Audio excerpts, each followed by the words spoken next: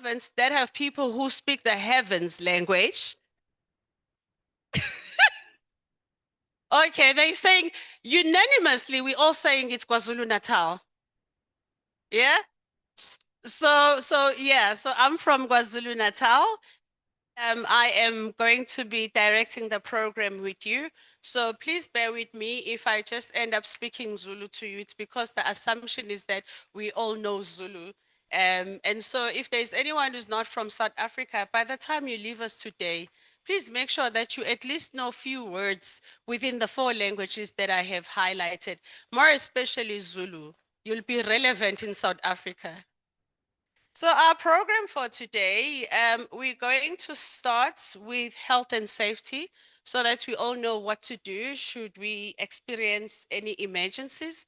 I am going to call on, I'm not sure, Prof, who it is, but someone who's going to take us through health and safety. Okay, I am told I can do it. Of emergency, use the door. Okay. Okay, so there's another one here, but it's hidden. So in case of emergency, you just find the nearest door and you run out right out of the building. It's emergency. Okay, and anyone who's in need of lavatories, they are outside the building across us. That's where you will find them. And without taking too much of your time, I am going to call on our DVC Research and Innovation. Prof. Refile Pashwana Mafuya.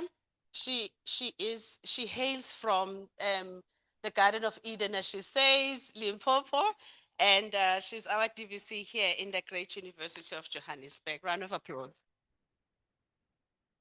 Thank you very much, Prof. Mkhize. You are full of humor and you're doing your work very well because I've smiled more than 10 times since you stood here. Good morning, esteemed guests, scholars, policymakers, practitioners, students, and passionate advocates for sustainable development from across the globe. And I'm aware of the fact that there are people who are joining us online because this meeting is both virtual and physical. I'm very much excited to be here to welcome you all on behalf of the University of Johannesburg, the great University of Johannesburg, as the Vice Chancellor always refers to, not because he is the Vice Chancellor, but because this is a great university. Today marks the beginning of a historic event, which is the first global forum for sustainable built environment research known as Shore Built 2025.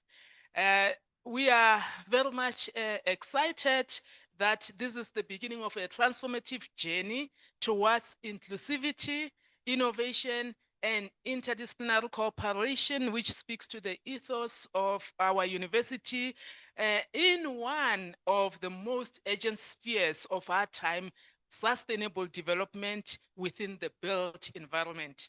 Let me begin by congratulating the Faculty of Engineering and the Built Environment and our outstanding organizing committee, including Prof. Clinton. And I always say, Prof. Clinton is our star scientist. And when he says jump, I always ask how high. Yeah. And he has worked fabulously with other members of the organizing committee, including Prof. Bankole Awuzi, Dr. Douglas Ajimin, Prof. Ayodeji Oke, Prof. Temitope Omatayo, and the many others. And I've seen the scientific committee, also a very long list, and the review committee, which speaks to the fact that this work is well organized and it has involved the dedicated efforts of quite numerous people, and we appreciate all of that. Colleagues and friends, the significance of this conference lies not only in its academic rigor, but also in its philosophical grounding. With the theme, facilitating inclusivity in multi, inter, and transdisciplinary sustainable built environment research in emerging economics, we are redefining who has a seat at the table in global research discourse. We are dismantling barriers. We are amplifying unheard voices. We are crafting knowledge that is as context specific as it is globally relevant. In many ways, this conference is an embodiment of the University of Johannesburg's commitment to transformative innovation, Pan-African scholarship, and global relevance. It also aligns with our broader research mission to not only generate knowledge, but to use that knowledge to impact lives and reshape societies. In the next 2 days, across plenary sessions, parallel breakouts, and virtual rooms, we will witness a deeply interdisciplinary, thought-provoking strategic dialogue from sustainable digital environment, infrastructure and industry development, construction and project management to education in the built environment. These colleagues are not just topics for debate. These are the ingredients of the future, and the future must be sustainable, it must be just, it must be collaborative, it must be inclusive. Respectable audience, as we gather in this hybrid space beyond geographic boundaries, welcoming voices both local and international, in person and online, we are reminded of a fundamental truth. Sustainable development cannot be a privilege of a few. It must be the shared responsibility of all. Emerging economies, many of which are represented physically and virtually, are grappling with a complex set of challenges, including rapid urbanization, inadequate infrastructure, unaffordable housing systems, and the disproportionate impact of climate change. As a girl who grew up in rural Limpopo, who walked the dusty streets to go to school for 4 kilometers, one of the driving force behind me working harder was to get out of the unsustainable environment I found myself in. And so this conference speaks to my soul and speaks to the many realities that our society face, both in South Africa and continentally. Yet these very economies are also sites of extraordinary innovation, indigenous innovations, among others, resilience and potential. That's why we are here, even if we grew in those circumstances. What we see, for example, in Lagos, Accra, Kigali, Jakarta, Johannesburg, and beyond are not just problems to be solved, they are models of ingenuity waiting to be scaled. This is where the shore-built platform becomes relevant by intentionally removing financial and geographic barriers. This conference is ensuring that research from these regions does not remain marginalized or hidden behind paywalls. Instead, it becomes central to the global knowledge commons.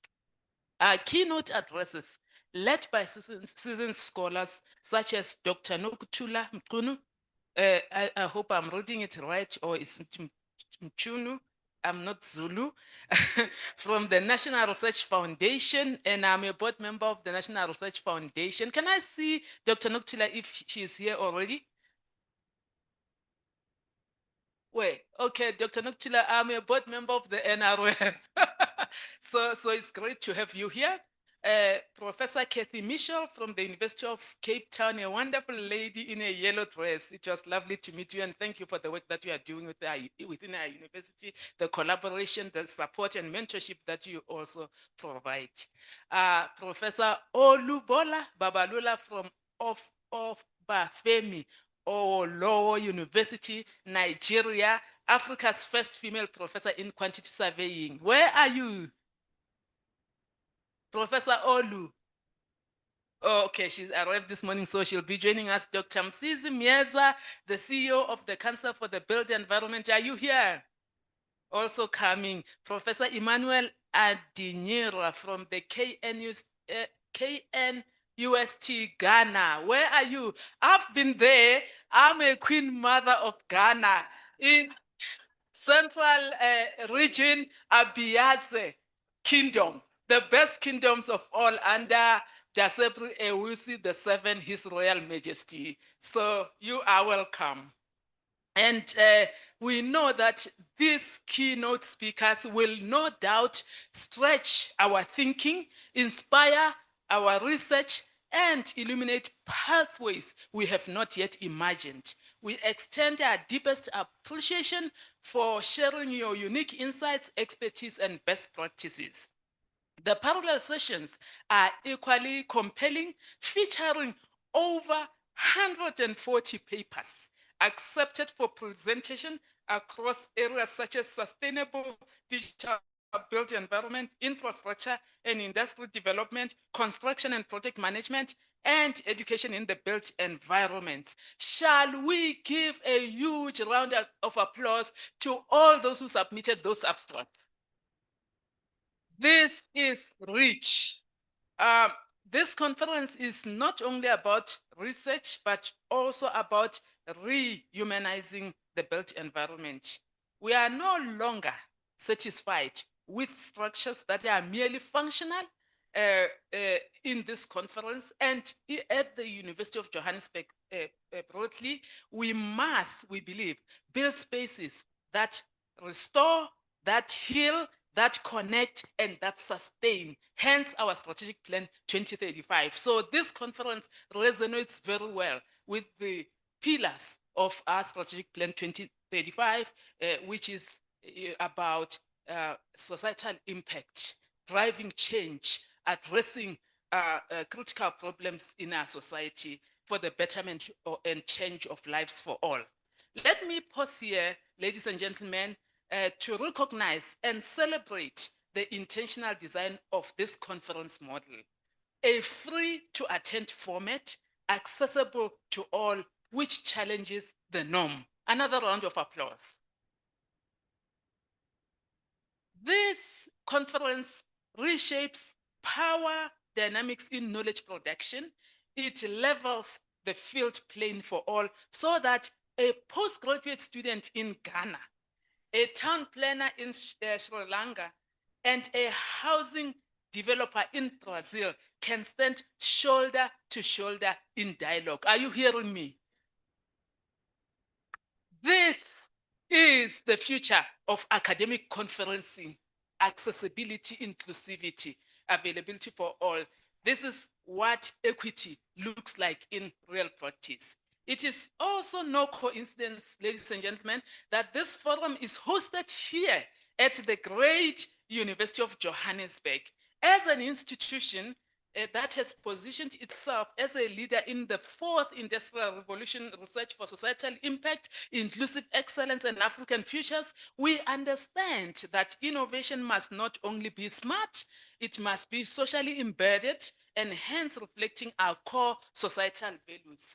Our research mission calls for solutions that matter, that resonate, that are grounded in the realities of communities we serve, and hence our Global Excellence and Stature 4.0 for Societal Impact Framework, which is what we are driving in the next 10 years. And this is precisely what Sure Build aims to do. To the postgraduate researchers that are here as I come to a close, presenting their first paper, we say your voice matters. Your questions are valid. Your curiosity is the engine of our collective progress. You are the future embodiment of the knowledge enterprise. To the senior scholars in attendance, we urge you, mentor generously, lift as you rise, pay it forward, listen actively, build bridges, not silos. To the practitioners, government officials, and development partners engaging with us over the next 2 days, your presence reinforces that research must go beyond the lab. It must inform policy, practice, it must build futures. In closing, allow me to reflect on the word sustainability. It is easy for this term to lose meaning through repetition. Everybody, sustainability this, sustainability that. But at its core, sustainability is about continuity, not just environmental continuity, but social continuity, intellectual continuity, cultural continuity. It is about ensuring that what we build today physically and metaphorically does not collapse under the weight of tomorrow's challenges. It is about creating systems, structures, and cities that are resilient, regenerative, and rooted in justice. So let us open this forum with boldness and vigor. Let us challenge the conventions of knowledge. Let us provoke fresh thinking. Let us disrupt systems that exclude. Let us center Africa not at the periphery, but at the vanguard of sustainable built environment research. And above all, let us remember that this work we do is not abstract. It is not about numbers. It is about people. It is about lives. It is about dignity. It is about the world we are living for the generation to come. It is about our legacy, what we can look back and say we have done. I want to officially declare the first global forum for sustainable built environment research, Show Build 2025, open. Ke a leboha.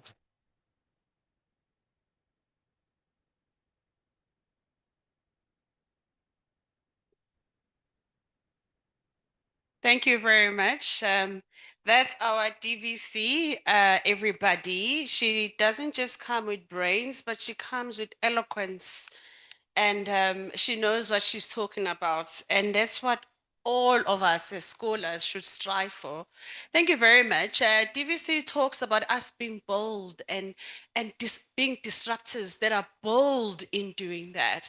So if you look at where we are as a continent, a lot of things wouldn't have taken place or shaped in what we are now calling a sustainable future for the generations to come had we not looked at it with a questionable eye and be disruptors and be bold and say we are going to make changes, we're going to effect changes. And so with all of us sitting here, I know we've got Generation Z. Where are you? Come on now.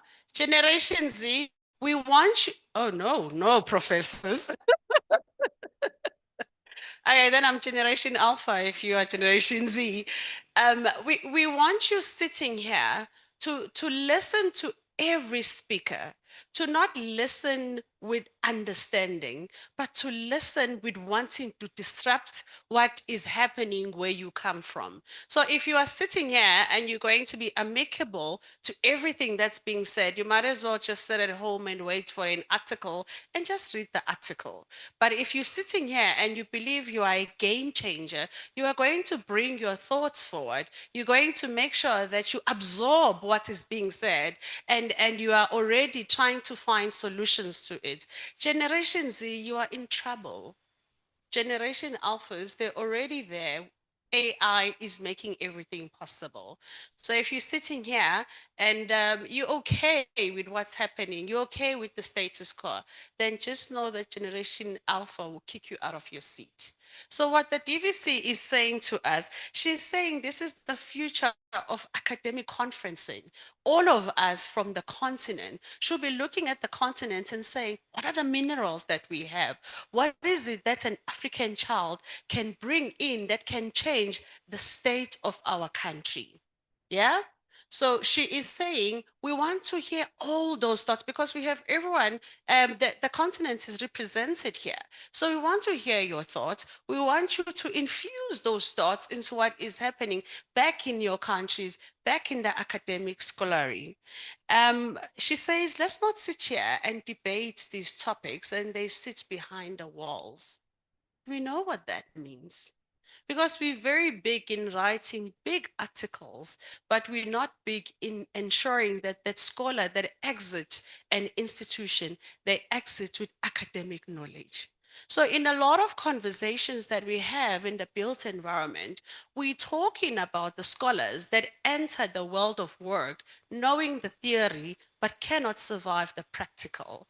And we're saying we can't be spoken like that. We need to understand that we are both scholars and we are both game changers. So all of you sitting here, we are welcoming you. And in Zulu, we say inselelo, significant inselelo, which we're handing the baton for you to change the status quo. So a round of applause for our DVC Research and Innovation. So with everything that the DVC has said, if you're not from the Great University of Johannesburg, she is saying, take off your shoes, open the fridge, you're welcome, kusekhaya la. Yeah? So at home, you don't ask, can I say something? Can I? You bring in your voice because you are at home. So welcome at home. Welcome to the Great University. Our next speaker is Professor Thokozani Shongwe, who's the Vice Dean for Research. Again, he is going to be telling us where we should hang those coats. Yeah? So we can't open. Oh, our DVC is leaving and we need a picture with her. So, sorry, Prof. I was told that the keynote speakers need to take a picture with the DVC and everyone here. So, welcome, Prof. The DVC mentioned your name in absence, so welcome. Can I ask that we quickly just go out, take a picture with the DVC, come back and continue with the program? Yeah, because we're professionals, we should be able to do that, yeah? Thank you very much.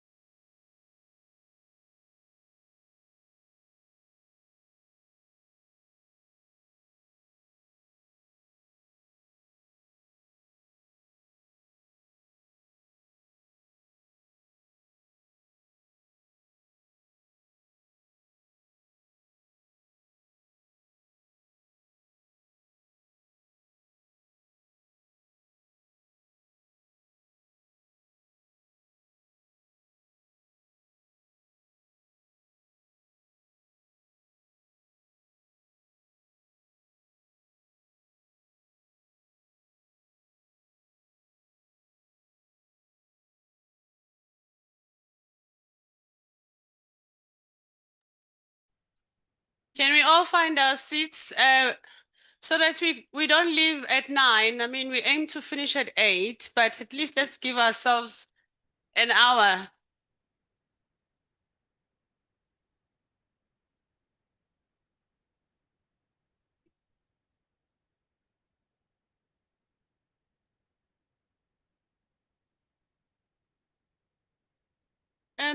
Ikhona isithi akithi nansi nansi nje enye isithi.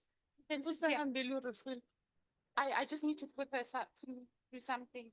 Ngithatha ubani? Ulungile. No.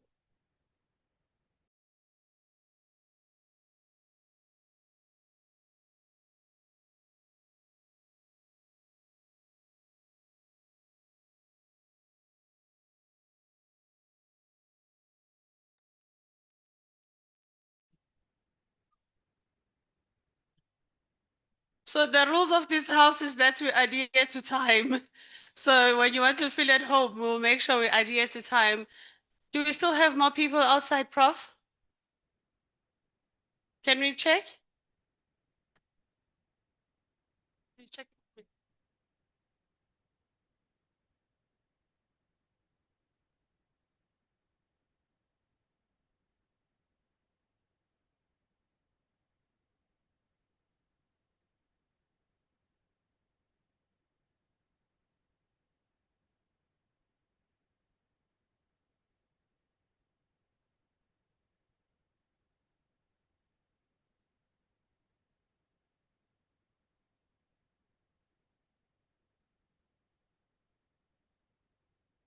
Who was with me in East London?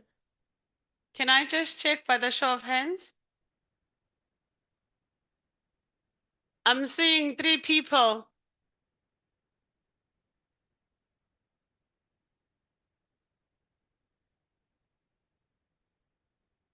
The people that raised their hands and said they were with me in East London, I will ask them to sing. Yeah?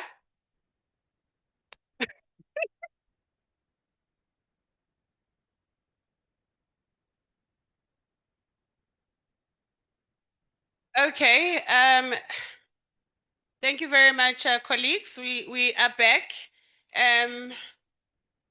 Now that we're all celebrities and we've taken a few pictures, we are going to continue with the member of the family, Professor Thokozani Shongwe from our Faculty of Engineering, who's also going to be welcoming us. Professor, over to you.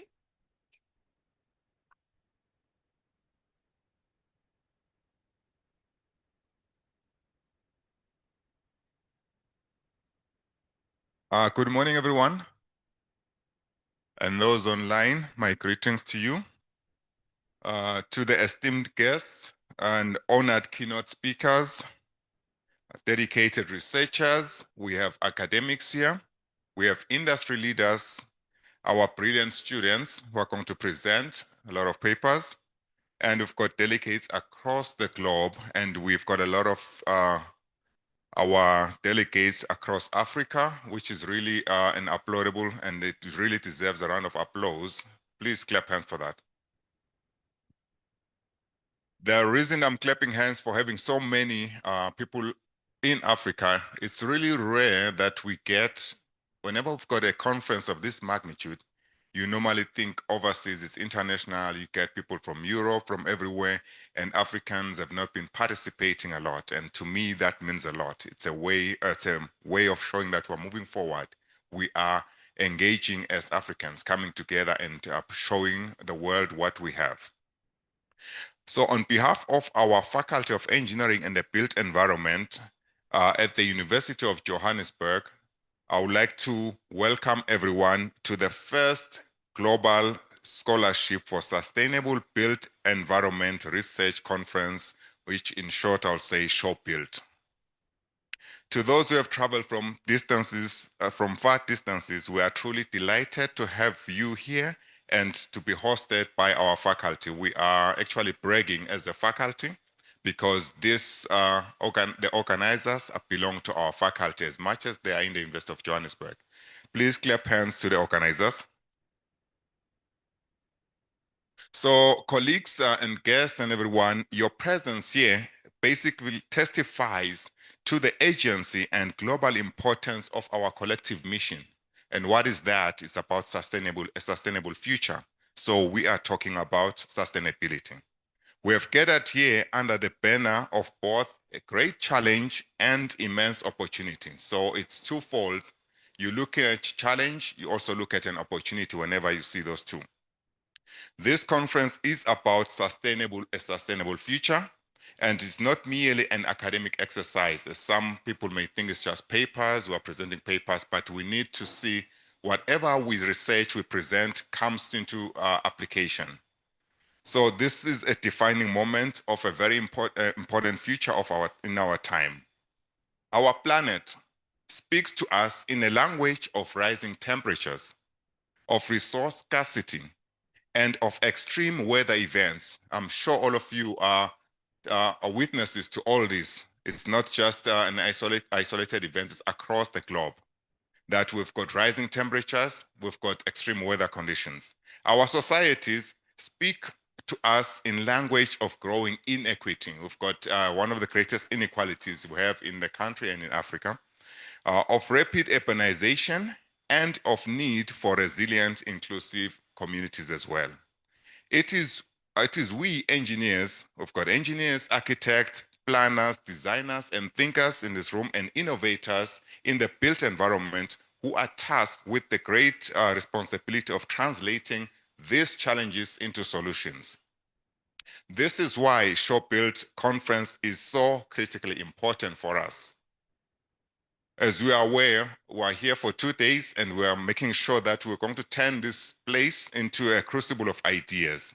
It is a space designed for us to discuss, to learn, to unlearn, and also to relearn.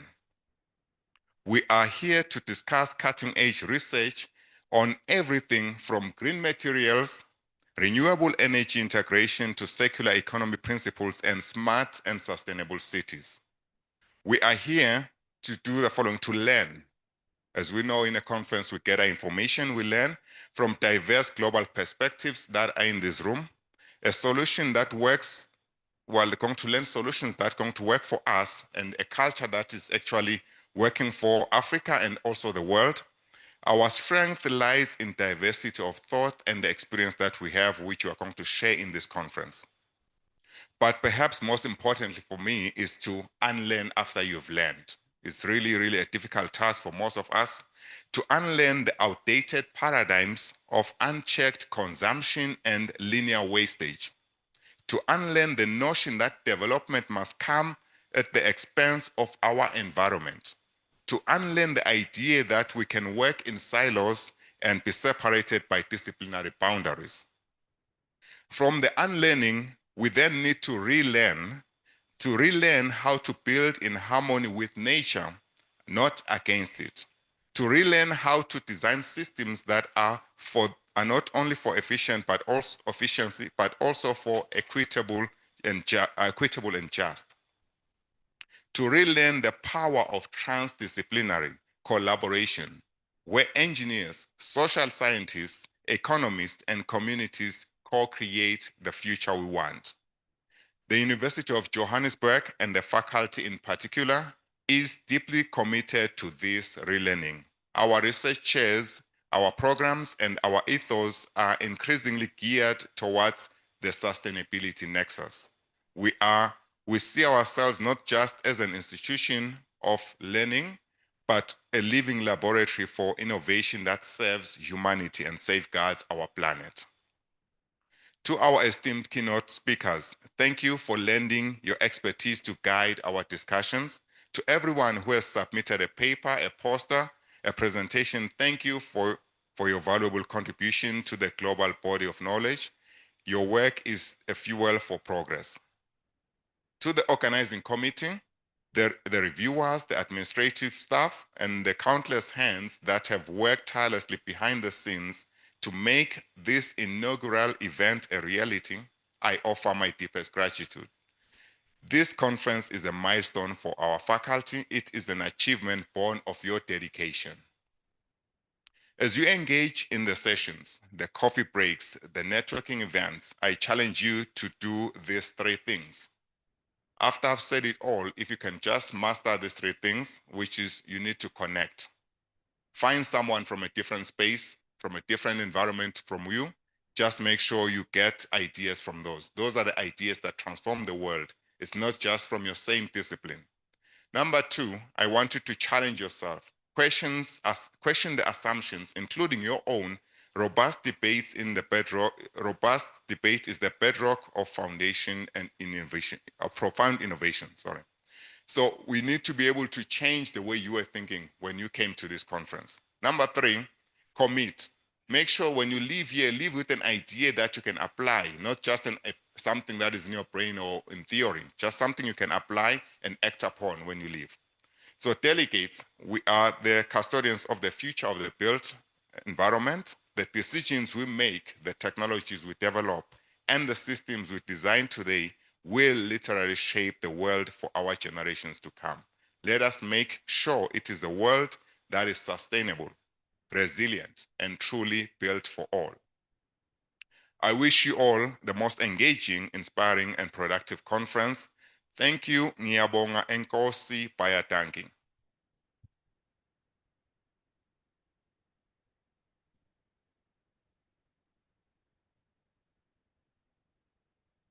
Thank you, Prof. Prof did something very wrong. He said Enkosi. Enkosi is not Zulu. Or you said Nyabong. Okay, so that is the thread, right? Whoever's going to come up front must make sure you hoy in a Zulu word. Yeah. I just want to echo what Prof has said. Prof said we need to learn, we need to unlearn, and we need to relearn. Yeah. And he said we from different cities, and we need to leverage off our diversity, because we are from the African continent, and Africa is very diverse. We're not just diverse because of our race, we're diverse even with the minerals that we have in different countries within the African continent. So he is saying we need to find solutions.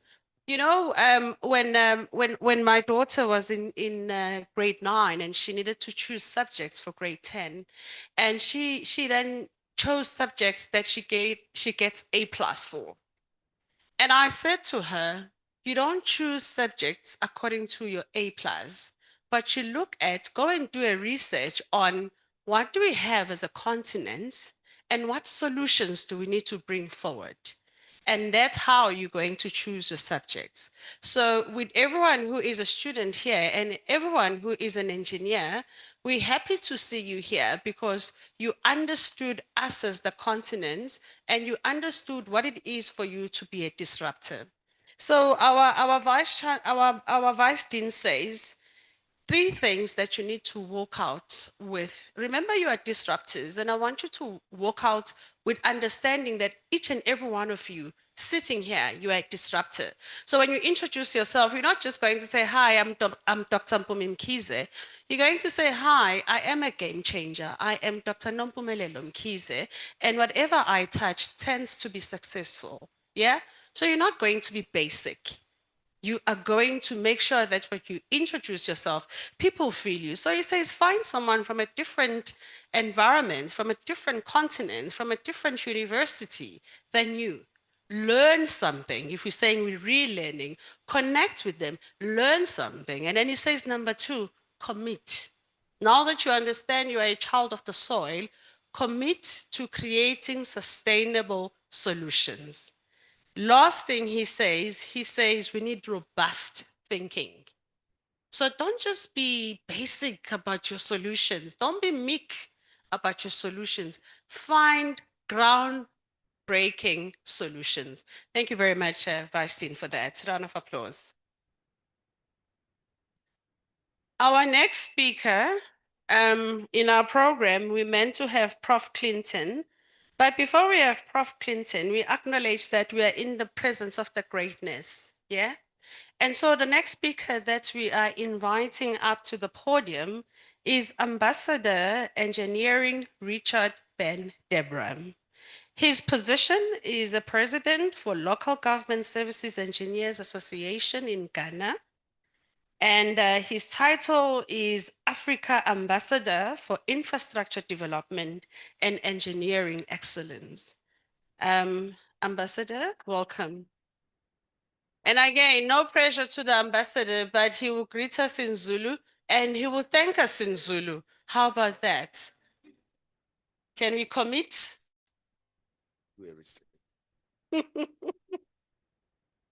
Ghana is Akwaba.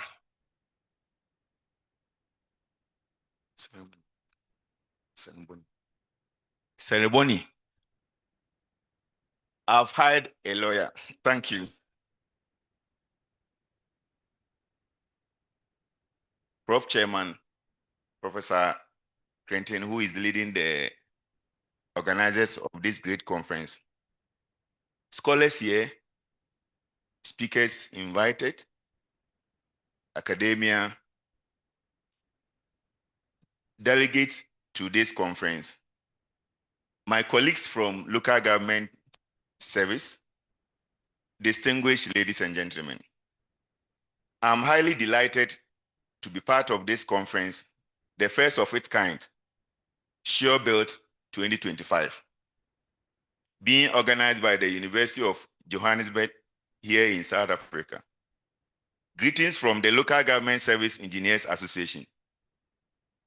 The theme for this conference, facilitating inclusiveness, inclusivity in multi, inter, and transdisciplinary sustainable built environment research in emerging economy, is timely as we strive to create a more sustainable and equitable world through inclusivity in research by bringing together diverse perspectives, expertise, and experiences to develop more effective solutions to resolve numerous challenges facing our built environment.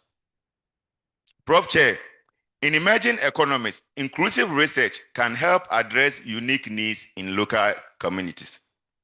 By engaging all stakeholders, policymakers, and practitioners, we can ensure that research findings are relevant, applicable, and beneficial to those who need it most.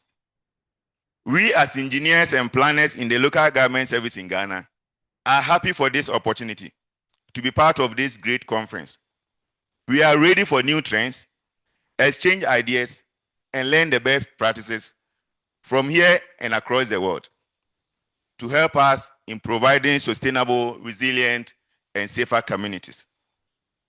We will also cooperate and collaborate with institutions within the built environment space in working together to develop solutions that are tailored to the needs of our people within our communities.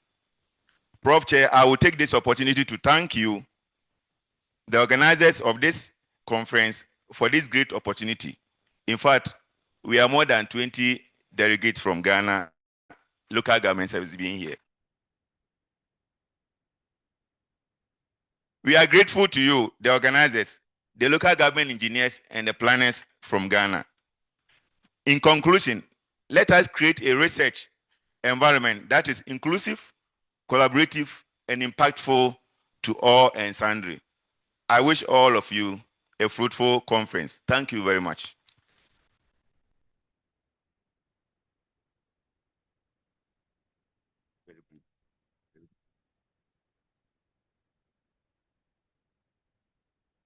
Siyabonga, a round of applause. And not just for that, but I mean, you said Sanibonani, yeah? So, yeah, so please give him a round of applause. When we're talking about our diversities and wanting to relearn, we're talking about wanting to go to other countries and knowing what their culture is like, and also knowing what it is that makes them tick. So we appreciate that when we have speakers from our continent who come here in our country and also say a little bit about us. So we appreciate that. Thank you very much. And when you're talking about being brief, I understand. I think you are married, right? You married? Yeah. Thank your wife for me. She has taught you well. You see, a married man says very few words if he's not saying I'm sorry. Yeah. So he got here and he gave us a very and by the way, did you know that married men live longer than a single man? So find yourself a wife, eh? You will live longer. Pardon? You've married many of them. Okay, so but on the flip side, we told that married women they live shorter. So I don't know what that means. But on a serious note, for you to live longer up to 100 years, 100 being the new projected age for our generation, find yourself a wife. Yeah? Okay, but I don't know who you're marrying because women they die quicker. So we'll see. Our next speaker, who's going to tell us about the conference and the scientific process, is my favorite prof, Prof. Clinton. So I've got two of my favorite profs sitting here in front. But I just want to tell you about Prof. Clinton just a little bit. So myself and Prof. Ahmed Weshi, Lerato, she's sitting somewhere here. Prof. Clinton was our supervisor when we're doing our PhD. So with Lerato is not even Zulu, but that's how deeply ingrained into our culture Prof. Clinton is. He used to say to Prof. Lerato, please, Mama, don't write your research translating it directly from Zulu. This is English. With me, he would say to me, you do realize that you're not doing masters, right? and I'll be like, okay, what does that mean? He says, you write like a PhD candidate. So he's not the one who is going to accept your mediocratic solutions, but he's the one who understands what's being a game changer is, who understands what's being disruptor is. And so we want to welcome him up, and trust me, no pressure, but you are going to say something that people walk out with. No pressure though. Okay. Round of applause. My professor said I must be short because I'm married. Ladies and gentlemen, good morning. Madam Program Director, I'm going to stand on your existing protocol. When we were in East London, the program director said something that if you want to know what people are doing at home when your parents are not home, during prayers, when they tell you to pray, start praying, Lord, help my brother who is not staying at home anymore. That is starting to do something bad. So that's what she just did to me now. So she just told everyone what we do in our house. Once again, thank you very much. I'm very excited to be here. And I want to first of all thank my professor, Professor Twala. Thank you so much for coming around. So without a Professor Twala, you will not see a Clinton. Can we put our hands together for him? I know he's always very humble and very quiet. I've learned so much from him. And I tell him I have learned some very good things and some bad things, but I only do the good ones, okay? All right, thank you so much. Ladies and gentlemen, I'm going to be very brief. I want to talk a little bit about the Global Scholarship for Sustainable Built Environment Research Conference, which we have called or tagged Shell Build 2025. First of all, I want to thank all the keynote speakers.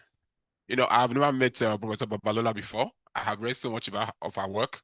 And when we had this opportunity and I told the crew we were working together, I was like, let's bring her in. And everybody just agreed. I was like, let's try. Let's do an email. And she accepted. Prof, thank you so much for coming around. Thank you, thank you, thank you. Prof. Cathy Michelle, I've not seen her in a long time. I think I saw her last in 2018, and we have done several emails. Thank you so much, Prof, for also coming around. Thank you. Dr. Meza is not here. He's going to be here tomorrow. Then Professor Adenira is here. Thank you so much, Prof. I've known Prof since when I completed my master's, since 2010. Always good to have you around. And we're also hosting Dr. Noku from the NROF. We tried to get the CEO. The CEO said, I'm very busy. I'm going to bring you somebody that is going to speak for you. And I told the CEO, thank you very much for bringing Dr. Noku. Dr. Knox, thank you so much for coming around. And also we have a friend that will be speaking tomorrow from the University of Washington. Dr. Amos Dako. You're really going to enjoy his speech. Yes, I want to talk about how it all started. I'm sure the pictures you see on the screen, I didn't take permission from them, but since I'm told to speak, I will just do. I told them, I didn't tell them anything. I told myself I shared it with them, they were going to object to it. How this whole conference all started, I'm sure somebody wants to really understand, how did you guys come up with this idea? It's not my idea, it's a collective idea. We had an opportunity of applying for the EIFL. EIFL is an NGO that is kind of really active, driven in terms of promoting open scholarship. So we applied sometimes last year and we got the funding. And during the process, we had to organize a webinar, which we tagged Strengthening Research Capacity in the Built Environment webinar. And on the 30th of October, I remember when the webinar was going on, and we're having a chat, and we look at the people online, and we're like, Douglas started was like, do you see the number of people online? Or like, let's go and see Bankole in his office. So when we got there, we're like, why don't we do something different? And Bankole was like, something we have been thinking about. I'm like, okay, right there and then, Short Butte was born. So we decided, let's do something that is not common, that we don't see around. That was the 30th of October. And we had a discussion on that day during the webinar. And on the 2nd of November, we had the follow-up meeting and discussed with another friend from the UK. And he was very excited, Professor Timmy. And from that particular 2nd of November, we decided to call a group on the 3rd of December. On the 3rd of December, rather, we called a group, which I'm going to show to us shortly, in terms of what we're thinking, the buy-ins and all that, and everybody were very excited. And by the same 3rd of December, we decided to, we emailed the Springer to say we wanted to publish an idea that we have. Springer accepted by the 10th of December. Then by the 6th of December, we had another follow-up meeting again with the colleagues. And by the 6th of January 2025, Springer Nature gave us a contract which was actually executed to publish the proceeding of the Short Butte in the lecture notes in civil engineering, which is Scopus Index. So the whole idea is not about me, it's collective, it's a movement.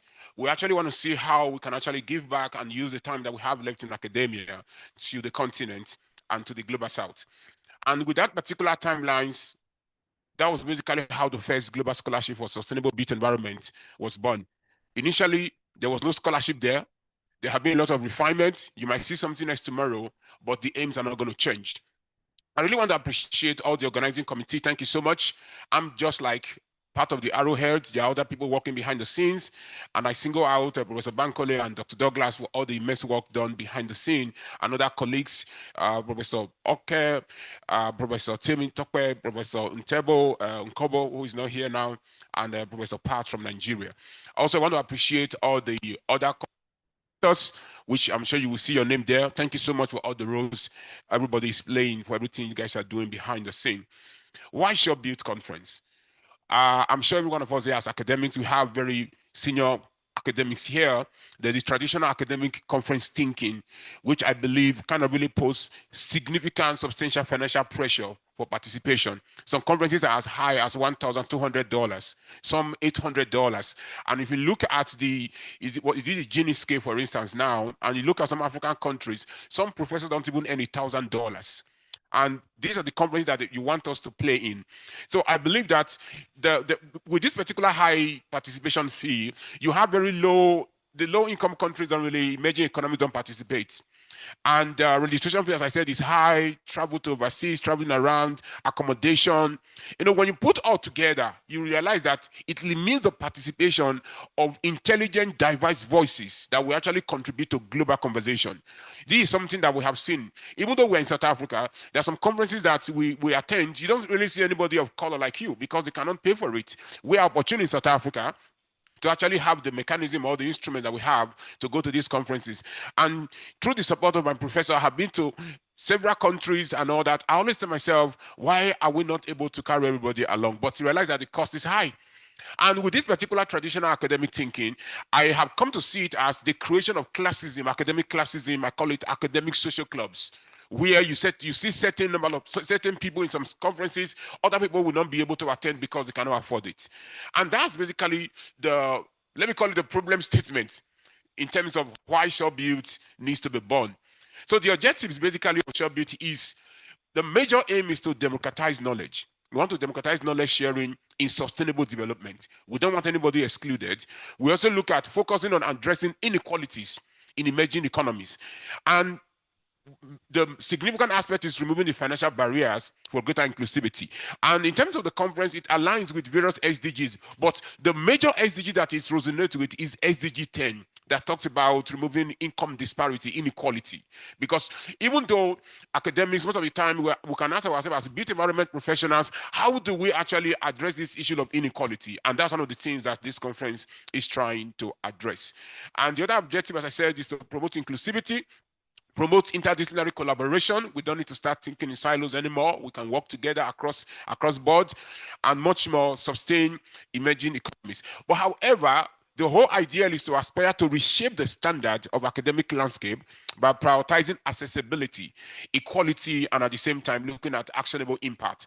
I think central to the whole thinking is equality and accessibility. Irrespective of where your university is and you have access to the internet, you should be able to contribute your voice in terms of what is happening within your community. What do we expect from SureBuild going forward? It's going to be free to attend conference, no participation fee. We don't hope to collect participation fee. It's not something we are going to rethink in the future, because I know a lot of questions have been asked, where do you guys find funds to actually sponsor the conference? The question I was answering somebody yesterday was like, what is important is that you need to attend and you don't have to pay. Because I know at times people always think there is an underlying motive behind what is happening. There is no underlying motive. Are we together, guys? We're actually supporting a movement, an ideology to ensure that there is inclusivity. And we want to, the other thing you need to expect is global networking opportunities. In fact, I'm going to show us some slides shortly to see that this opportunity, we need to really enhance it and see how we can actually benefit from it. And the other thing to expect is that it's always going to be a hybrid, both physical and virtual, because we also need the physical presence. And then what we need to expect, because we realize that there is a generation of academics that is phasing out. And we need to start thinking intentionally, how do we create a new generation of researchers, emerging and established? Because we cannot just say we are mentoring them, but we need to be intentional and deliberate in terms of what we are doing, because we cannot just supervise and leave them alone. We need to see how to create a new generation of researchers, just as some of us have basically benefited from in the last few years. The reason for all this is that insanity is doing the same thing over and over again, expecting different results. We want to really challenge the status quo. We don't want to just talk about what is happening, why people are excluded, but the question is, what are we doing about it? SureBuild, in terms of our publication platform, as I said, we are collaborating with Springer Nature. The proceeding, every one of us have contributed, is going to be published in the lecture note in civil engineering. It's Scopus Index. So if you are within South African environment, you realize that this is actually counted as a journal paper, not as a conference paper. So it's actually a plus in terms of where we try to take it from the very beginning. And some selected papers, some papers will be published in special issues of journals. Then we are really pursuing the Diamond Open Access to ensure free and global availability of every paper that is published. It's something that is central to us, and we're working with the EIFL to actually support us on this, so that every paper that we publish, anybody can download it at any time. You don't have to pay for it again. And with that, the other ideology and what we have been thinking is we're going to create a repository for the abstracts, the presentations, because we have a lot of presentations, and most of the time, what actually do we do with them? There are times you need to really hear those presentations again to inform your work. And we're thinking of creating an app in the next few years that you can actually access at any time. And generally, we want to ensure a wide academic visibility and credibility for the conference. And the long-term vision and sustainability, for colleagues here, we're looking at a regional partnership and host. We don't want to just host in South Africa. I want to look at Ghana, Nigeria, Rwanda, Liberia. Also, we're thinking of it being an annual or biannual recurring event, but it's going to happen. We must always have an edition on an annual basis, so that in case you're not able to participate in some of these conferences that are charging $1,000, you can at least have a paper or two papers that in SureBuild, and to develop mentorship programs for emerging economies. We're really working on that also. I want to build a legacy of open knowledge sharing platforms. And then we always believe to be a disruptor. I don't believe we should just be thinking the normal way. My professor Bankole will always say, it's not good for things to just be quiet. Somebody must just create a problem so that people can have what to talk about. That is what it means to be a disruptor. In case somebody asks what does it mean to be a disruptor, is to make sure that you always give people something to talk wherever they are, and you must continue from there. Short Build 2025 statistics as a roundup. These statistics are peculiar to this particular conference. The peer review process that we have followed is a rigorous two-stage peer review process, meaning that the abstract and the full papers were reviewed by no less than 2 acknowledged experts in the field of that particular publication. And we ensure that all papers that were accepted, that were reviewed, were relevant to the conference themes. There was originality in the material, there was contribution to knowledge, academic rigor, much more. We did not just say it's going to be an empirical findings. We also look at critical literature review. We cannot exclude the role of literature review in academic discourse. In fact, we always say that research is all about you move from the known to the unknown. So we have to consider varied array of papers. And I want to also say that at no stage was any member of the scientific or technical committee or even the editor of the proceedings were involved in reviewing their own authored paper or co-authored papers. This is very strategic because we don't want to basically be seen as committing, I call it fraud or conflict of interest. So we ensure that this particular process was meticulously followed. And in terms of the details of our submission for this particular conference, we received 357 abstracts, and we accepted 321, 36 were rejected. And also from the 321 that were accepted abstract, we received 204 full papers. And from those particular 204, we had initially accepted, after the peer review process, 153 papers. We actually have about 25% rejection rate. However, even though some papers were accepted after the evaluation, some still dropped during the submission of the final copy. So we're actually left with 140 papers, which have actually been submitted to Springer for publication. And one of the things that we try to assure here is that authors are only listed on a maximum of 2 papers, irrespective of how good the papers are. It's a caveat that we have to maintain. The reason being that we don't want Short Build to be seen as a platform where we are using it to publish for ourselves. I think we have published and we are still publishing, but we want to make sure that there is a high level of quality control to ensure that it is not being abused. Irrespective of where it goes to, this particular standard or process will never be erased because we want to ensure that it goes wrong. So we have 140 papers accepted that will be presented in the next 2 days. In terms of the countries represented, including co-authorship, we actually have 22 countries that are actually represented from all the papers that were submitted in this particular conference, from Nigeria to Zimbabwe to Ghana to Guyana and Indonesia and Liberia. And when we try to carry out some statistics in terms of papers per country, we realize that there are countries that actually submitted paper. Nigeria, South Africa, and all these countries submitted. I'm going to show us more details. We had more papers from Nigeria, followed by South Africa, Indonesia, Ghana, UK, Australia, down to the USA. And in terms of the institutions that are represented, the accepted papers actually came from 69 institutions worldwide, based on the affiliation of the corresponding authors. We use the corresponding authors because we don't want to do double counting, because if we want to go meticulously with all the 140 papers, we actually have more like, let's stick with the corresponding authors. We have 69 universities from Australia, Bangladesh, Canada, Ghana, Hong Kong, Indonesia. We have a lot of universities from Indonesia in terms of corresponding authors. Then even Iran. You have Malaysia, then Nigeria, we have a couple of universities and polytechnics. Then you have Pakistan, Rwanda, South Africa, Sri Lanka, UK, USA, Zambia, and Zimbabwe. These are all countries, universities that are represented in this particular conference. And we also try, as researchers, we also try to look at the co-authorship per country. This is really critical for us to see who are the country, where are the papers, the authors, are they really collaborating? Because co-authorship is critical for knowledge dissemination. We see a very high, strong bond between Nigeria, South Africa, UK, USA, Malaysia, and also Zimbabwe coming in. And for the 140 papers accepted, publications per teams, we actually have 4 teams. We have the Sustainable Digital Built Environment teams representing about 30 papers. Then we had the infrastructure and industry development, 47 papers. Construction and project management, we have 39 papers that were accepted. And then the other aspect that will never be overlooked is education in the built environment. It's not just enough to talk about the skills, but how is the pedagogy actually going? We have about 24 papers coming from that particular aspect. We also try to look, if I go back to these slides to say, okay, since we had predefined some themes before in terms of what the submissions were based on, and considering some of the other research that we do behind the scene, looking at some scientometric analysis, we have to look at even the co-occurrence of the keywords. And we realize that the co-occurrences of the keywords actually fit into those particular 4 themes that were initially predefined. So through the Vox viewer, we're actually able to confirm that the paper submitted for the conference align with the 4 conference themes that were actually set out from the very beginning.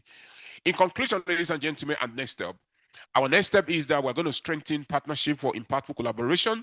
We are not going to leave Springer Nature for now. Also looking at advancing publication initiative with major publishers, and also promoting inclusivity and actionable research outcomes, and much more, looking at establishing an ongoing engagement platforms. And I think the other thing is that, as I said, there's going to be a second shop build coming up sometimes in 2026. I always believe that the best way to predict the future is to create it. Not just, it's good to talk about it, but it has to be created. Thank you, ladies and gentlemen.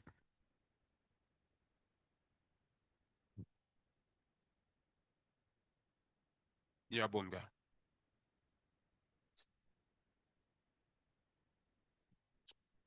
Thank you very much, Prof. Now we are going to move into a prayer.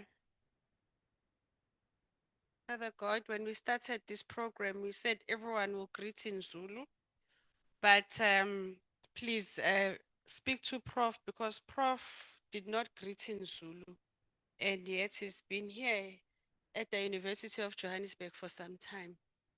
Thank you. So with what Prof said, of course, when we're growing up, my sibling used to tell a lot to my mom through a prayer.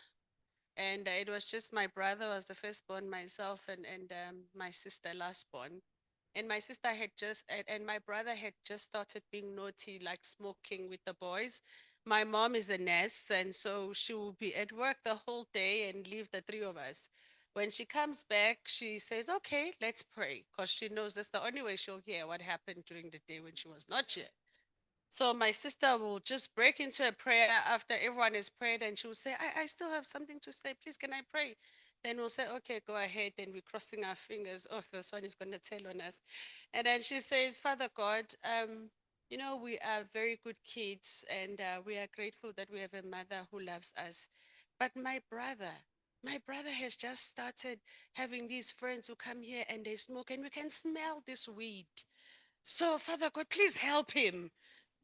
And my mom will just stop the prayer. Then they, okay, stop. Okay, tell me, what is she talking about? And so that's what I was doing to Prof, telling it all to God. We want to appraise you, Prof, for the shop built solutions. We are happy that you get a group of scholars. It's unfortunate that you did not have Sublime Beauty in that group. It was intentional. So there was no rose. However, we are happy that they came up with the solution. So they were quite intentional with the solution. And so what Prof. Shongwa said earlier on, so they were robust in their thinking and they committed themselves and they said, let's first look at what are the barriers that exist that might hinder people from participation. And they came up with inclusivity. They came up with inequality and they said, we're going to have a free conference for all. A round of applause for that. So Prof says within their solutions, they look at how are they going to democratize knowledge. They looked at the SDG 10 and which talks to inequalities and removing the financial barriers that he spoke about. They looked at the geographic barriers. How do we ensure that we are inclusive? And what I like, Prof and I didn't talk about it, but he says if you are not a disruptor, you'll be disrupted. So in either way, someone is creating a burning platform for you to be disrupted. So which means as we walk out of here today, we must know that we either are going to be disruptors or we're going to be disrupted. Prof also then commits to a strengthening partnership, and he says we need academic rigor. So as he takes us through the process that was followed, it shows that whoever it is that will be presenting to us today, we did not just pick them because we like them, but we showed the rigorness in their papers. So thank you so much, Prof, for sharing that with us. I am going to call on Professor Bankole Awuzi, who is going to chair the next session for us. Professor will introduce each keynote address speaker. So our first speaker, he will introduce Dr. Noktula Mkunu. Can I just check if Dr. Mkunu is here? Oh, you are, girl. Why don't you speak Zulu to me? Okay. Okay, but earlier on you were introduced as Mchunu. I'm not telling on anyone. Okay, and Prof. Kathy, please get ready. And Prof. Olubola Babalola. Ooh, it rhymes very nicely. So we're going to have a break, and a break is 15 minutes. Is 15 minutes good? We're going to take a break, and after the break, then Prof will take over and we'll listen to our keynote speakers. So far, thank you very much for your participation.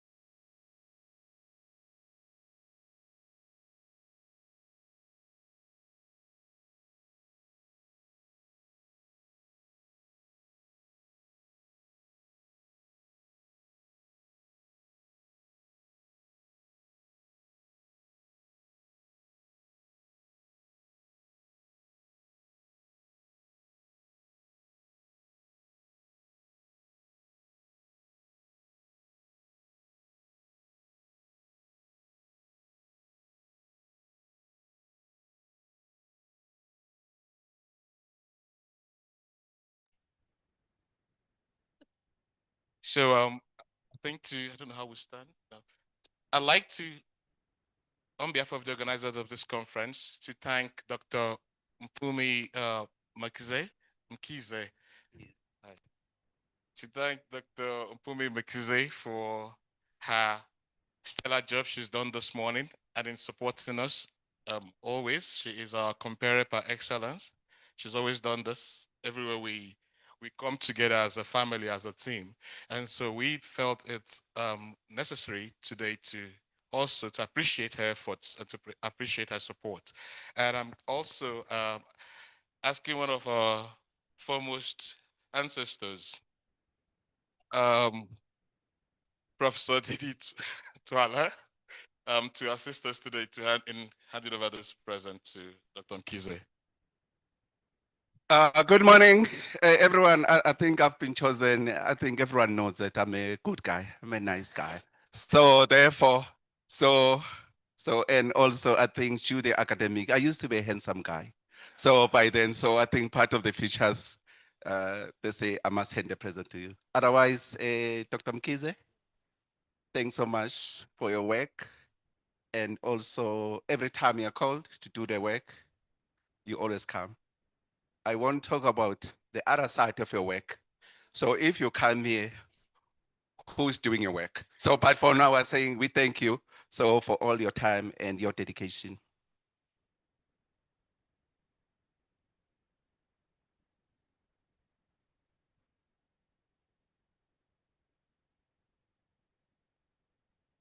Can I ask, okay, yes, can we give a round of applause for him? Thank you, Prof.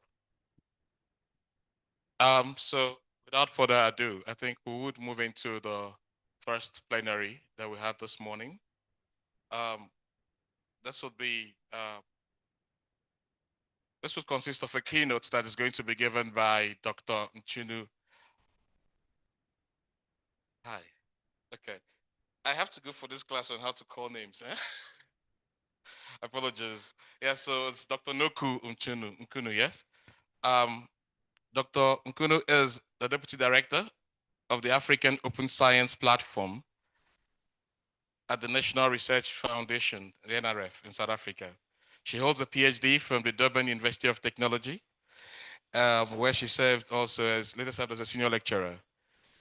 With her wealth of experience, Dr. Nkunu continues to champion open science as a driver of innovation, collaboration, and inclusivity in Africa's research landscape. And this culminated in her selection to present a keynote today to us, titled Knowledge for Impact. Dr. Nkunu?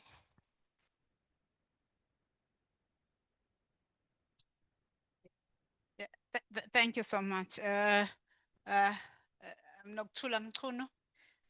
Of course, I have most of the time given up trying to correct the click. We are one of the few Southerners who have this click, which is Zulus and Xhosas, and of course Khoi, that have these clicks which are quite a little bit difficult. And the C is even more difficult to most people because it exists in other languages, but in other form. Yes, thank you for having me. First, I must thank the invitation from the UJ. As usual, the podium is always anti-short people, so I always have to kind of peek around it. Probably this is why Fulu didn't come, so I'm not saying anything about his statue. But I want to give his apologies. He really would have loved to come here. Unfortunately, we have another thing scheduled for us that he must be there. Where unfortunately, I could not sub for him there. So he really would have liked to come here and sends his regards. Two, for me, I will not say the Great University of Johannesburg because I'm the NRF. So we are, you know, impartial. We do not choose any university, we support all, but I'm happy to be here. Also, the VC talked about great speakers. I am not. This is, please do not be confused with great speakers. I'm not. So my talk, I don't have a lot of time. I'm told I have 20 minutes. I'll probably take a little bit more than that. I'm just being honest because I wanted to give a little bit of my talk, but first I wanted to give just an overview of the NRF because I know we have visitors, so they'll see. So I've tackled my talk just to join these two things, a little bit about knowledge and impact and why we do this at the NRF and the next part of the talk that I'm going to talk about a little bit more into impact. So let me go. And of course, I must say the first part of this talk is the NRF. It is sanctioned. You can question the board who's your DVC. That's okay. The second part of the talk is my other hat that I wear at the NRF, which is a little bit controversial, which will probably, if you don't throw tomatoes at me after I finish that part of the talk, I'll be surprised. So at the NRF, I used to be the deputy director of open science, but I'm now the focal point of open science for UNESCO, doing some work for DCI, but my real job that I get paid for at the NRF, which comes second, please don't tell Fulu that, is I work in the international and partnerships grant where I coordinate all the bilaterals and multilaterals. So please have a look at that. There's some partnerships. This is why I want to cover that. So I'm supposed to use this. So I'll just give a quick overview.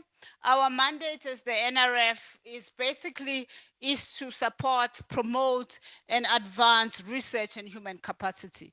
This is in law. This is the mandate. And of course, we need to do this by creating knowledge, innovation, and all of this is to make sure that it supports the development of society. It's not to create knowledge just for the sake of knowledge. It's not to advance research just for the sake of that, but it's to make sure that the development of the country is supported. And of course, we have national facilities that we have, which I'll talk a little bit about next. The other thing is that which will kind of touch on my second part of the talk is public awareness of science, which sometimes as universities we do not do. And then what other task that we tasked off is to promote and develop and maintain the national science system. And when we now use this word, when we say science, we don't mean the built only, we mean human and social sciences. The word science encompasses all this. So the mission and vision of NRF is, of course, now is research for a better society. So whatever you discuss in the next 2 days, what I want you to ask yourself is that, are you doing research for a better society? Or are you doing research for high citation? This is what I want you to ask yourself. Are you doing research to say, I have published 200 papers? Is that making the society better? And of course, is to enable, our mission is to enable, facilitate contribution of knowledge and scientific research for national development. Again, I quote these things, national development. So what do we do? I belong now to the section called REISA. You see now it has an I. So as of the new strategy of NRF, we have added impact. So of course, transformation is important. This is our imperative from our ministry, which is the Department of Science and Technology and Innovation. Excellent sustainability, but we now need to tie all those things into impact. So how do we try to do this? We fund as NRF research grants, or research on infrastructure, research on institutional grants directly to the institution, bursaries and scholarship and mobility grants, which sometimes including grants for conferencing like this. And of course, we have many levels at the NRF of these grants. As you can see, we have the next generation that is here, and emerging researchers, which I don't know what I did. Yep. Here we are. Emerging researchers. So actually, Fulu is in what we call it, the NRF, the yearly symposium for emerging and next generation researchers. And then, of course, we have your established researchers. We have a new section called thematic grants. And of course, your science mission, which are your bigger parts and supporting innovation. Your science missions like your SACHI chairs, because they are earmarked from the Department of Science and Innovation on this. This is largely how our finance, our budget looks like. We mostly as fund, as you can see, biological and chemical sciences. We group them together, but as you can see, the engineering is quite a little bit, and the environmental sciences there. The human social sciences looks big, but it's a whole lot of section. So we need to figure out and grow multidisciplinary so that we don't see those sections actually. It should be harder for us as a funding body to make that pie chart, but for now, it's still a little bit easier because we are only starting to grow multidisciplinarity. So of course, now what we have done is that, like here, you have the SATSI chairs, you have the centers of excellence in our national infrastructure. We started to ask them to do work and see how they contribute to the SDGs, which is part of this conference discussions. And of course, when I talk of the National Research Infrastructure, I talk of SION, which is our biodiversity network and observation. Itemba Labs, which is the nuclear physics. There's a huge accelerator. You have your Sarau and SAO, which are your optical and radio telescope in the middle of the Northern Cape. And of course, you have your SIAB, which is mostly work on marine and marine research, and of course RISA, which is what most universities are familiar with, which is the funding arm of the NRF. So NRF is a little bit of a strange organization because we both perform research and then fund research at the same time. This is a big footprint of the NRF. These are all our partnerships that we have across the world. So you will see them with our grants. And then, of course, these are some of the multilaterals that we are involved in. I will now quickly switch over to my talk, which is mostly looking at impact, but from a very open and sharing side. And I like the way this conference is themed. It is making sure that everything is open. It is inclusive, it is accessible, it is wanting to break down walls and make sure that everybody can participate in the global knowledge system. But do we understand what this means? At a core basic level. Because if we don't do this, we won't be able to do impact. So for me, when we participate in the knowledge system at this moment in time, the point of departure is to making sure that the African or the global South knowledge, it is visible and accessible. It is visible and accessible.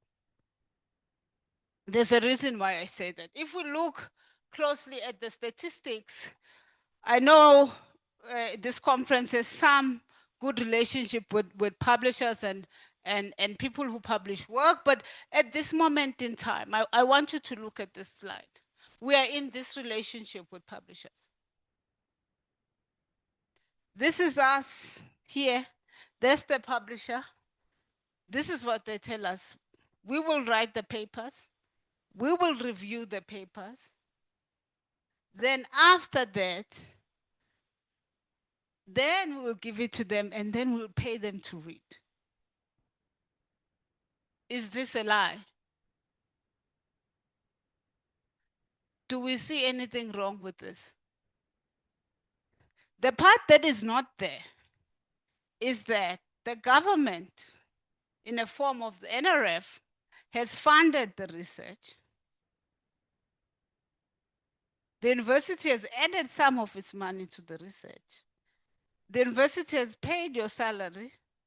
The next step is researchers, and I put myself now in that box because I was one for nearly 20 years. We then ask for money to publish this work. And then once you are ready to publish this work, the work is sent to Prof. Clinton. Prof. Clinton reads your work and says it's good. Then the publishers takes it and say, okay, this work is good. Can you please put me sign over your copyright of this work so you can publish it? So I loved the idea by Prof. Clinton saying that they're looking at diamond access and repository, which means you'll own the work. So until we get out and have a new relationship with publishers, I'm not saying they should be out of the ecosystem, but we need a new way of working with publishers. It means many things, which I will try to discuss quickly with the short of time. But at the same time, we have the publishers. We have the publishers, but we then have another relationship with the global north. I use this word global north and global south. They are not perfect. I don't like them, but they are most easy to translate the idea that I want to pass. Africa is not a data point. Until also we think of that we don't want to just contribute to the knowledge system as a data point. Some people will say that African professors are glorified field workers. I am being very harsh using this word. Because our global north partners will come. We have a great project. Can you please, Mpumi, go to the community in Soweto and collect and send the survey? Then you send the result to us. And there's a little footnote at the end. We would like to acknowledge Dr. Mpumi Mkhize from UJ for her contribution to this work. If you are lucky, you are somewhere in the middle of author. But the question is, if she hadn't taken those samples, would that work would happen? No. Two, why is she not leading to say, oh, we want to do this work with Mpumi. Can you lead this work? Because you are in the site. We need to think also how we interact with our partners. So of course I will go on this. This affects how our research outputs as a whole globally.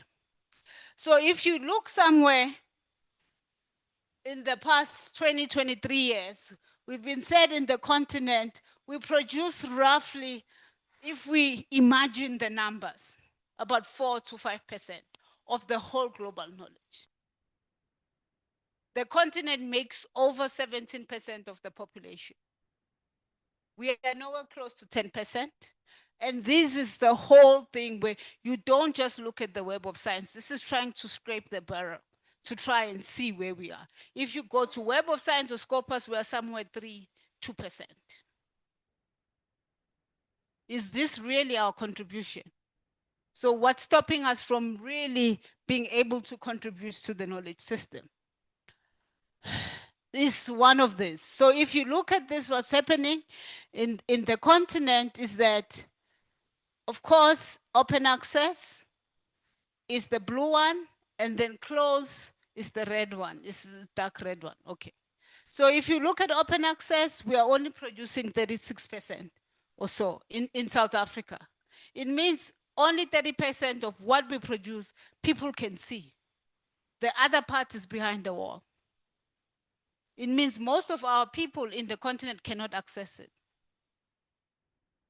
It means highly likely it won't be cited if it's only read by people in the north. So this kind of goes as like this. And you can see the numbers. So the cost, those walls, either for reading or for publishing, are really, really stopping the continent from participating in the global knowledge of system of things. And of course, then when I take what we call open access, as we know it now, called open access, is that you will see that in the past 5 years, the 5 big publishers, never mind the other one, they've almost gotten $10 billion from us. $10 billion, they do not make anything, but they can make so much. They sell a product that they do not make.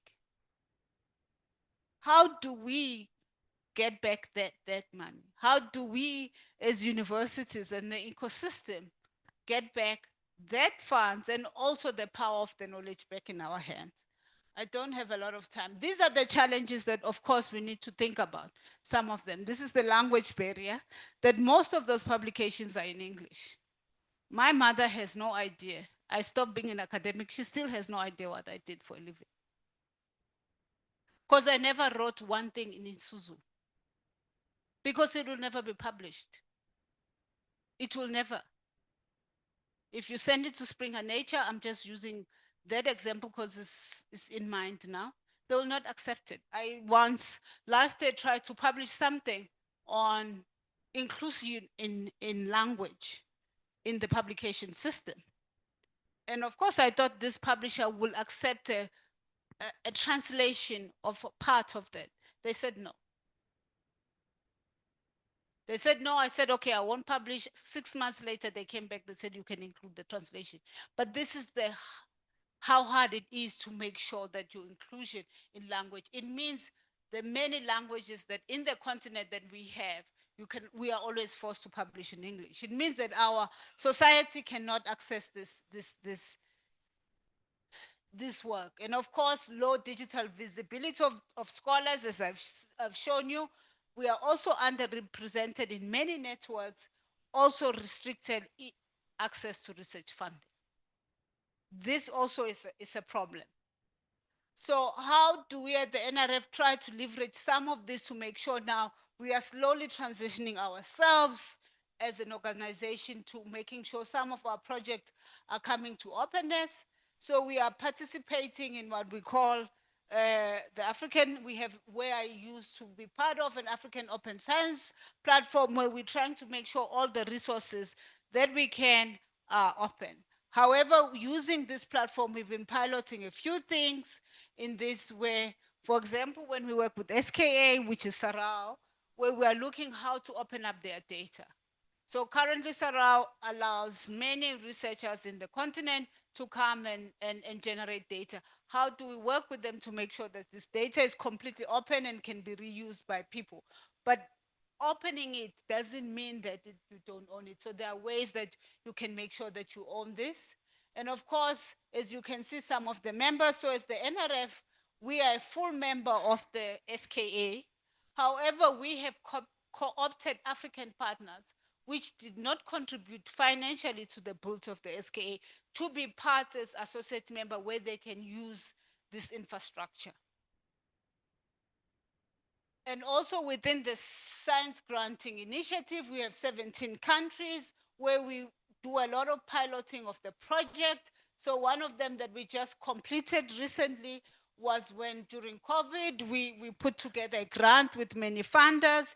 And then what we did is that whatever output that came out from here was by request that all researchers should deposit in a repository. So if you really, Prof. Clinton, looking for a repository or diamond space, we have people who are willing to pilot stuff with us to make sure that data and publication and knowledge is open as long as possible to the African continent. And of course, this is where you can find some of this work. So what we need to think about is that, yes, you need some academic impact, you need some academic rigor, but we need now to think about how we move from there to comprehensive impact. What I talk about when I talk about comprehensive impact, I talked about scientific research that has impacts on human society, not that has only you're looking at in the high index, where you're looking at impact factor. So we need to think about inherently how we move ourselves out of this system. Yes, we may need new design to think about it, new ways of counting or making sure people have impact. So we really need to think about the comprehensive impact that takes both academic and social impact together. So of course, this work is not also just prompted by the NRF and DSTI. We are all now as signatories, 194 countries of the UNESCO. We are all signatories to the Open Science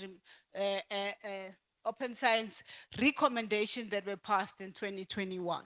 So we are all now moving to this openness. And of course, openness is as much as possible, but it will close as necessary because we know some of the data. So I'll stop here.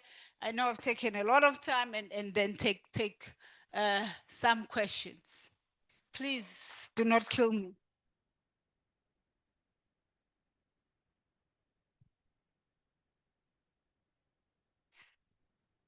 Just thank you, Dr. Nkinu, for a very, very insightful and thought-provoking presentation. Can we just give her a round of applause, please? I think this keynote sits at the core of what we're doing here today. Delegates, I would like to ask for questions for Dr. Nkinu concerning her talk this morning. That's just one or two questions, please, or comments, observations. Yes.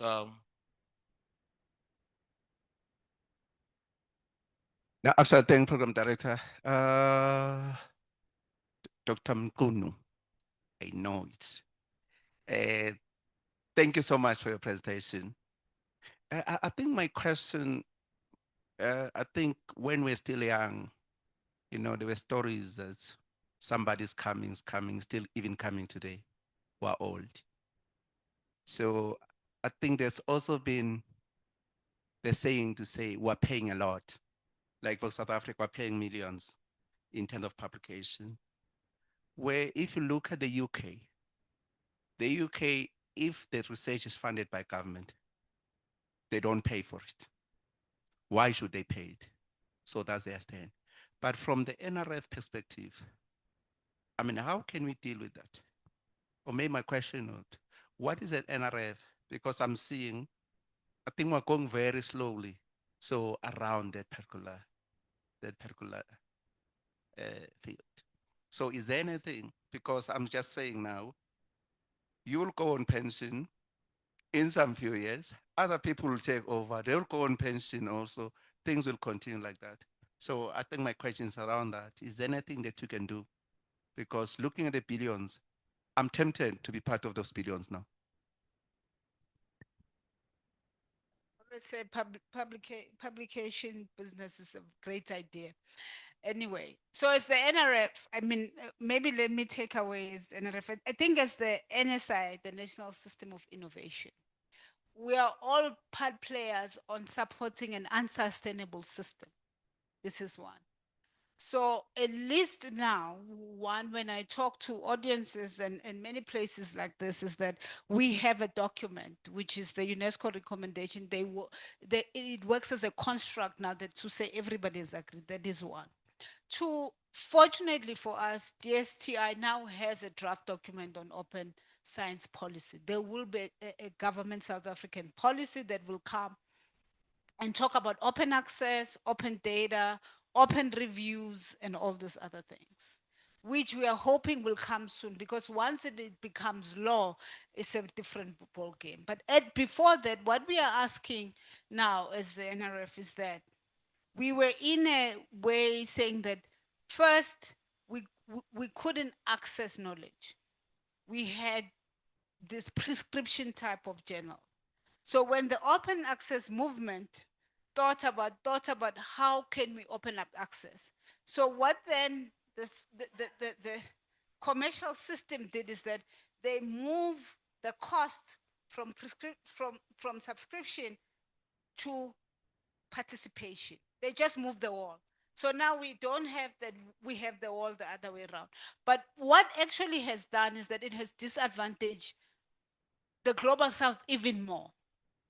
Because you talked about a conference that is $1,200. A paper in Nature is $10,000. $10,000. That is more than any grant in most countries in the continent. Research grant, not paper grant. So it's simple, then just removes us from the playing field. So it means that the question then we have to ask ourselves as scientists, as funders, as government in the Global South, do we want to play in a game that you cannot enter the field? Because if we then value your contribution, Prof, and Prof Clintons and Pumi based on how many papers you publish in Nature, we are in a problem. So the university system itself needs to rethink, how do we value academics? I would say now, I would value an academic more if they tell me they've started an outreach somewhere in Soweto than if they publish 50 papers. Because that has concrete things. But also that has taken away something. Please do not confuse that. I'm not taking away the rigor of peer review. But what impact of that peer review if you're only sticking to that, if you don't apply it to the community? So we need to think of that. And then us as funders, which we are thinking about it, which I'm hoping soon within the National Research Foundation, we are thinking of drafting a policy speaking to this and coming to our stakeholders to say, this is what we are thinking, what do you think? How do we say, yes, we want your papers open, but we not necessarily saying you should publish in Nature. So it means we will not support or pay for that. But we will give you the same value if you publish in the Scientific Journal of South Africa in Science. It should have the same value. Then once we do our review system, how do we, I don't want to know your impact factor. I don't even want to know where you publish. I just want to know what was the impact of the work you did. So it means how we review and view researchers as a fund and how we grant should also be different. Then that's the only time we'll speak to the National Development Plan. Thank you very much for that response. I see there's a hand again. Is there one more question? And then we can move on. Is there a question? Okay, just one more question. Yes. Thank you very much. Yeah, Doc, no, you don't have to leave. Just a quick one. Yes, but very informative. I see something happening where there's some attempt elsewhere to put money in the pocket of the creators of the knowledge now, this ALCS and all that. From the African Open Access perspective, is there any thinking around something like this to put some money back into the pocket of the creators of the knowledge? There's a lot of work emanating from Africa. If we want to, retain the work here and make the impact from the work, maybe we should also encourage the creators of the work. So I don't know if there's any thinking like that going on. Yes. Yes, please do not quote me on this, but I'll make a wild example. In South Africa, we have a system that is about 2 to 3 billion of incentive on publication. It's about that we pay at university. That is, in a way, trying to pay the creator, but it's not, because we are paying the creator because they pay the publisher. So we kind of filling somebody's pocket. But if you take that incentive pot, as it's called within DHEAD, if we say you're now producing for the system, for the impact, how do we rework that incentive? I always say to people, my thinking is that our governments don't have money, and please, we're not going to get extra money in the next 5 or 10 years. But there is money in the system we should try to reconfigure, and the publication money is there. So how do we then figure out this incentive for publication, but not as how it is now? And university also do reward researchers for publishing, but how do we change that mentality to say we are rewarding you for doing A and B, publishing is okay? Yeah, thank you very much, Dr. Nkunu. Just if you wait a minute, come over to the side if you don't mind. We'll have a little token for you. Okay, I was going to invite you to say, so Dr.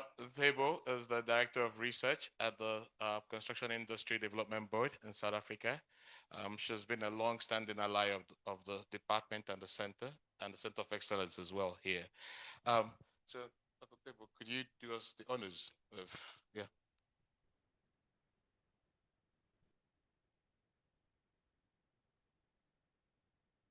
All right, thank you very much. Thank you very much. That's fine. I note that we have questions online as well, but we're going to collate them and then we could use them later due to time constraints now. So delegates online, do not feel like we've left you out of the ecosystem. Yes, I'd like to invite the next speaker, a fellow alumnus, Professor Katie Michel. Yeah.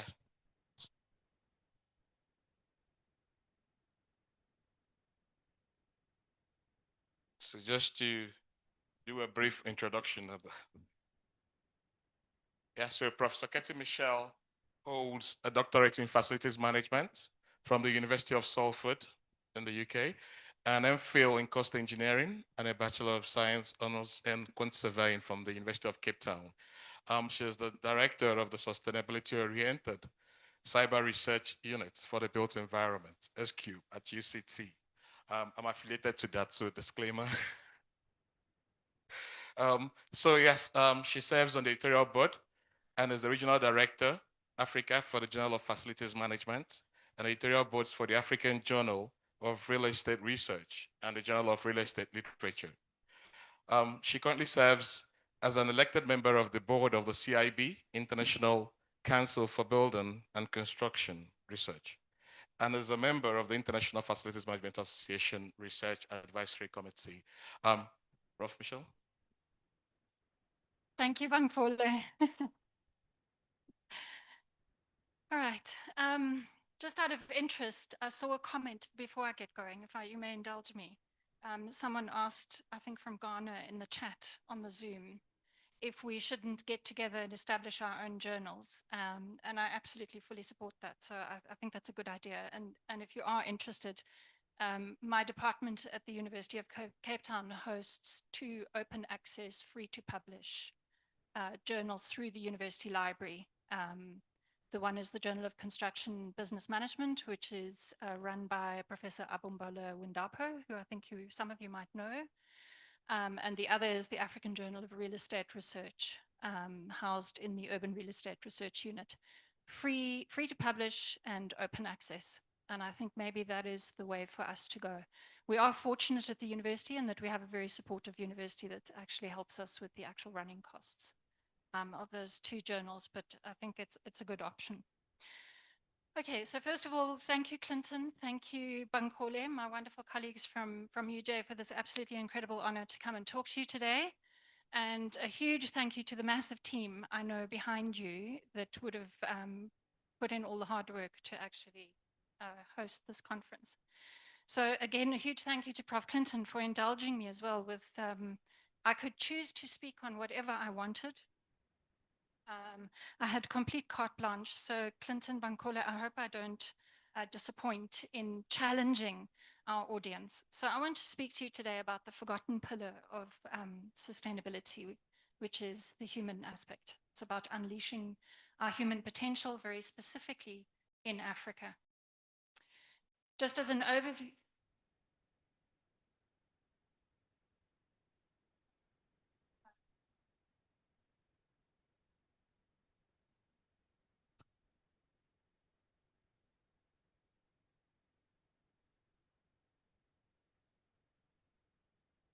Just, okay. Some contextual landscape and challenges, which are the beginning bit I want to run through very quickly because it's not new to us being all from Africa, if I'm assuming that everyone is from this continent. And then I want to challenge what it means to be truly sustainable, look at the intersection of technology and the different pillars of sustainability and where we can actually leverage massive opportunities for us on the continent, and then run through very quickly at the end, hopefully if I have time, the what, why, how, who, and when, because it's all very well for me to stand here and theorize and espouse forth as a professor, but without some concrete action on where we're actually going to take this and what this means for us and what we're going to do about it, it's not particularly useful. So the contextual landscape, I think, is fairly common. Hopefully I'm not speaking, this is rather like Coles to Newcastle. I think we are all fully aware of the challenges on our continent, rapid urbanization, this drive of global sustainability, which is being, is the buzzword, the challenges of the cities of the global south, which I think we all are fully aware of them, rapid urbanization, massive inequality, spatial segregation, marginalization of massive portions of the population from access to economic activity. declining infrastructure in some countries. And it is very prevalent in cities of the global south. Now, the interesting thing is, okay, global south, hopefully you all know the definition of that. That would include Southeast Asia and Latin America when we use that term. But when we look very specifically at Africa, I think the issues of rapid urbanization and urban poverty in particular are particularly acute, if that makes sense. An interesting fun fact of the 1 billion slum dwellers globally, it's roughly 450 million of them live in sub-Saharan Africa. So we've got challenges, we know that. Then on top of that, we've got more. At an economic level, we have dual economies, which function fairly effectively symbiotically. We know that in our urban spaces. And we have government spending policies, which also have an immense challenge on them, because on the one hand, a lot of government funding may come from global north, like World Economic Forum or World Bank or IMF or whatever. When that funding comes to Africa, it comes with global north ideals of how this funding should be spent. And obviously the governance processes that go with that. And usually that money is wanting to create an idealized vision of what cities should look like. Again, a very westernized global north view of what a city should look like.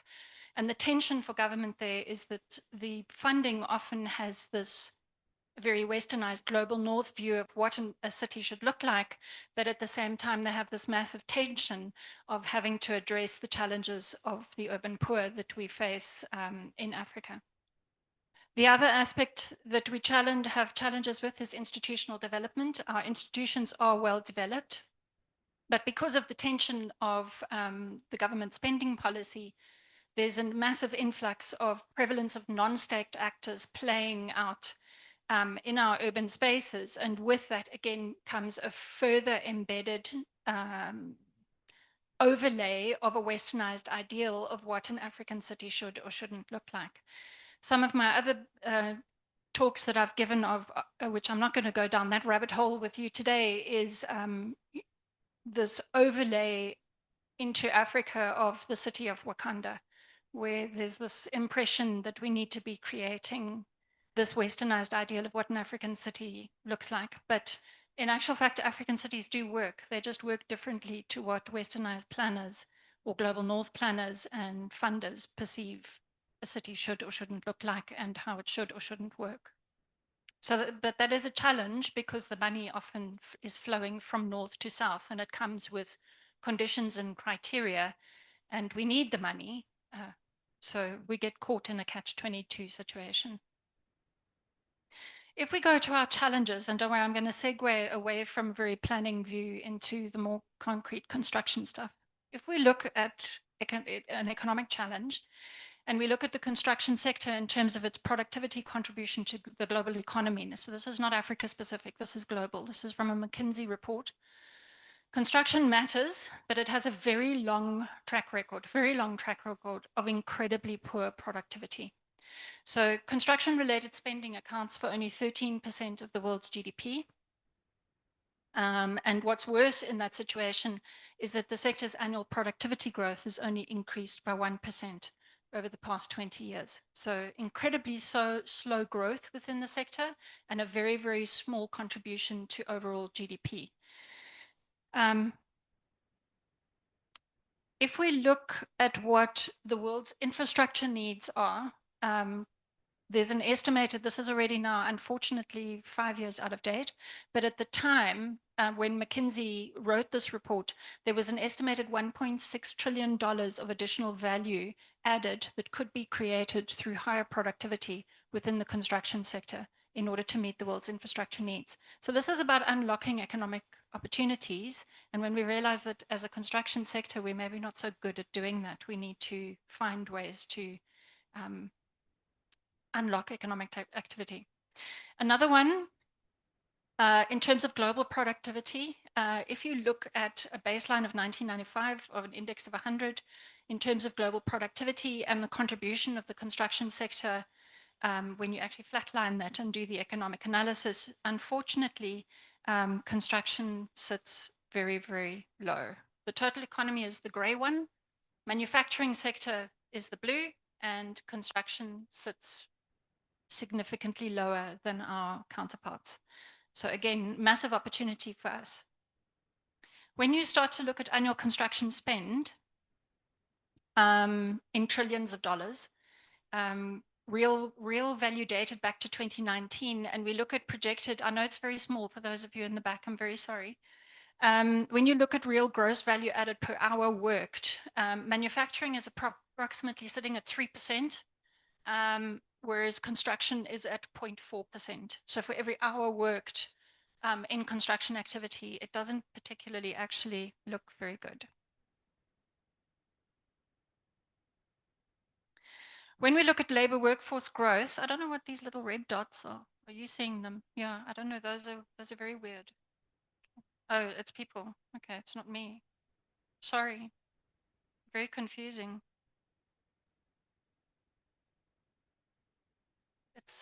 Yeah, that's people online. I'm very sorry to those of you in the audience. Whoever's drawing online, if you wouldn't mind, please stopping. Because it's confusing me as well. So in terms of labor workforce growth, when we look globally, I don't have the data for Africa, but you can see in most countries, labor workforce growth as a measure of construction activity is actually declining. But we need this $1.6 trillion worth of investment in infrastructure globally, but our employment stats within the construction sector are actually declining. So it's almost like you're actually seeing the construction sector is shrinking, which is a bit of a problem. And a recent report done on the African construction industry that focused specifically on Nigeria argued very strongly for inclusive growth by investing in its human potential, and that the projected net increase of people in urban areas across the African continent by 2050 is another 740 million people living in our cities in Africa. And it is estimated that approximately 12 million youth will enter the labor market across the region every year. This is a problem. We already have a problem. Remember my contextual landscape? We've got an even bigger one coming. When we look at our urbanization trends, our projected population growth from 2000 to 2050 from 819 million to 2.47 billion across the continent, which is massive. And the median age in Africa is only 19. By comparison, in Europe, it's 42. Okay, so a lot of youth unemployment. We're already seeing that in South Africa with a 62% youth unemployment rate. Then on top of that, okay, so we've got the working age population will rise by 740 million, 12 million youth entering the labor market on an annual basis, but only 3 million on average formal jobs are created year on year. That's a stat from the African Development Bank. Now, we've heard a lot of talk about investments in education. When we look at public education spending and we compare ourselves with the rest of the world, which is always maybe a good measure, but it's a bit of a reality check. We don't perform particularly well when you look from 2002 to 2022. In fact, we actually are declining in terms of our public education spend. And that's not just tertiary education, it's across the smorgasbord, so right from primary all the way through. And when you look at our stat, it was at 3.5% in 2002, declining to maybe about 3.3 at the moment. And you compare ourselves, if we aspire to be high income producing countries across the continent, and you compare us, so excluding Latin America, that is sitting at 4.5, it peaked at about 5 in 2014, 2015, back at about 4.3. When we look at labor productivity, again, unfortunately, we don't fare very well. From 2002 to 2022, I mean, we haven't even hit 20% in terms of labor productivity, but you compare to high income countries, excluding Latin America, they're sitting at 80, 90, 100. When we look at our vulnerable employment, okay, which is a very big problem, and Dora, I'm going to segue into sustainability soon and why this is important. We have the highest measure of vulnerable employment. In other words, people that are working in sectors that are considered vulnerable. So roughly just over 60% of our population 3 years ago would be working in areas that would be considered, or industries that are considered vulnerable. What do I mean by that? What is a vulnerable sector? So you can have a look here. This is from, can't remember where I got this. I'll have to ask. I'm sure it might be hidden. It's in my actual notes. So if we look at agriculture and forestry, 93, wholesale retail, you can look at the whole smorgasbord. The one that's obviously fairly important for us in this audience is construction. About 36% of jobs are considered vulnerable. And maybe for those of you that are potentially in the real estate industry, about 35% are considered vulnerable. So, okay, maybe not the most vulnerable industry, but still it's a risk that you would need to mitigate. What are our roots of low productivity? I'm sure we're all aware of them. I always put them into 3 different camps. You've got external forces, industry dynamics, and firm operational factors. Some of these we can control as an industry, but there are some things that we can actually move towards actually changing. And within this, a lot of pockets of areas that we need real hands-on practice-orientated research, not blue sky stuff. Research that actually is grounded in hard data that can be fed directly back into the sector as an impact to society. So I'm sounding like the doctor from the NRF and saying, let's walk away from an obsession with the number of publications and an H index and a citation score, and actually start looking to the impact that our research actually has visibly in our societies and in our communities. Now, when I segue now into the 5 minutes, geez, Bankole. Sustainability, okay, we all know the construction sector. I'm going to skim through some if I can, so I can get to the real meat. Sustainability, we know construction is not good. We know that the construction sector contributes the most to global carbon emissions in not a good way. We also know that from a technological point of view, that we are one of the least technologically changed or adopted or whatever. But we sit just above agriculture. I don't know if that's something to be proud of or something to hang our heads in shame over. But I was kind of hoping we'd be a little bit further up the food chain, but we're not, okay? In terms of our productivity, I've spoken about that. So these are more graphs. I'm happy to share my slides with Bankole and Clifton if they want to circulate this so that you can actually look at some of the data and dig into it a little bit more. So we also know from a lot of research that many of my colleagues are doing, and obviously globally, what we can do to improve productivity, all very important. Okay, sorry, because he's told me I've got 5 minutes.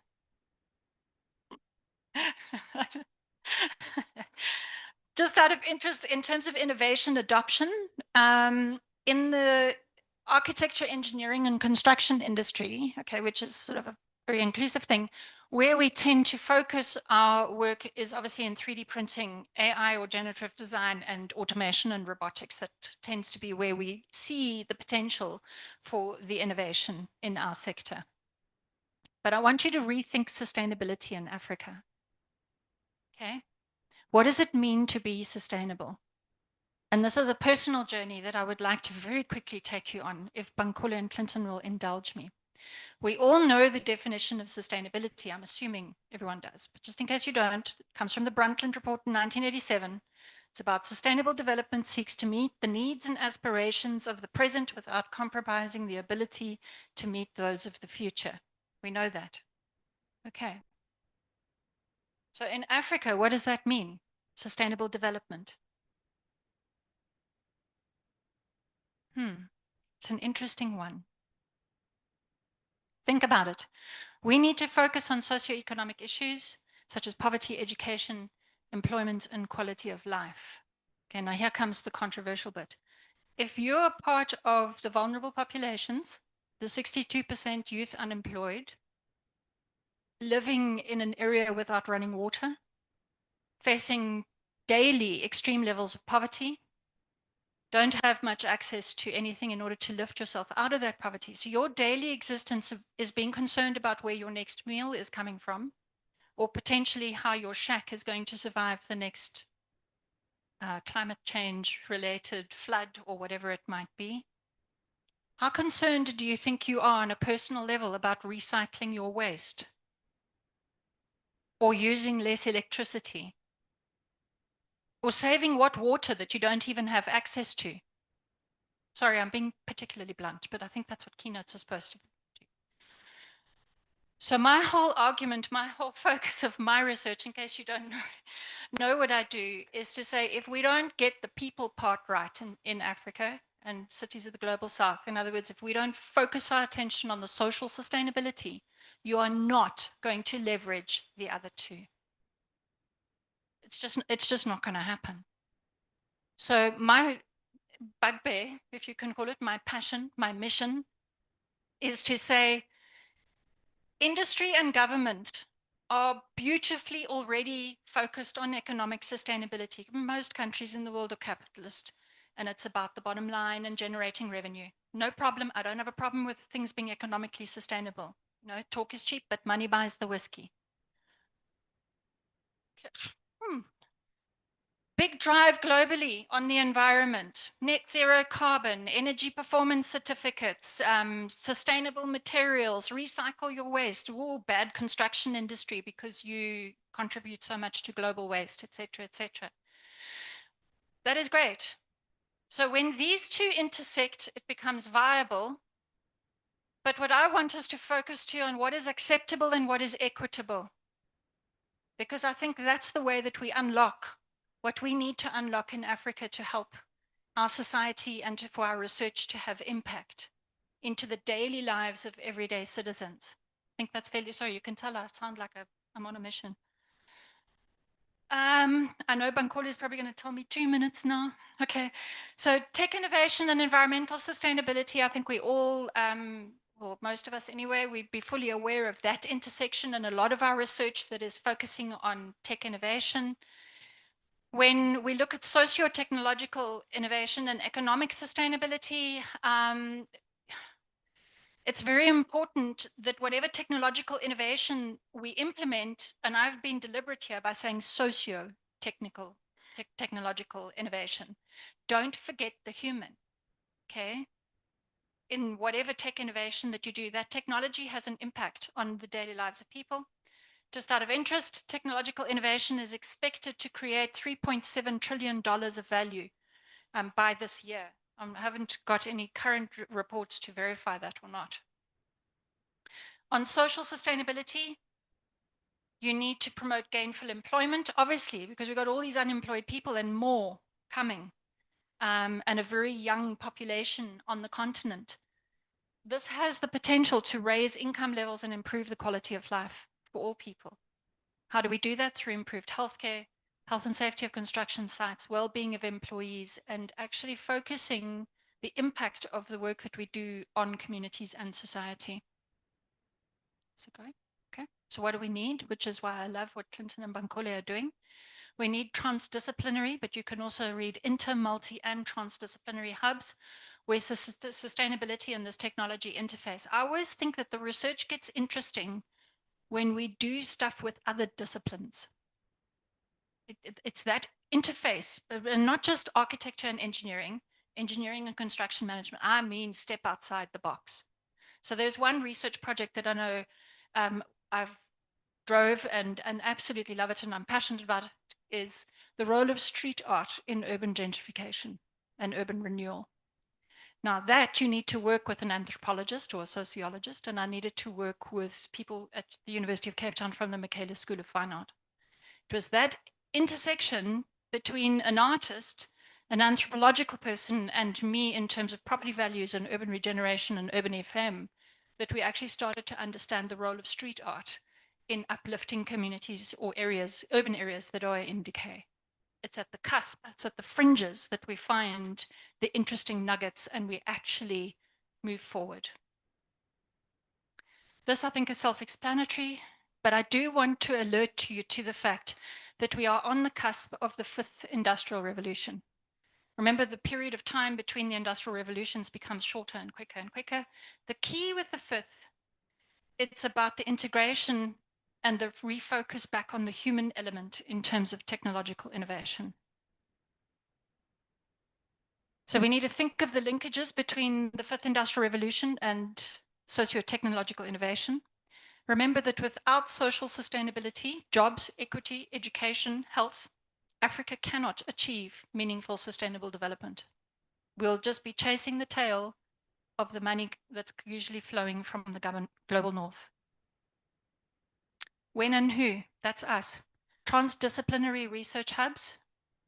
We need to involve community and society as much as possible in our research so that it has direct, meaningful impact. Don't think that you don't have to solve the whole problem. Just start with one community and work with them. Do the research with that community. Co-create the knowledge in order to actually produce whatever. So, and it's a win from an academic point of view, because you tick the box from a research point of view. You also tick the box, if you want to be tick boxing, from engaged scholarship and social responsiveness, which the institution, well, my institution really values that. And you can see that the National Research Foundation is actually starting to move in that direction as well. So it's really, really good in that way. And the key or the trick is to then just take that research that you've co-created with a community that's actually benefited them, and then you convert that into academic output. We won't go down that thing, you know, if you still need the publications. We need to work with industry and the built environment professionals, and we have to work with policymakers and regulators, because sometimes those institutional structures are what actually prevent us from unlocking the potential that we need to. So what does this mean? I promise I'm wrapping up. Okay. We need to be strategic, appropriate, integrated, and well-timed. And I don't use these words glibly. It must be collaborative with communities, society, whatever your community is, empowering, enabling, inclusive, and transparent. Transparency is quite important, particularly when you're dealing with the urban poor. Acknowledge that citizens are not passive recipients of technology and the built fabric. They actually are very active in that. Challenge the silo nature of the professions and what a professional commitment to sustainability actually means. How can you do a project, claim that it is sustainable, hand over the keys, walk away, and then you never go back and check if that project was actually successful or not? How did that development actually land in the community 5 years later? I thought sustainability was about making decisions today that don't impact the future. So if a professional commitment, if you have a professional ethical commitment to sustainability, there needs to be a feedback loop. You can't just do a development and walk away. You need to have a people-centered approach. You need to integrate social indicators into your policy and your projects as a key metric of your KPI. It's not just about your internal rate of return and your discounted cash flows. It's more than that. And leverage the social economy. There is a big one out there. And invest in strategic partnerships. So what can we do? I promise, Bankole, I'm nearly finished. Okay, action. How do we actually do this? Because you could say, oh, Kathy, you know, you sound like a crusader. This is not very practical because, you know, for a variety of reasons. Okay, number one, prioritize human capital investment. Very important. Expand access to quality education and vocational training, especially in construction and digital skills. Bridge the mismatch. Align training programs with sectoral demand. For example, green jobs, sustainable construction, how to use BIM, whatever it might be. Think outside the box. If it's a CPD course that you could run from your institution, where you actively give your knowledge back into industry and help train people. Strengthen social infrastructure. So this, you might not actually have control over this one, but when you get an opportunity, try to increase public spending on education and health, and scale affordable energy, water, and sanitation services to reduce basic service gaps. So how do we actually use things like energy wheeling? I know there's legislation, again, that prevents you, that if you've got solar panels on the roof and you are generating more electricity than what you actually use in your building, how do you put that back into the grid? How do you actually use energy sharing within urban precincts? How do you work together? The irony is that you think when you go to a community supposedly to help part of these urban poor, that you know everything. What do they know? I can assure you that if you actually sat and listened and talked to them, they've got a pretty good idea of how to make themselves more sustainable. They just don't know how to access the funding, they don't know how to access the knowledge, and they sometimes don't have the know-how to actually do it. So adopt a grassroots approach. Promote inclusive employment, and I would say support SMEs, small, medium enterprises, and local construction firms that create decent jobs. Formalize informal work in construction and urban services. Okay, it's one way to do it. And then foster collaborative research and innovation, which is what Prof. Clinton and Prof. Bankole are doing, gathering us all here today at UJ, to establish Africa-based research hubs that link universities, industry, and government. Very important. And focus on sustainability-oriented cyber and digital tools to leapfrog constraints. Because we do have constraints, but we could leverage technology to actually leapfrog those constraints, but don't forget the human. Remember, we are central to it. Thank you, everybody. Thank you, Bangola.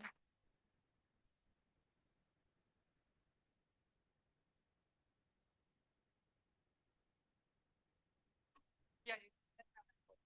No, yeah. That's fine. That's for you. Thank you, Katie, for the insightful presentation. Sorry, I had too much. Apologies for that. Yeah, I'd have to apologize for that. Thank you for the insightful presentation. I think you just have to, we still have a modification to the program. We won't be having the refreshments that we kept for 15 minutes, so we're able to accommodate the last keynote just before lunch. So we can have the last keynote and then we could have lunch. So delegates, I would want to ask if anyone has, I'd like to take 2 questions from the floor and maybe 1 question online for Prof. Michelle.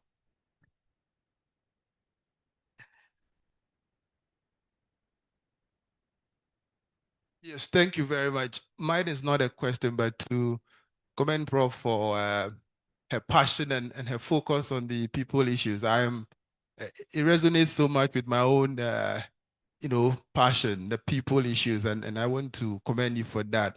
And just to say, in a forum like this where it's a lot of construction or built environment researchers, we tend to say the people issues, and the focus for us is the people involved in construction, the people in the chain, Yeah, but I am excited about the fact that you go beyond that. It's the people, proper people, not us. Yes, the people out there. And for me, I think that is something that we should all take with us. Yes, it shouldn't be just about the people involved in the construction, but it should be also about the people, affected, by our work. Yes, the community sort of thing. Yes. So just to commend you on that. I'm sure you get a very long email from me, so forgive me if you get that email. All right. Thank you very much. Yeah. I look forward to it. I Thank think you. I always want to remind that what we do in construction, I know we look down on by a lot of professions. It's not as glorious maybe as being a lawyer or a doctor, as I say to one medical friend of mine when they were giving me a hard time when I was much younger and in construction, I said, just remember that what we design and build and manage is what you live in, work in, play in, and have the privilege of saving lives in. So give me a hard time if you want to. But actually, the built environment professions, and I include the engineers in that as well, please, and what we do as a sector has a direct impact on the quality of life of people in urban areas, direct impact because they live in it, work in it, and play in it.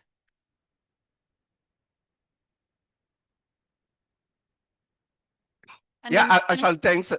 sorry, and I just want to add, and it adds to more than just SDG number 9. If you stretch your mind, it actually addresses most of the SDGs. No, actually, thanks so much, Professor. Thanks for the presentation. I think I like it as the professor have alluded around being people's focus. But I think maybe my question, maybe if you can just give us an insight to say, we identify to say it must be people focus, as you say. How is the implementation? Because I think part of the implementation, we're able to identify the local, what are the real problems around there. But most of the things that you do, you find the solution that you provide at the end. they are imported solutions. So right now your research is giving us a clear roadmap. So people focus. But now when it comes to real solving that particular problem there, I mean, how can you advise us in terms of that? Okay, well, first of all, I think it's context specific. So there isn't one size fits all, if you know what I mean. It depends on the type of development that you're doing, where you're doing it, who's actually even funding it.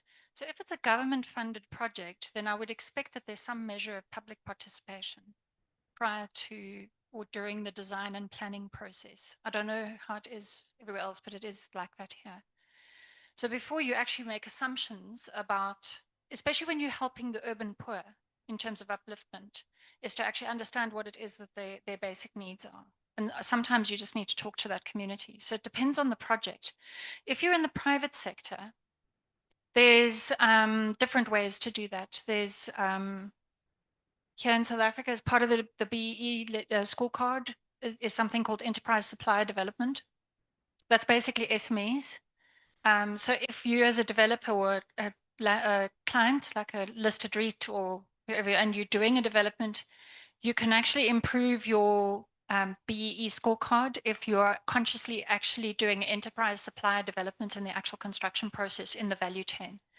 So instead of doing the whole construction project, you actually start empowering local people that might be like just a bricklayer, but you actually work with the bricklayer, actually give them training on how to register a company, how to manage their books, how to actually run a little company so that they could be economically more successful. So that's one way. So it's either listening to the voice of the local community, depending on the context of the project, or it's actually actively and consciously using local community in the construction process. And I would even go so further, if you're building to hold, as opposed to building to sell, if you're building to hold the asset or developing to hold the asset, look at ways in which you could empower the community to actually manage and operate that asset for you post-construction. Again, with training. Okay, it's called community-based facilities management, in case you're interested in the body of knowledge that actually underpins that thought around management and operation. Sorry, Bankole, I could talk for a long time.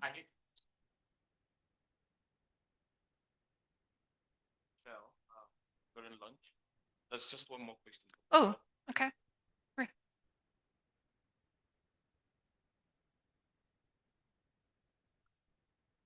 Prof, thank you for the presentation. You talk about technology in construction being a major challenge. So I would like to know what are the plans to enhance, especially having access to technology in construction is capital intensive. So what are the plans to make sure that the African countries can afford this technology and so that we can provide resilient and sustainable infrastructure? Thank you. Sure. But now again, there's a tension. There's always a tension. So on the one hand, I think you might find your professionals are the slow uptake of BIM, for example, and Rivet and digital tools in the design process. I think that is gaining momentum across the continent, probably because the professionals can afford it. Well, not all of them, but generally. When it gets to the construction side, because there's a lot of talk about automation and robotics and that kind of thing, I think that there's a tension here. We've got a massive unemployment rate. May I challenge you and say, is it morally right for us to adopt robotics, for example, in construction, when it actually provides an employment opportunity for people that are currently unemployed? It does slow down the speed of construction, so you could do it quicker. So I think that these, I don't have the answers. I think these are questions that we should actually be asking ourselves as researchers and helping industry to actually make those decisions based on what we can see and data and that kind of thing.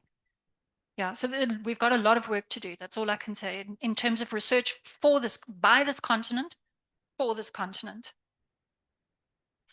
I get irritated when it's someone from the north. Okay. Tell me. Okay.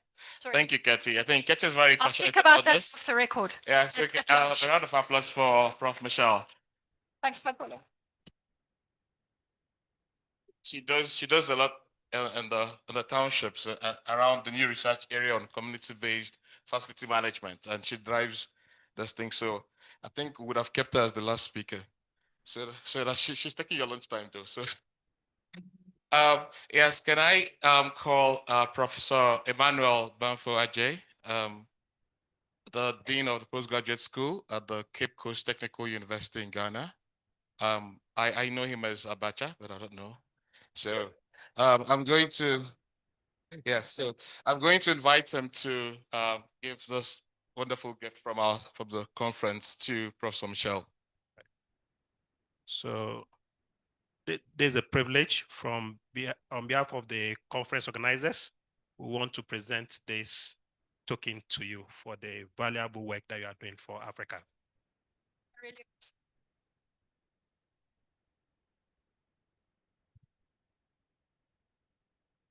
Thank you.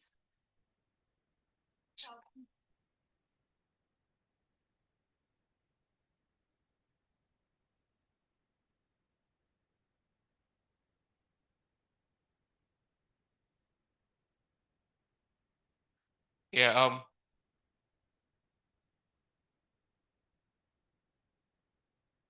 so I think we'll move on to the next presenter, the next keynote presenter, Professor Babalola. I would just read her brief bio as she comes through. So Professor Olubola Babalola obtained a Bachelor of Science in Honors Degree in Quantity Surveying, a Master of Science in Quantity Surveying, and a Doctor of Philosophy with specialization in Construction Management at Obafemi Awolowo University, Ile-Ife, between 1987 and 2006. After graduation, she was employed by the Department of Quantity Surveying at the same university as a graduate assistant in 1993 and rose to become a professor in 2012. The first female professor of quantity surveying in Africa. I think she deserves a round of applause for that. Before her present position, Professor Babalola was the national leader of the Women Association of Quantity Surveyors in Nigeria. She is a fellow of the Nigerian Institute of Quantity Surveyors, FNIQS, and represented Nigeria at the Education and Research Committee of the African Association of Quantity Surveyors. She has been the chairperson, secretary, and member of various committees in and outside Obafemi External Examiner in different higher institutions in Nigeria, Ghana, South Africa, Kenya, and Malaysia. I don't know why they omitted that she is just the immediate past Deputy Vice Chancellor of the Obafemi Awolowo University. So a round of applause for Prof. Thank you very much. I'll start by appreciating the organizers of this conference for inviting me and for bringing me out to South Africa after about 20 years, because I was in UCT in 2006. Thanks to Professor Clinton, Professor Awuzi, and the team entirely. I appreciate you for making my trip down here each frame. I also like to appreciate Professor Clinton also and his team for what the team is doing for the young researchers, the early careers. You can see this is being organized free of charge for everybody. I think we should clap for them so they can do more. Yeah. So in the next few minutes, we'll be talking about overview of research on inclusive, diverse, equitable, and accessible sustainably built environment in emerging economics. We all know what emerging economics, you know what it stands for. I don't need to go into that.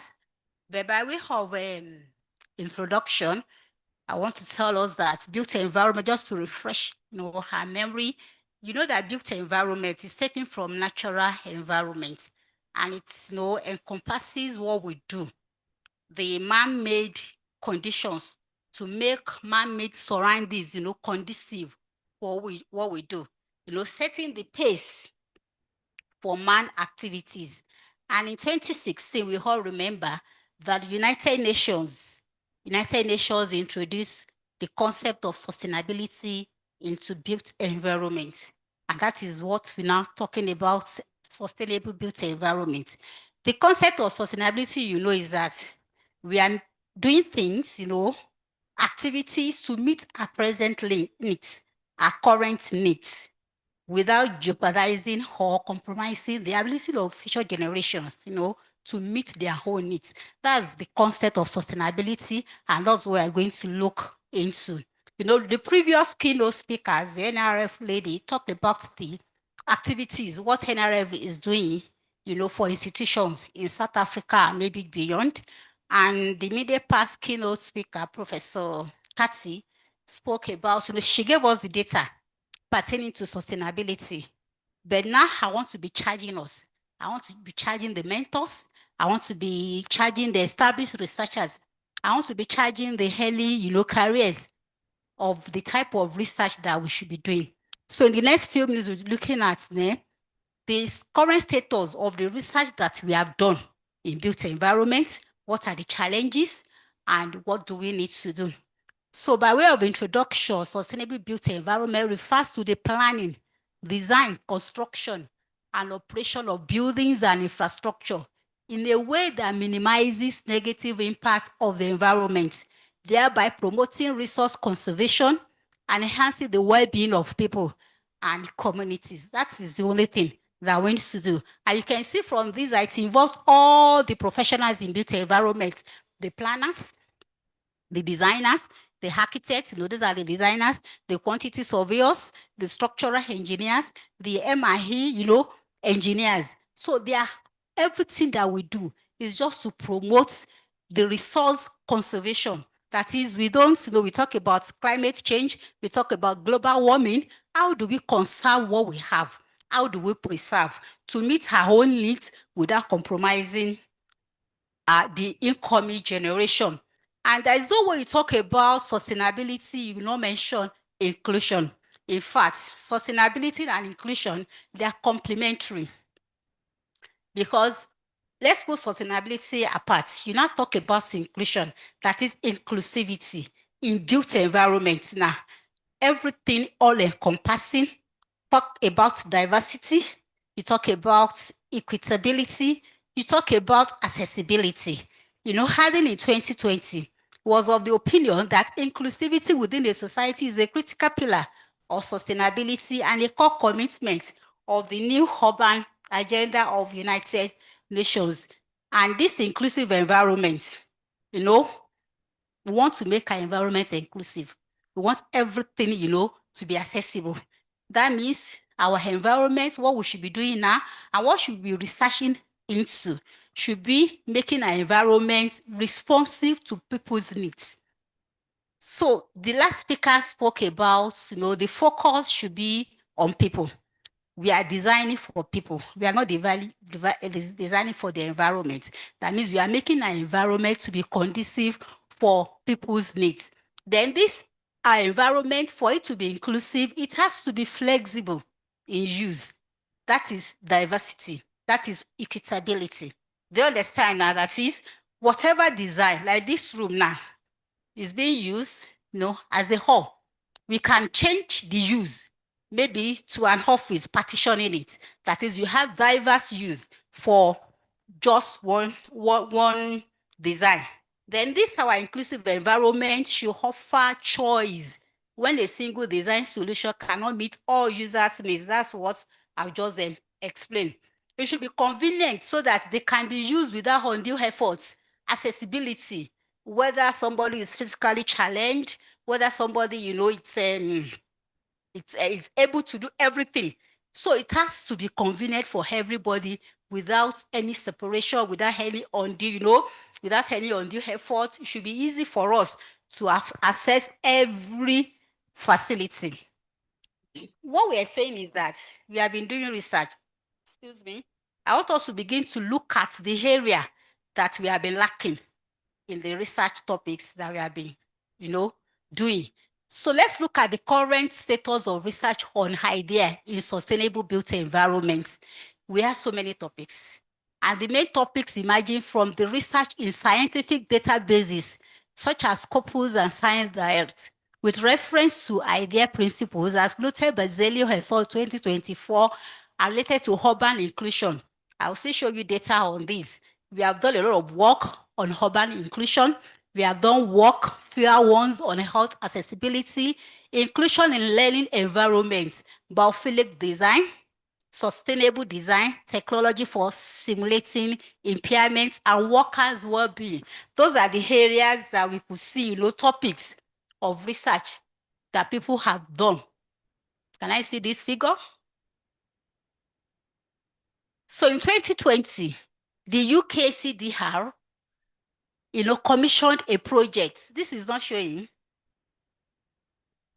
And we need that figure. Showed us. So there was this project commissioned by UKCDR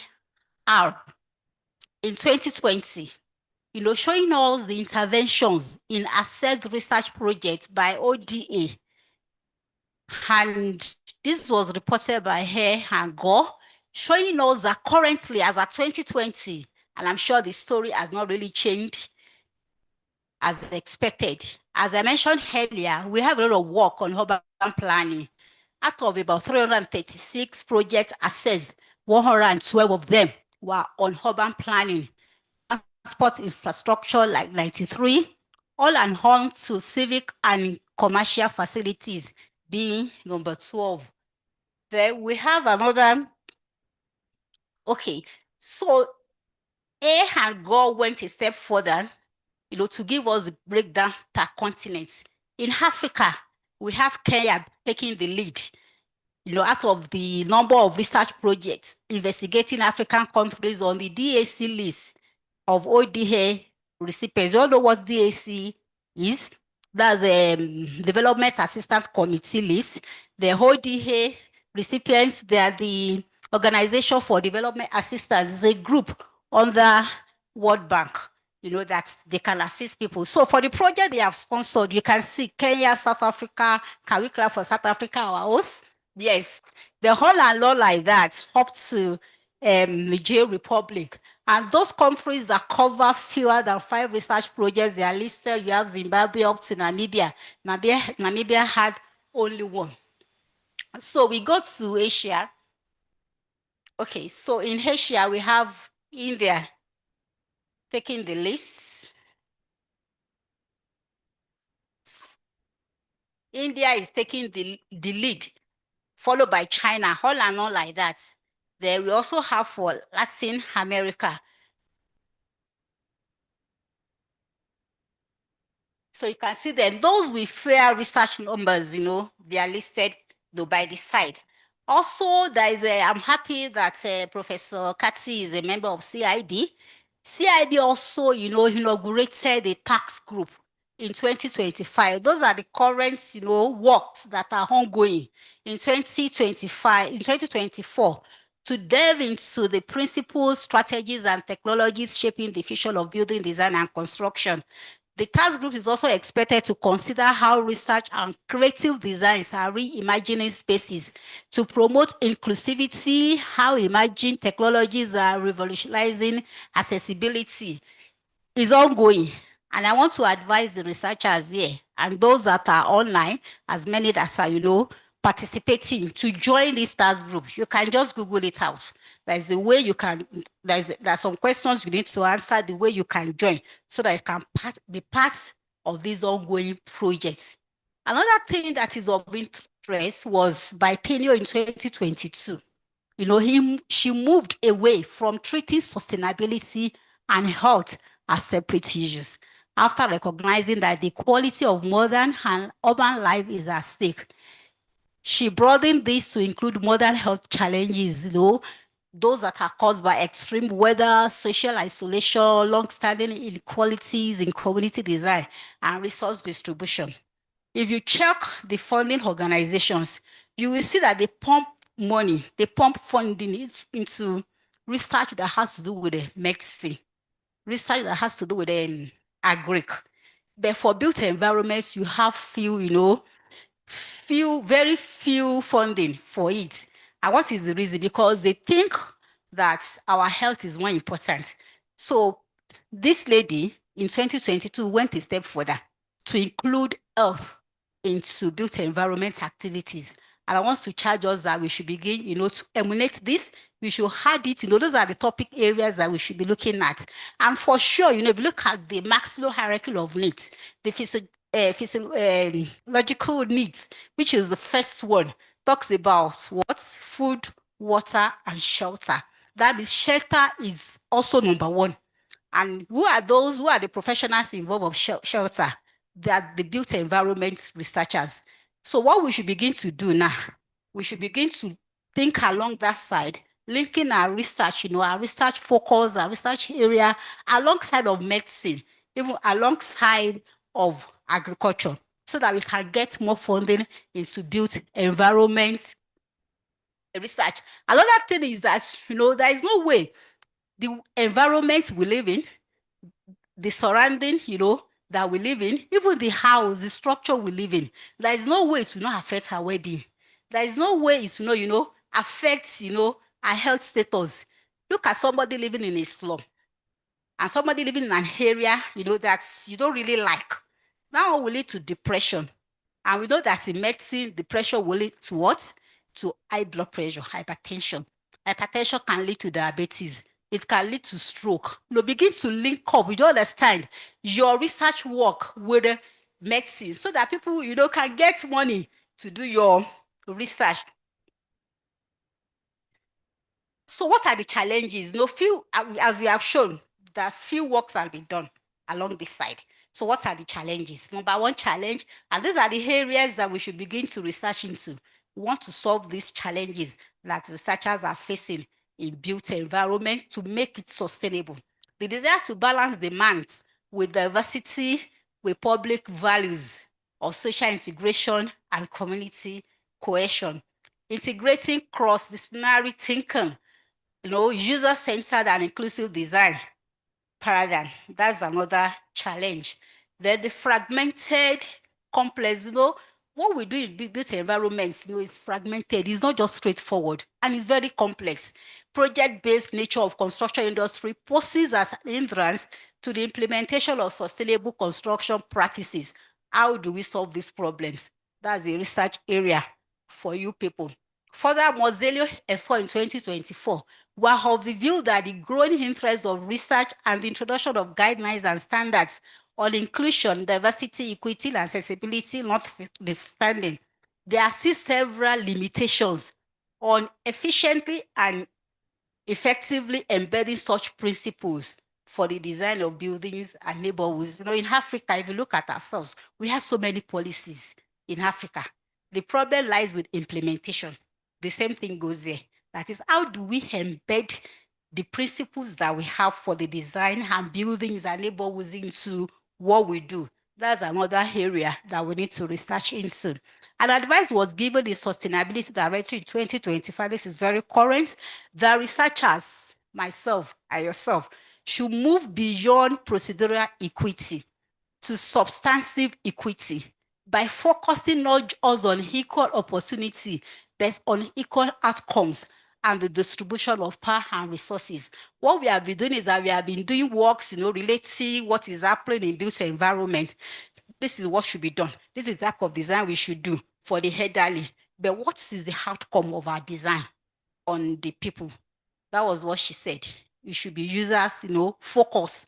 We should begin to look into that.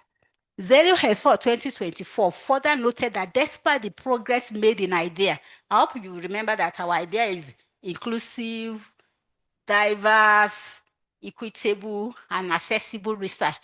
The practice and policies, challenges persist in the form of considerable delay in the application markets and a lack of interest from the stakeholders involved. Application of the policies that we have. Now, area of research concern. What should we begin to do? Many publications of sustainable development focus on environment goals will also challenge to other areas of importance in theory and practice. Hannibal 2024 noted a significant gap that we want to begin to fill in exploration of application in diverse design, geographic and cultural context, as well as the lack of integration of inclusive design principles in urban policy and building codes. areas that remain unemployed according to them, and the promotion of social cohesion, reduction of exclusion, and enhancement of community well-being. Social cohesion. How do we bring different people together to live in harmony without one, disturbing the other? We have the elderly, we have the youth, we have, in fact, we talk about different generations. It was the MC, that was telling us about Gen Z, Generation Z. And, from the start, we have like 9 generations. So now social cohesion, bringing all of them together to live harmoniously in an area, in an environment, in neighborhood. We have the lost generation. Those were the ones, they are lost already. They were giving birth to between 1883 and 1900. They are no more living. So they are lost. Then this is followed, I don't know why they call the next one greatest generation. Those are the ones given back between 1901 to I think 1926. Then followed by the silent generation. After the greatest, you have the silence. I don't know why. So the silent one, they are from 1927 to I think 1940 something. Then followed by the baby boomers, followed by the Gen Y. Our own generation is X, generation X, then followed by generation Y, now generation Z. Then she made mention of alpha generation. Those are the ones that are coming up now. Then followed by the ones that were just giving birth now, 2025, they are the beta generation beta. So we have different, all these generations, they have different characteristics. They have different attributes. How do we bring them together? That's a challenge that researchers should begin to think about and prefer solutions to. When you talk about exclusion, that is not making facilities accessible to all generations, that is another challenge. Then community well-being, what we are designing, how do they affect the well-being of the people we are designing for? OECD, I hope we know them, Organization for Economic Collaboration for Development, identify 4 key components of the built environment, that is housing, transport, urban design, land use, and technical infrastructure, as having particular relevance to people's well-being, our inclusion and sustainability. Let us begin to link them together. What are the collaborations between all these? Imagine all these statements, with Kumara and Thor's 2020's view that we parallel technological innovations to the built environment and sociological research. Many characteristics have been added to the built environment and sociological research that empower availability, security, and feeling of belonging. These are areas that had to be empirically established. We are just hearing them. We have not done research to empirically establish the facts that we are hearing. Some of the textbooks that we are reading, they're just literature review, they're not based on empirical findings. Can we begin to take them one by one and begin to do research on them?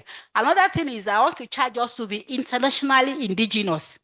We should not just be importing ideas, research ideas. As a continent, we should be international, but we should be indigenous. Do you understand what I'm trying to say now? Can we now look inward? Because in my institutions, like NIRF, the lady is there, we have what we call TED Fund in Nigeria. And TED Fund, has so many aspects. One of them is this NIRF, giving, funding for research. And we have 2 types of this type of research. We have what I call institutional-based research. We call it IBR. Then we have the NIRF, National Research Fund. So for IBR, in my whole institution, we have told ourselves that we are going to solve our indigenous problems in the university. Let's say an institution, my own institution, maybe flooding, maybe during rainy season, or maybe our road networks. So we said the younger ones, the IBR is for the younger, researchers, the early researchers. We don't want any professor to come near IBR. Professor should go and slug it out with NIRF. So IBR is to solve our internal problems. So that's what we should be doing as the continent. We have different building materials. We don't need to import them. The thatch roof. Those are the things that our forefathers that have been using. How can we make thatch roof, indigenous, that we don't need to be importing? Do you understand what I'm trying to say? Stone foundation.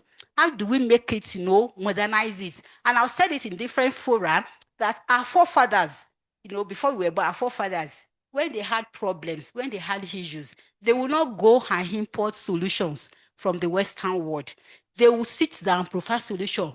When they needed to make fire, what did they do? The Stone Age, they find ways of making fire. But our own generation of us, to improve on what they did, we are just relaxing. We relax and we allow people to be thinking for us. It shouldn't be.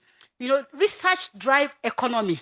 Do you understand me? So we should begin to do research that will drive the economy of our nations in the continent.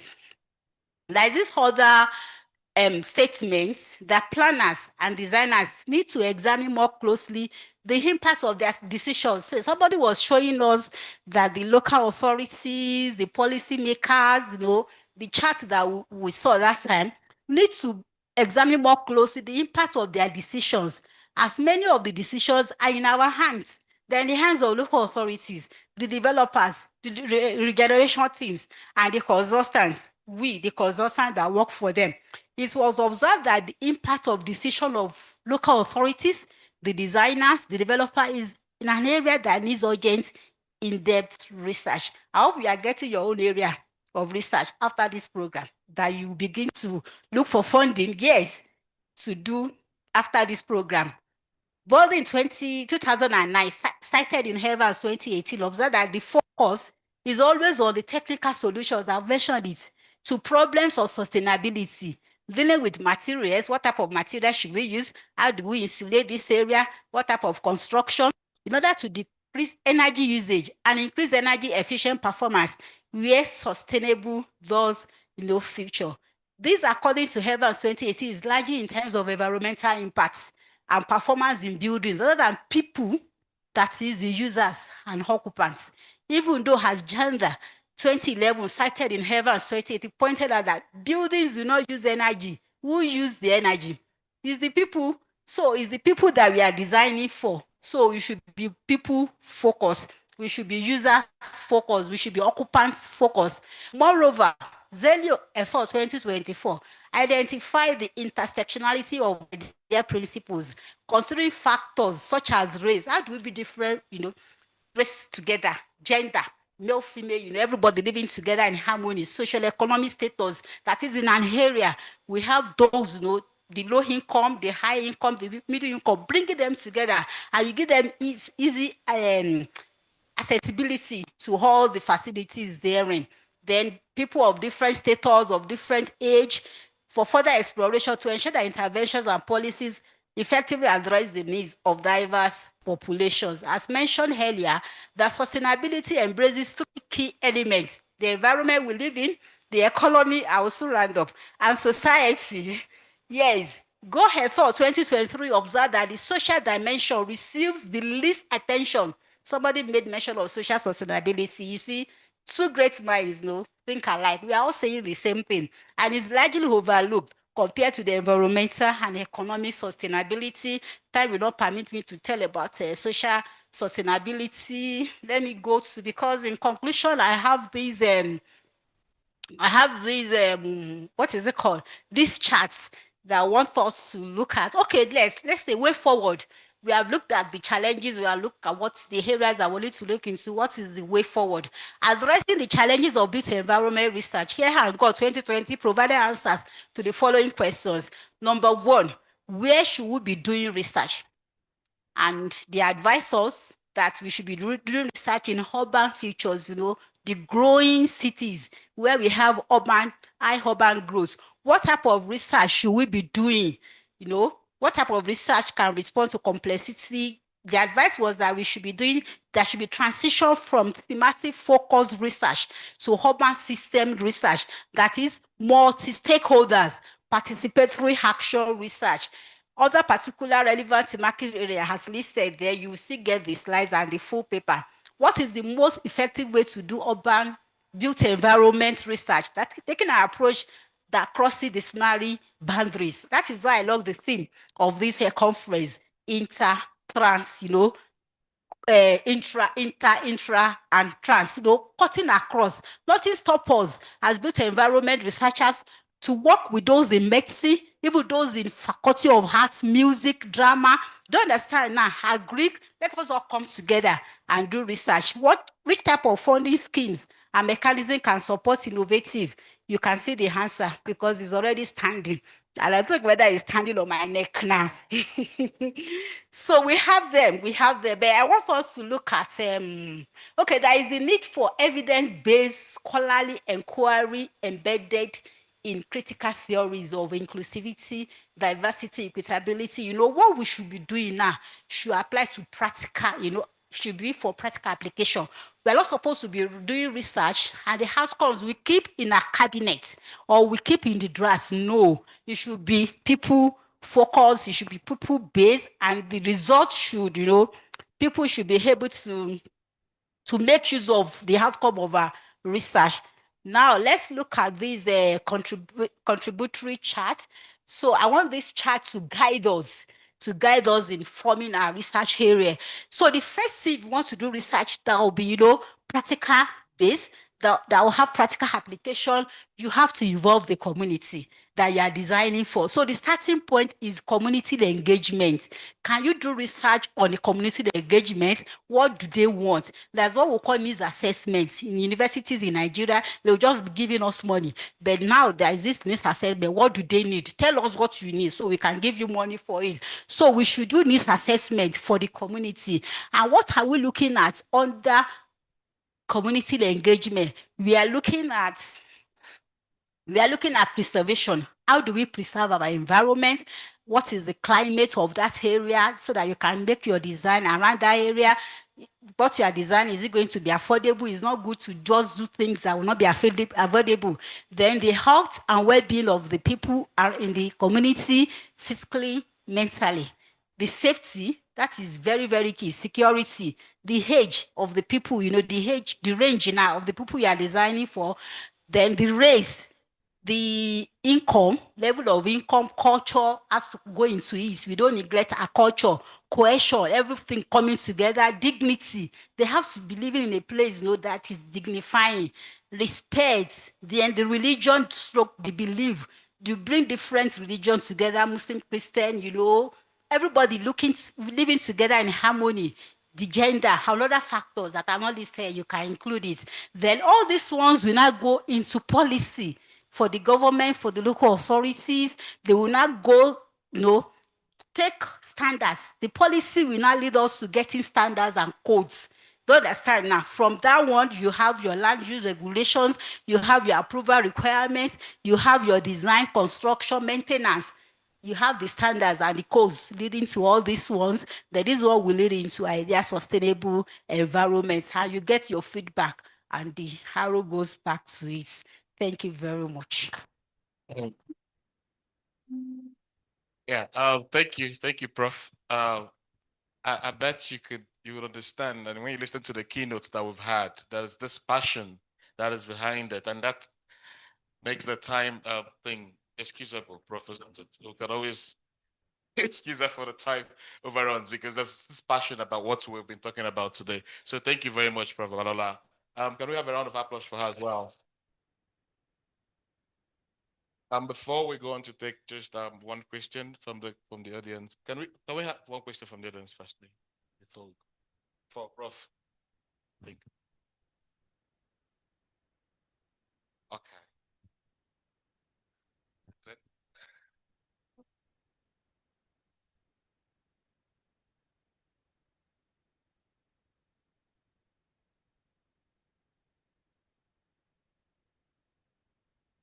Greetings, Prof. I'm also excited to hear that you're the first female quantity surveyor, Professor. So I'm looking forward to that because I'm following closely in your footsteps. And I'm sort of to deviate a little bit from your topic, but I'd just like to ask, well, how would you encourage a young aspiring academic to reach the great levels that you are at the moment?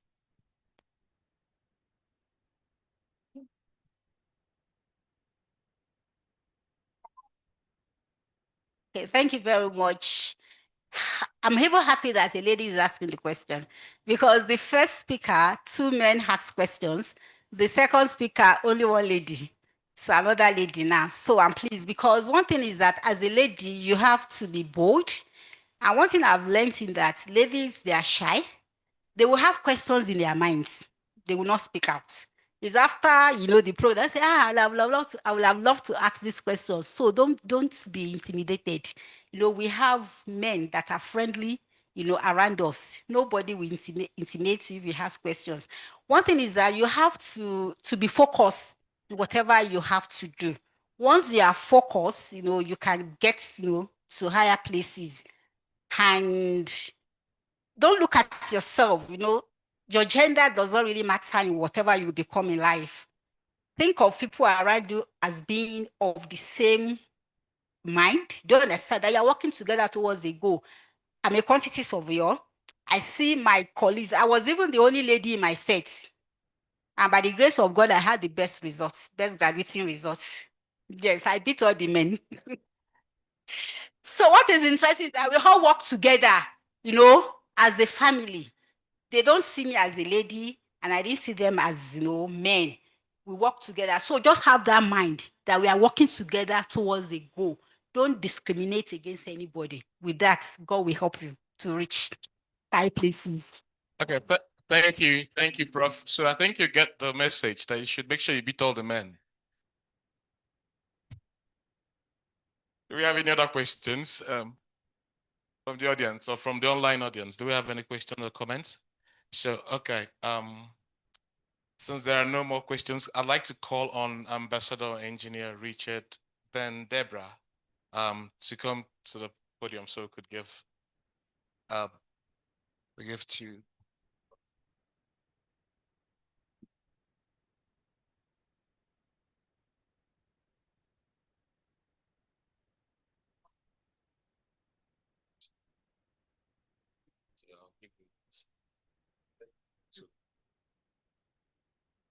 So on behalf of the organizers of this conference, I present this gift to Prof.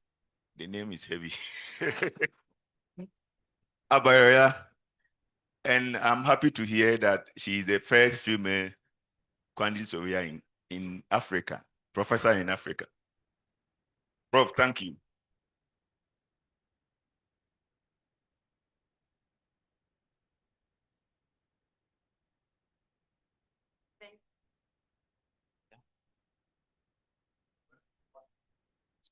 Sorry.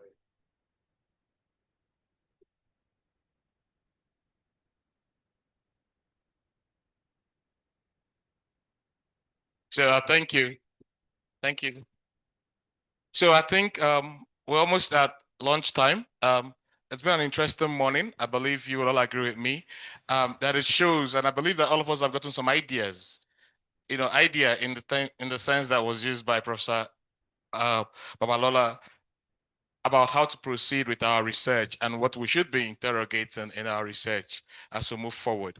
Also, I think it's shown, we've been able to show this morning through the speeches that have been presented that we are more being called upon by society to focus on the human aspect of research. And we're also being called upon to move beyond our boundaries, not just sitting within different specific or distinct specialisms, but rather looking across and seeing what is happening in industry, what is happening in practice. And that is the only way we can go about bringing about the impact that we're talking about in research and societal development. So without further ado, I don't want to be the one that would hold you guys from lunch. I think we would adjourn now for lunch. Lunch is out there. Okay, thank you very much. I'll let my Just a quick announcement on the modality of the conference going forward. Lunch is for 1 o'clock, and it's going to be at room 10B and also within the refreshment area upstairs. So I will urge, we have about 80 spaces in room 10B. I will urge most of us to go there, and the keynote speakers can go upstairs to the refreshment area to have their lunch. It's the same thing both ways, don't worry. Then immediately at 2:45, we'll be coming back for our sessions. This room here is room A. For those of you with the program, this is room A. So if you want to be in the main auditorium to listen, please come back to this room exactly 2:45.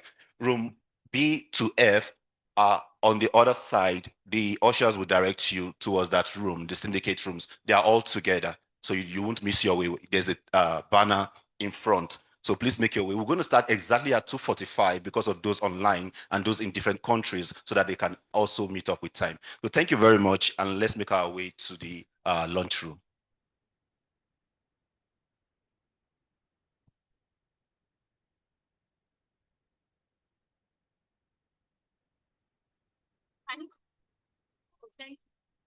Thank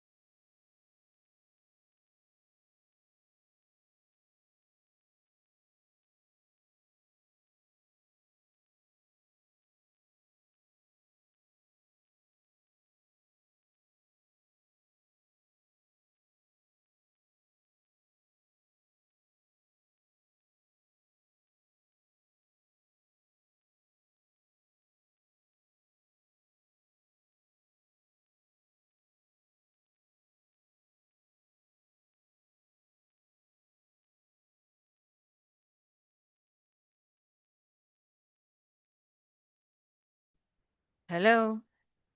Good afternoon once again.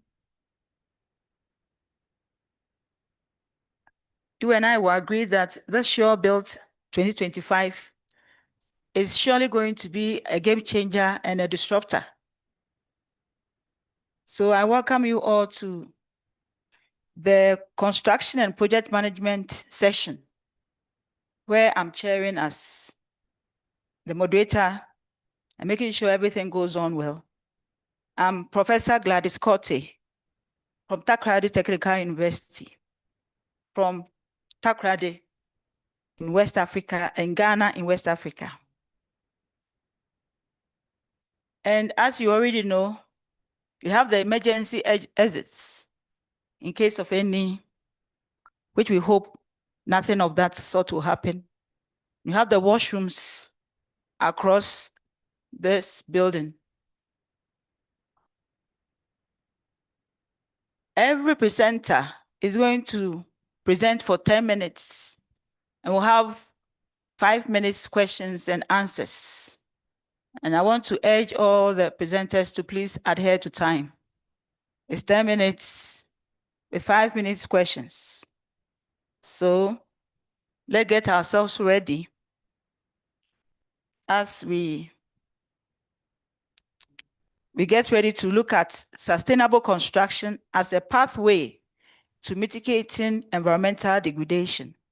We'll also be looking at exploring mitigating strategies for building construction delays in South Africa, a case of Mpumalanga province. We'll also be looking at the factors influencing business forum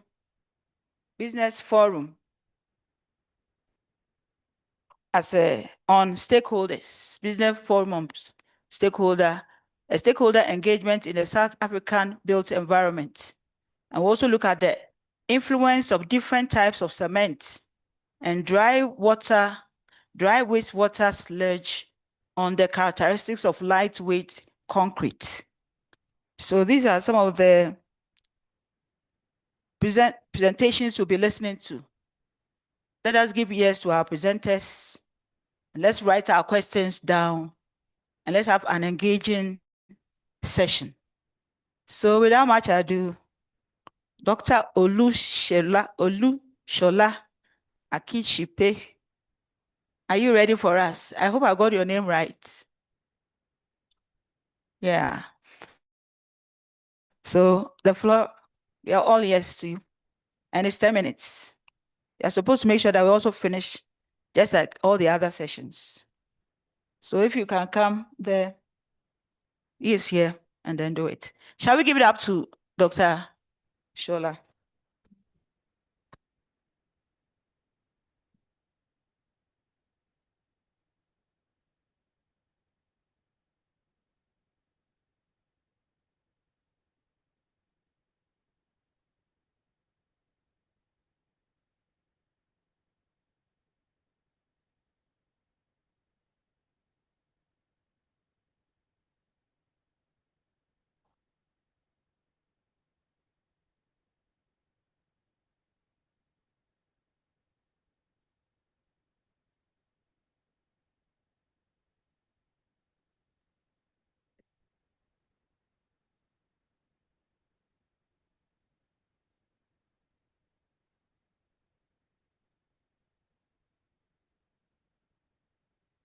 Good afternoon, everybody. My name is Olushola Akinshipe. I'll be presenting a paper on sustainable construction as a pathway to mitigating environmental degradation. In this presentation, we'll follow this outline. We'll go with the introduction first. We'll speak about the aim, the pillars of sustainable development, how when ecology meets construction, sustainable construction strategies, theory to practice, then the research method, then now the results, which will deal with the sustainable construction strategies, and then the holistic approach, the implications, and then we'll conclude the presentation. Straight to the introduction.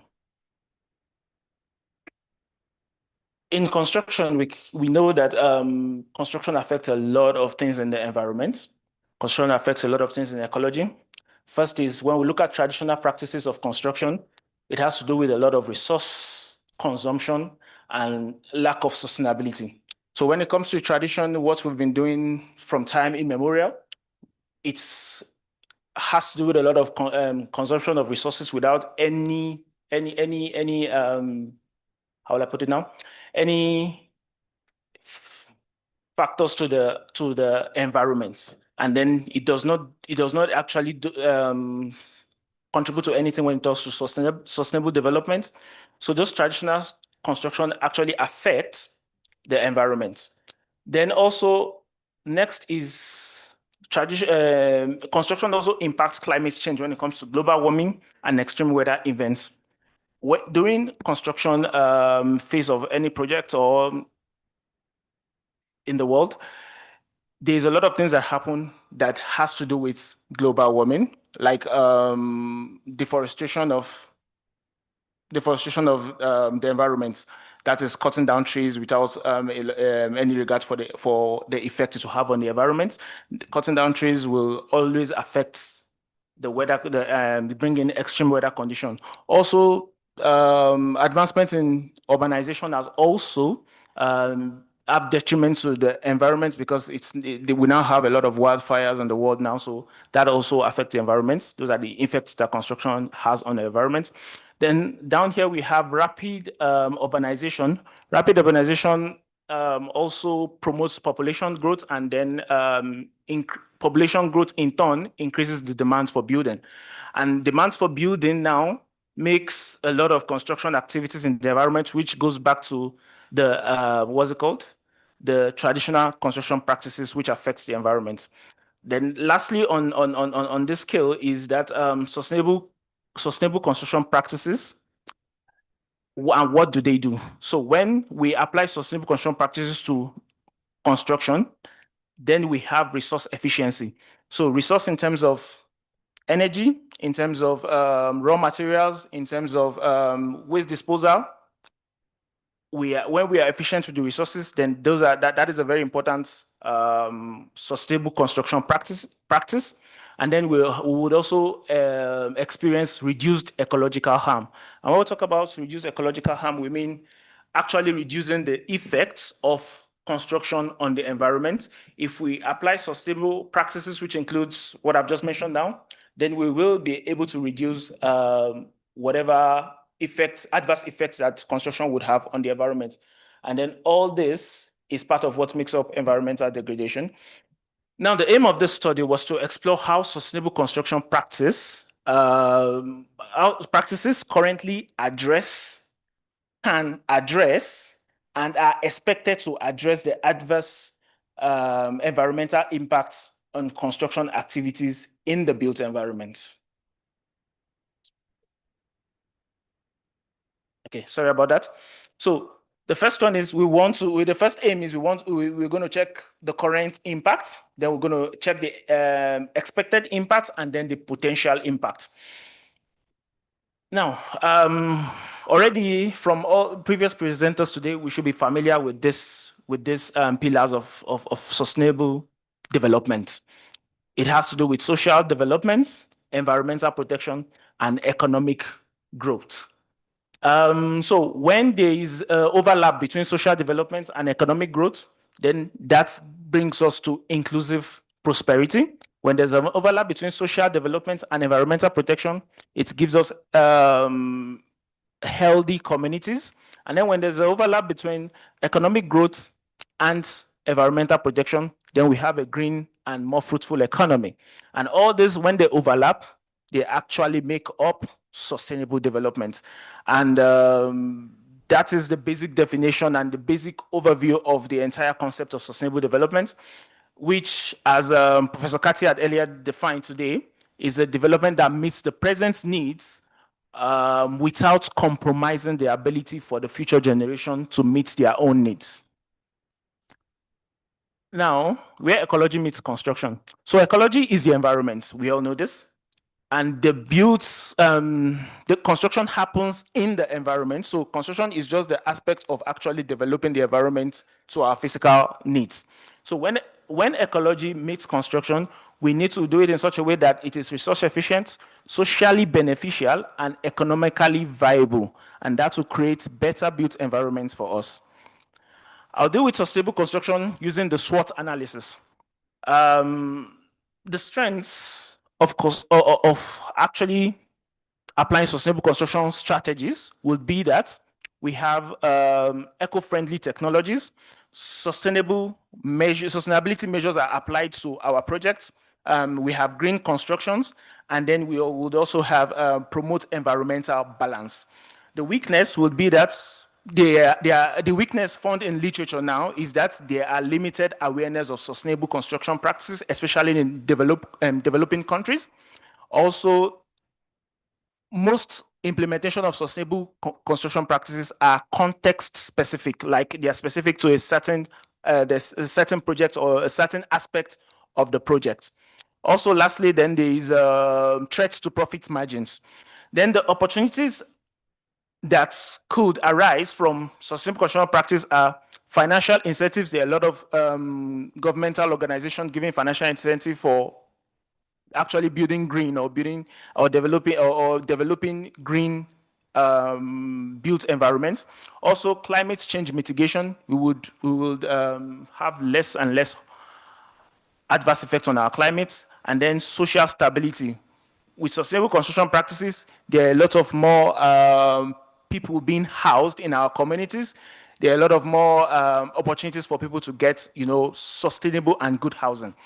Then the threats in sustainable development from literature is that the threat is that not actually practicing these things gives us air pollution, climate change, and ecological degradation. Now, from theory to practice, what is found also in literature is that challenges fosters innovation and policy intervention. When we do not find ourselves in places where we have been challenged, we do not think to innovate. So it is only when we find a place where we are being challenged, then we say, okay, how can we make this better? So when challenges bring about innovation and then innovation brings about policy change, then we can now say that, okay, in developing countries, we want to actually inculcate sustainable construction practices. And what are the sustainable construction things we need to inculcate? We need the actual practical strategies. We also need technology to be able to assist us in delivering those strategies. Then we also need to innovate in our design approaches. Now, the research method followed this. It was a descriptive research. The data was collected by survey method. Sampling was a convenience sampling. Data analytics, it was a descriptive analysis. Then reliability assessment was carried out, which compact alpha test, which scored 0.88. And then the last stage of the research was the thematic categorizations of the study. All right, man. So, okay. So with the result, we found that there are 5 major thematic areas of sustainable construction strategies that we need to apply. The first being, let's go from the most important to the least important. On the high scale, we have the resource and energy efficiency. Then we have environmental preservation. We have alternative technologies. We have design and social impact, and then we have environmental awareness. I'm just going to skip this because it's just breaking those results down. Then let me come here. When it comes to implementation or implication of the study, currently we have uncoordinated sustainability initiatives, which is hindering our progress when it comes to delivering sustainable projects. However, when we adopt a holistic and integrated approach, it will bring about a balanced environmentally sustainable construction activities. Now, and then we have this sustainable construction for mitigating environmental degradation. So the one on this is implement resource efficiency. These are things that we need to do. We need to integrate ecological preservation. We need to, number 3 is develop context sensitive policies. We need to enhance social well-being. We need to raise awareness, foster technology innovation, And pros and cons, we just dealt with this. Environmental benefits, immediate impact, then the cons will be long-term neglect, and then barriers of cost and other things. But those are the things that the study found, and then thank you for listening.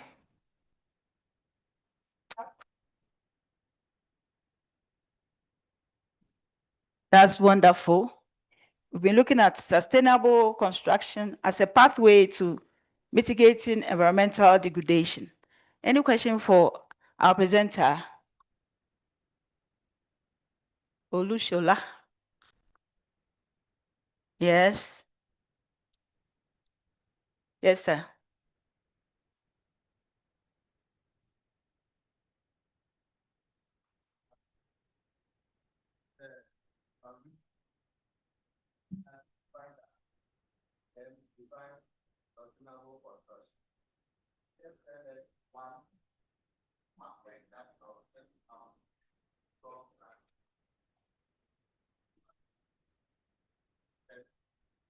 Right. Thank you so much for that question. Environmental degradation is basically the adverse effects on the environment that could happen through any means. The adverse effects on the ecology of the world. Simply put, then sustainable development, as earlier defined, was how to make sure that our needs today, accomplishing our needs today, do not affect accomplishing the needs of tomorrow. So now, this one thing that the study found, there are a lot of things the study found which are here that could mitigate environmental degradation through if we actually activate sustainable practices in our construction activities. And we can start with when we implement resource efficiency, it will actually ensure that resources that are there today are still there tomorrow for the future generation to use.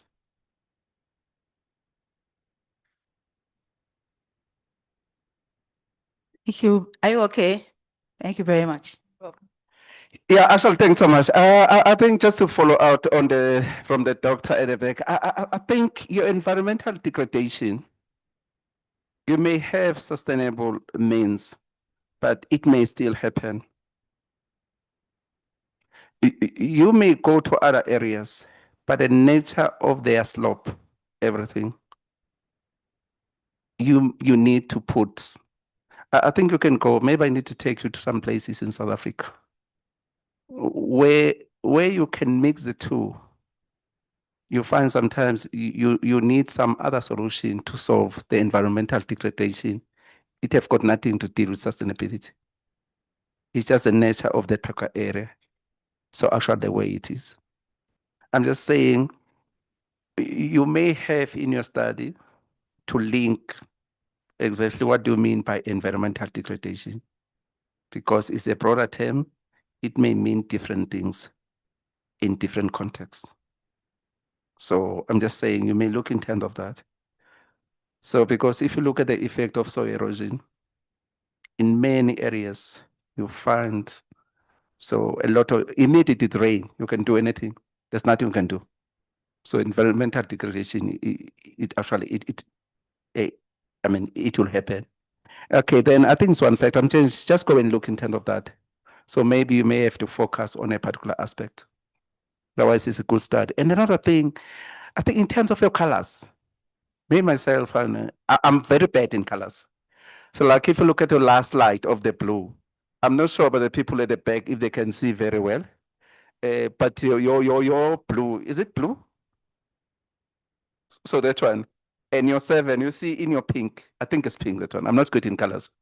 But you see, I don't think at the back you can be able to see those ones. I'm just saying also, when you do a presentation, also look at the colors, good colors. But don't ask me about colors. I'm not good in colors. So, but I'm saying if I cannot see, it means, yeah, okay, thanks.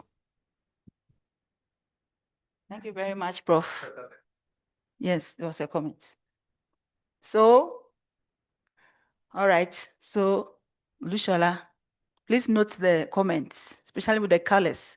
When you started, I was also wondering, because it went through right through you had a very nice presentation, but I think the colors, you have to watch it.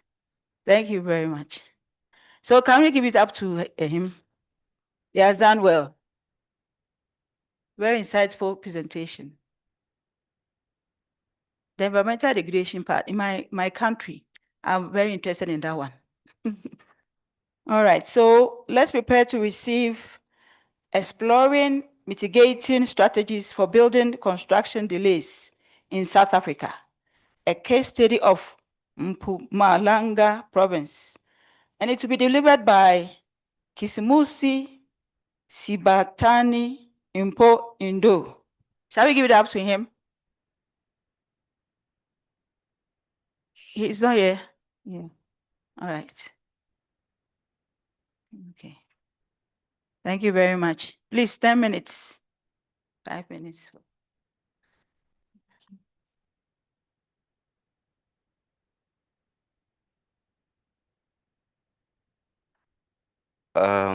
Good afternoon. Yes, thank you. My name is Kisimusi Sibitane, and today I'll be doing the presentation on exploring the mitigation strategies for building construction projects in Mpumalanga, or a case in Mpumalanga province in South Africa.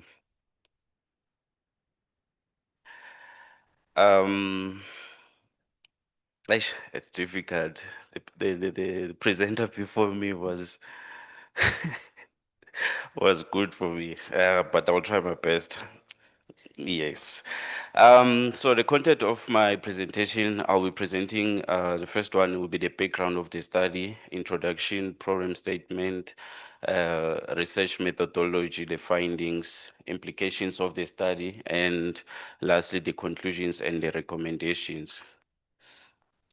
So when we're looking at exploring the building delays in the construction industry, we in the country of South Africa, we're still experiencing those delays, and it may happen that most of us have seen this topic, but today I'm visiting this topic because there are new findings that I have discovered. Therefore, the construction industry plays a crucial role in driving the economy of the country and creating an enable business environment. It's also a vital sector for the country's economy, responsible for creating jobs, stimulating investment, and improving infrastructure. The infrastructure delivery is faced with many challenges, particularly in South Africa, construction industry such as the corruption in the public sector, procurement, and its impact on cost increasing and delayed payments by the clients. Furthermore, to hand over a successful project is not common in the construction industry, especially in developing countries such as South Africa, due to the construction delays. In South Africa, it has been proven that a large construction project takes up to 20% more time than the estimated date of completion, and this is believed to have caused budget and the project to increase by more than 80%. The construction industry's contribution to the gross domestic product amounts to around 3%, with projected growth by 2 to 3% from the year 2021 to the year 2024 in residential and commercial building construction. The construction sector now accounts for around 2% of the GDP, which is a decline from the 4% that is used to contribute, and its contribution has been shrinking. Large construction project takes up to 20% more time to complete, resulting in 80% budget increase. It is important that to South Africa construction industry that the economy construction companies could benefit from having access to innovative methodologies to develop strategies to mitigate the causes of delays and achieve higher performance. The aim is to contribute to reducing the gap in research in this specific area of construction by exploring the mitigation strategies that allow the adoption of practical and effective measures to mitigate the causes of construction project delays, again, to also enhance the timely completion of projects. So the problem in building construction projects continue to face persistent challenges related to delays and cost overruns in developing countries, including South Africa. These delays not only disrupt project duration, but also lead to increased financial constraints, poor quality workmanship, slow service delivery, and delay in implementing new financial year projects. The root causes of this delay include corruption in public sector procurement, unrealistic timelines, delayed client payments, and low technical skills.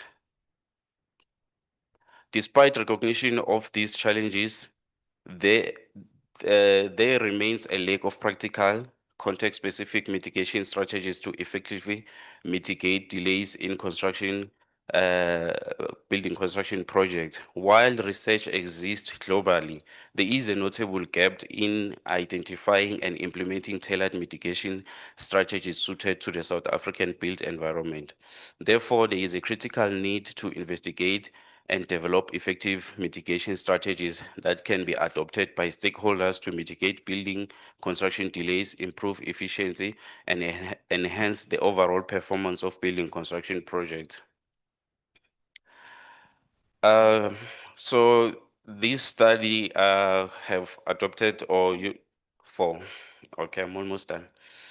This study has adopted a qualitative approach which makes use of questionnaires and survey to gather data that was revised and tabulated in numbers. The population that was intended was based in the Mpumalanga province and also looking at the construction professional, including architects, quantity surveyor, construction managers, project managers, and civil engineers. The sampling method that I used was the purposive sampling techniques because it focused on individuals who are knowledgeable and skills in the construction industry. The data was collected through the survey questionnaires in Google Forms, also the consistency, adopting the Chromebooks Alpha with the acceptable value of above 0.7. And the data was analyzed using the SPSS tool. So in terms of the findings of the mitigation strategies, the respondents ranked the following mitigation strategies. So if you check on the top one, where the respondents have mostly agreed into it or shared the common experience on this one, was that competent project stakeholders, which includes design team, contractor and suppliers, and project managers, was the effective mitigation strategy, which is followed by the timeless interim certification of payments during the project when it's running.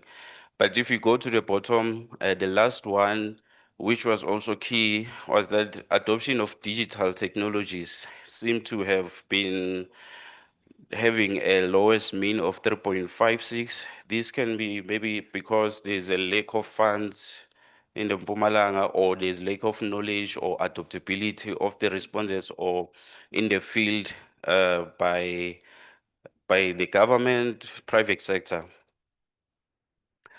So under the exploratory factor analysis, all the variance rotation was applied to principal component analysis to unveil the data structure.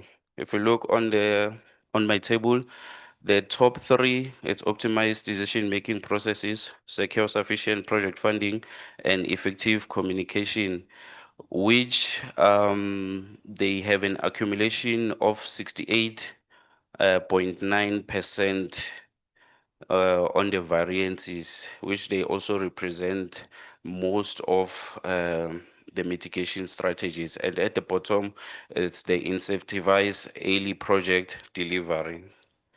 So the implications of this study, the theoretical review is consistent with the empirical findings of this study. The respondents who took part in the study agreed with the literature review that the mitigation strategies that can be implemented to enhance building construction projects in the construction industry, the delivery of the infrastructure is an important component for developing countries. It also enhances the country to provide basic services in remote areas and also ensures the citizens' lives are improved. Delivery of the public infrastructure or building infrastructure can be life-changing improvement to their lives. Therefore, South Africa construction industry should consider adopting digital technologies to enhance the delivery of public building infrastructure, as they can expedite the service delivery processes during the implementation of the building construction project. In conclusion, the main findings from the primary data divulge that competent project stakeholders, timers, interim payment certification of payments, secure sufficient project funding, realistic construction programming and scheduling, effective communication, manage variation orders, detailed investigation, and conduct routine site coordination are suitable mitigation strategies. Therefore, it is recommended that while construction delays have affected the construction industry, stakeholders must prioritize improving project management practices, adopting of smart technologies, ensuring better communication and reduce cost and improve efficiency. Lastly, ensuring that the full budget allocation upfront to prevent mid-project halts due to payment delays and establish structured meeting to resolve design ambiguities. Thank you. Thank you, thank you. Please give it up to him. He has done well, showing us some mitigating strategies to help us in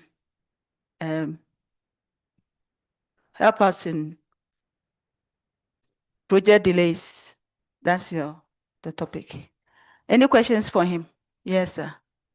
Please, there's somebody. Please.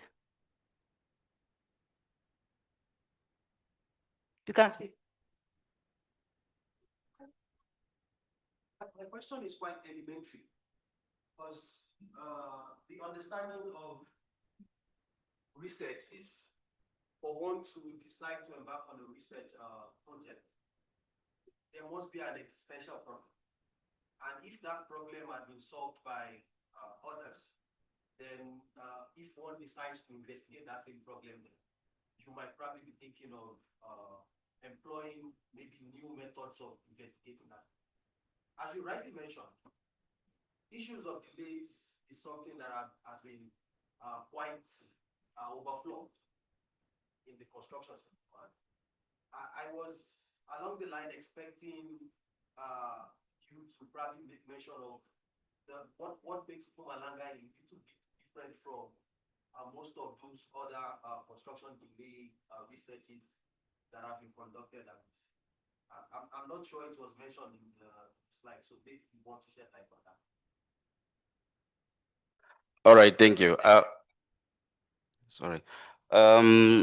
Yes, that's true. It was not mentioned, but when I looked in taking this topic, I also wanted to feature in the adoptability of smart technologies. As you can, or you saw on the results, it came the list of the mitigation strategies for my research. So I've made the supporting reason that it could be that there's a lack of information to the people in the Mpumalanga province. Then on the original paper, I also looked on the number of projects that are implemented or they are planned for on an annual or in a financial year. So find that there can be 186 projects or building projects that they want to implement, but at the end of the day, they are failing to also achieve 50% of that to be completed on time.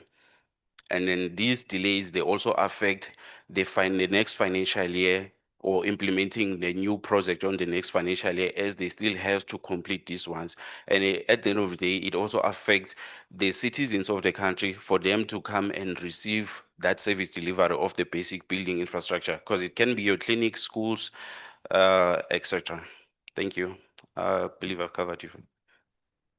Right, thank you. Prof. Thanks so much. No, thanks so much for the presentation. I've got some, just maybe 2 or 3 questions. I think the first one, you raised the issue delays lead to poor quality workmanship. Maybe if you can explain the relationship between delays and poor workmanship. So if you delay, then if you don't delay, then you've got, yeah, just good workmanship. I think that's the first one. And then the second one is around the issue.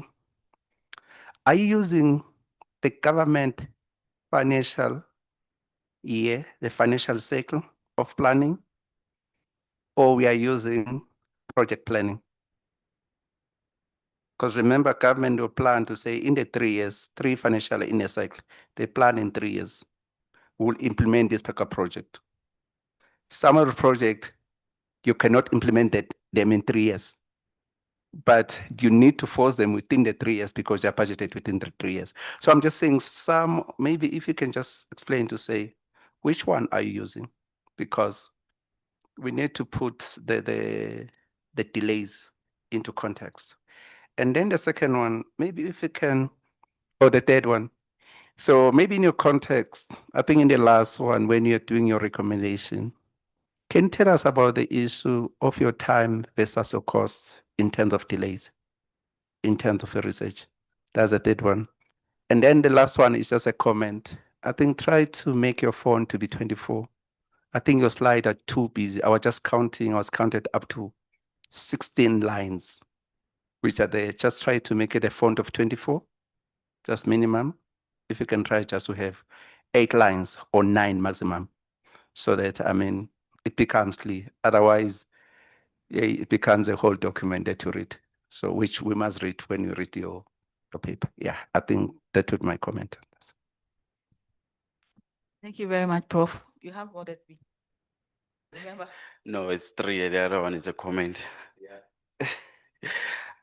If I don't remember, please assist me, Prof. Yes, the first one was about quality and the delays. Okay, so if it happened that they implement your building project. So in that building project, you find that there is a method statement on how the activities are going to be implemented until they are all achieved to the completion. Then it happens the contractor is not paid on time, or there can be disruptions or any other abnormal activity that can take place. Then they will go into extension of time, or they can be delayed, which can be granted or not granted.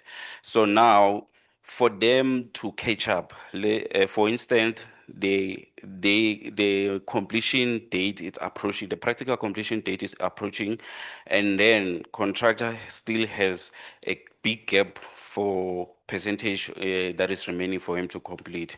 So instead of bringing required resources, such as increasing or such as maybe bringing more personnel on plant, they will want to do the work or pretend that they've done the work, the work will be substandard. That's when you will need to have the employer's agent who is visible on site, who will ensure that all the stages of that particular activity has been met. And then if it's not properly monitored, then due to that delay, the contractor would want to rush in order to meet the completion date. Then it gets affected now on the quality of work that they produce. That's what I come from. And then the second one,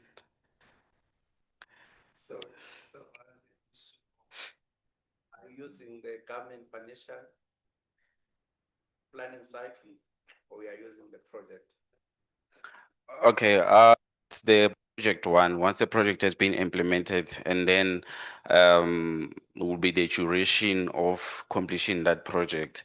But I also checked on the financial plan that the department will want to achieve for that financial year. There are programs, there are also projects that can be completed within maybe in that financial year. So I looked at the duration that also is provided to complete that project. They are unable to complete it within that duration due to the several reasons. last one. It was time versus cost in relation to delays. Okay, the time versus cost in relation to delays. When the delay has occurred or on site, they can be, okay, there are cost implications, especially if the delays are occurring beyond the contractor's control, which can be either the employer paying late or the abnormal events that can take place that are beyond the contractor's control. They also call them the excusable delays, if I'm correct. So what happens is, according to the BOQ, we have your time-related items. So the contractor will put a claim or a notification of claim. Then after that, they will claim for the extension of time with cost.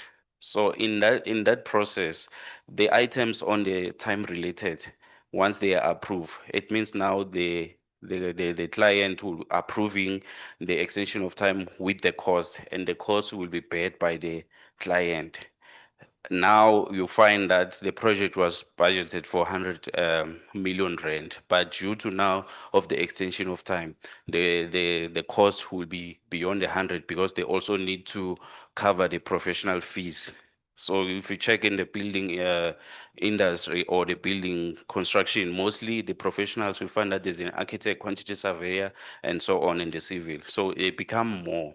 So now the costs are coming to that once the project has been delayed, then the cost overruns. Did I cover you, Prof? Are you happy? It's fine. We'll talk outside. I still have more time on my 5 minutes. No, it's fine. I think I just wanted to make a comment. I think on the poor quality. I think on the poor quality of workmanship. So even in projects which are not delayed, that are on time, you also find poor workmanship. I'm just saying you need to have a little bit justification. If you say if a project is delayed, therefore they're going to be poor, it leads to poor workmanship. So then one particular thing that you must go and check, some of the time delays is around project planning because the project want to complete it within the financial year. So therefore they say the project is going to be 18 months. But if you do a proper scoping, the project is supposed to be 3 years. Because if the money is not used, is not committed, all of them within the 18 months, they're going to lose the money. That's why I'm saying you need to look, most of the government project, they are linked. A contractor is told you need to complete this project in 24 months. But if you look at the work that's supposed to be done, this project, it cannot be done in 10. The contractor will take the project because they actually want the money. I'm just saying, try to look, because we're looking at the academic level, some of the analyses that we actually need to look at. So around those particular issues. Yeah, okay, it's fine, but we can discuss those things outside. Otherwise, good work. Thank you very much. Shall we give it up to him? All right. So let's go to the third presenter. We're going to speak on the factors influencing business forums on stakeholder engagement in the South African built environment. And this presentation has 3 authors. I don't know which one's coming to present, but I have Burundini, Lafizi, and then Ranzu Gift, Mabanda, and then Kofi Owusu Eje. So the one who's supposed to present, you have the floor. 10 minutes.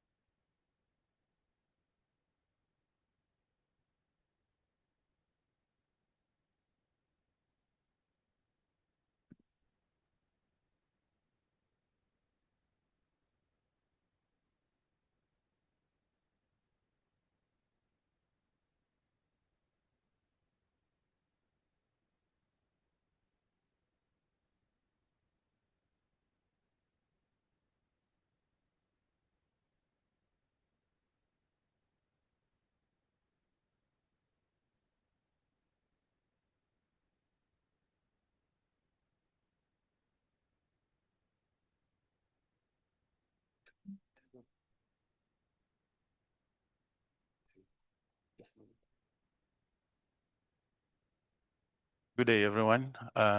Standing before you is Mr. Ranzu Gift Mabunda. I am a student at the University of Johannesburg. So today I'll be presenting to you the research study titled The Factors Influencing Business Forums on Stakeholder Engagement in the South African Built Environment. Moving on to slide number 2, the presentation outlines background, methodology, findings, and discussion, conclusion, and key references.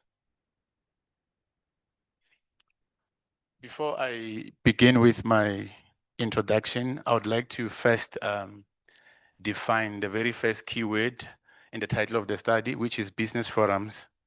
So in the construction industry, business forums are structured platforms whereby project stakeholders, including community representatives, come together and work together to share ideas and resolve conflicts for the successful completion of the projects. Now my introduction, bullet point number 1, business forums reflect every country's economy leading to successful completion of projects. However, there are reports, umpteen reports stating that business forums engagement with stakeholders is contrary to the successful completion of the projects. However, that will be clarified under bullet point number 3. In the South African built environment, business forums emerged after the 2017 revision to the Preferential Procurement Policy Framework Act. Well, the revision of this act was aimed to promote fair, inclusive, and local procurement via preferential points, BEE compliance, and also the subcontracting requirements. So this act also aligns with the Triple BEE Act, which requires that government should allocate 30% of the construction cost to Black people, women, and persons with disability to support the previously disadvantaged people. Moving on to bullet point number 3, construction mafias is the term that is collectively used for these organizations, which has led to the negative conception of business forums in general. Well, with the advent of business forum was also the arrival of parallel organizations which describe themselves as business forums, but the industry described their activities as criminal. So their popularity and the extremism has led to this negative conception of business forum. So this study seeks to identify the factors influencing business forums on stakeholder engagement in the South African built environment and make recommendations. Moving on to methodology, the selected research approach is quantitative. Well, Apuke AD 2017 states that this method deals with the collection of numerical data, parameters and elements or criteria. So this method was useful for this topic as it offered measurable, objective, and applicable insight to the role of business forum into stakeholder engagements, together with their connection with the illicit activities in the industry. Bullet point number 2, the selected target population in the studies built environment professionals, including clients and contractors. When we talk of built environment professionals, we're talking about the engineers, the quantity surveyors, project managers, and occupational health and safety agents. And these are the people who get involved in projects from inception to project close out. So the reason they were targeted, these are the people who experience first-hand disruptions and delays from which is caused by the business forums. And then number 3, sampling technique, the questionnaire was distributed as a Google form link via digital online platform. So the study was, the survey was carried out in a period of 4 weeks to bolster the number of respondents. Right, and then descriptive analysis, mean item score, standard deviation, and explanatory factor analysis are the methods used to analyze the data. Yes, the descriptive analysis was useful for the study as it allows for a clear presentation of data, and it also allows a detailed understanding of stakeholders' roles and their experience. And then with regards to the explanatory factor analysis, it was also useful. It allows for the reduction of data complexity and also allows for the increase. So it also allows for the increase of what is this? The measurement reliability. Right, to rank the factors that drive business forums on stakeholder engagement on a 5-point Likert scale of strongly disagree and strongly agree is used. Right, moving on to findings, respondents' background. Here on the table is shown that the quantity surveyors who have responded is 45%, contractor 13%, architect 8%, contracts manager 2%, occupational health and safety agent 2%, client 5%, engineer 7%, construction manager 18%. And then as I move to still on findings, descriptive statistics. How do I close this? Okay, fine. The last 3 columns, we have mean, standard deviation, and rank. So I'm not going to read all the factors, but opportunism in the built environment was ranked 1, and then culture of corruption in South Africa was ranked number 2. A culture of organized crime in South Africa was ranked number 3, and the list goes on and on. And then moving on to findings, again, explanatory factor analysis. This comprises of 3 components. However, I'm going to start at the bottom. My p-value is 0.0, which means the results are statistically significant. And then KMO, 0.78. And then moving up the component 1, SME development, SME development goals, seeking SME representation and stakeholder engagements. That's under component 1. And then under component 2, we have a culture of corruption, a culture of organized crime in South Africa. And then under component 3, we have poor economic conditions and scarcity of work opportunities. And then moving on to discussion of results. Component 1 was frequently related to the development and economic policy objectives. This was supported by AMOA C 2023. And then component 2 was also connected to crime and corruption. Helden ASK 2023 supported the crime and corruption factor. And then component 3 is economic hardship. The economic situation of people determines their behavior as supported by Helden ASK, Citeto Z, and Crashford G. Jonas as 2024. And then now moving on to conclusion, the study found various factors that drive business forum and stakeholder engagement, which are listed as shown there: opportunism in the built environment, a culture of corruption, a culture of organized crime in South Africa, scarcity of work, lack of understanding of triple PFA, PPR, seeking SMME representation in stakeholder engagements, poor economic conditions and political connections, and leniency of law enforcement. However, the study recommends that prioritization of law enforcement intervention as a means to curb scourge of criminal activity associated with the business forums. I thank you.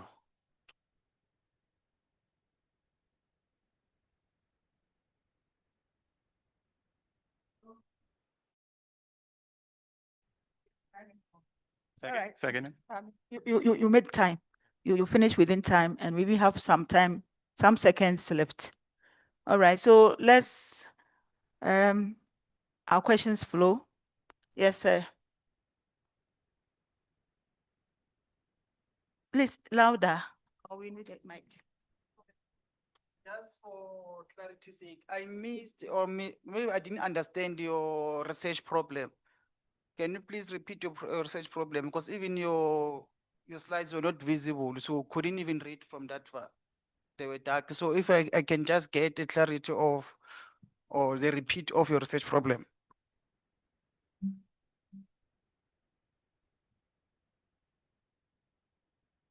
Okay, okay, the title of the study is The Factors Influencing Business Forums on Stakeholder Engagement in the South African Built Environment. So as I go to, initially I've defined the business forum just to give everyone an idea as to what I'll be presenting about. So basically, there are business forum which are legal, okay? And there are business forums. There are people who call themselves business forums. And it causes confusion in the construction industry, because now everyone looks at business forums as people who are construction mafias, and people are causing problems in the construction industry. However, there are real business forums who engages with stakeholders, and they are people who are masquerading as business forums. So the study covers both the categories.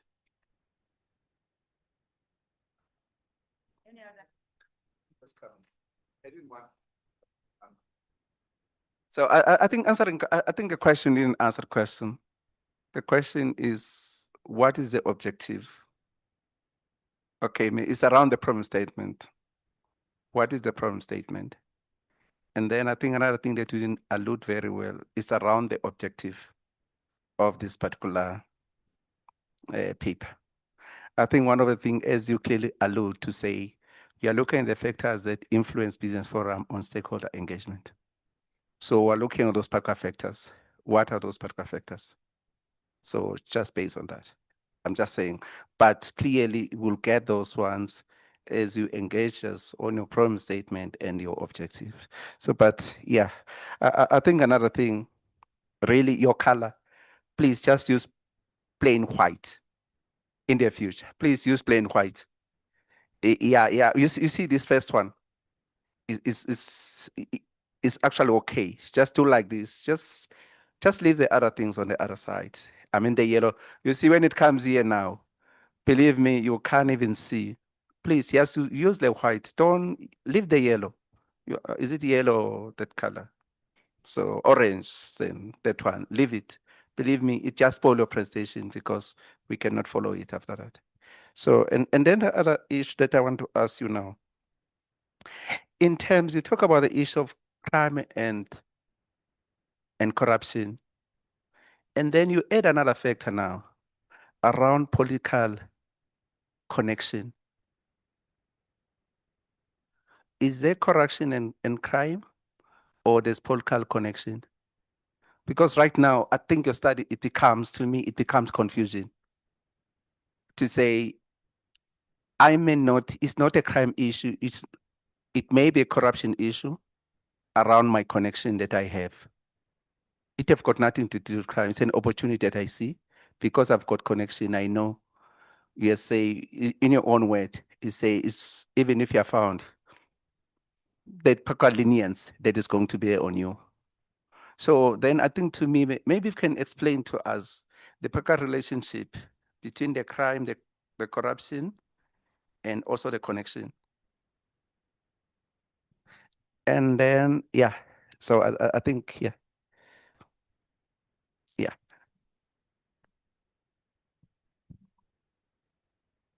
Okay, in my presentation, I think under the introduction, I've explained that the advent of with the advent of the business forums, there was also another parallel organization that describe themselves as business forums, but they're just criminal.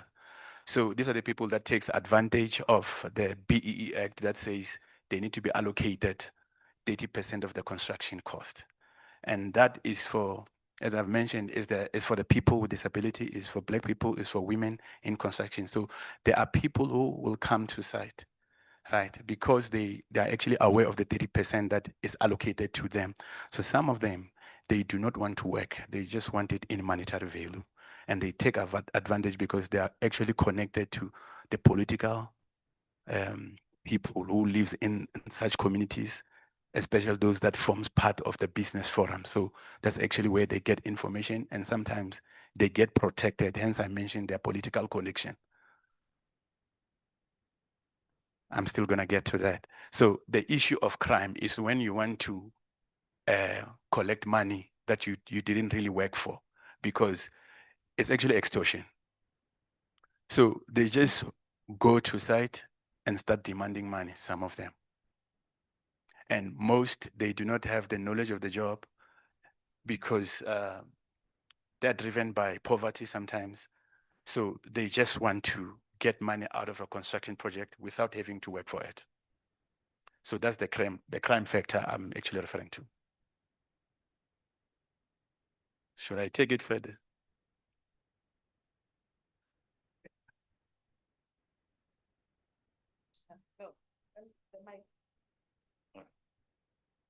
So clarify it for Prof. He said he's a bit confused. So when you close, I think you can go and see him for more. Or you want to say something? Let's take the lady and then when we finish, because, yeah.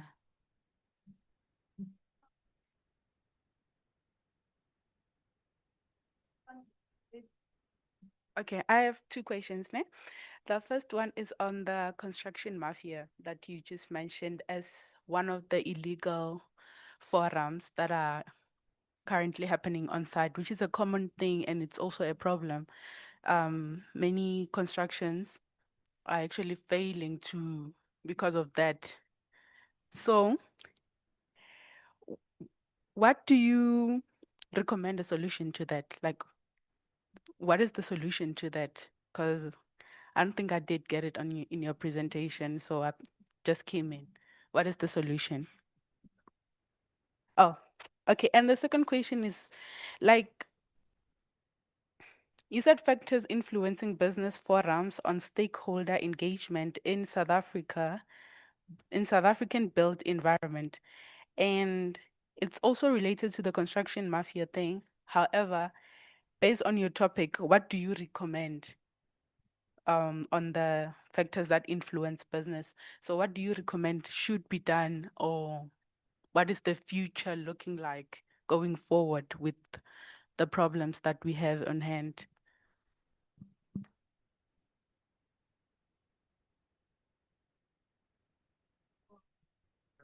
Maybe you can answer one. I think maybe what you can also do, just following up on the Pika question. So can you clarify? We are saying there are two business forum. Your start is confusing here to say which business forum are you talking about? Are you talking the one that is regulated? Are you talking the one that you're calling construction mafia? So that it's clear here the factors you're talking about of engagement. Are you talking about factors of engagement with the construction mafia? I'm just saying it needs to be clarified, because to me, if you're saying you are engaging with the business forum that is legal, terms of engagement are different. When I engage with the one that is illegal, terms of engagement are engagement. Do you need to engage them or not? I'm saying that's a question that you ask. But why I was asking about the issue of connection, I'm saying if I've got connection, you say I must go and take something there. Am I committing crime or not?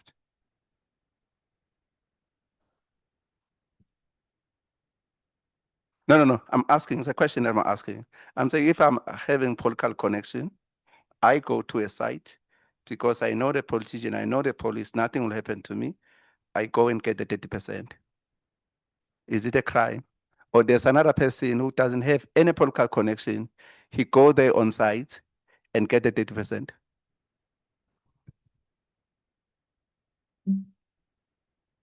For one to be awarded work, there are processes of tendering that you must follow. It don't matter who you know. So it is crime when you go and want to get money without having to work for it.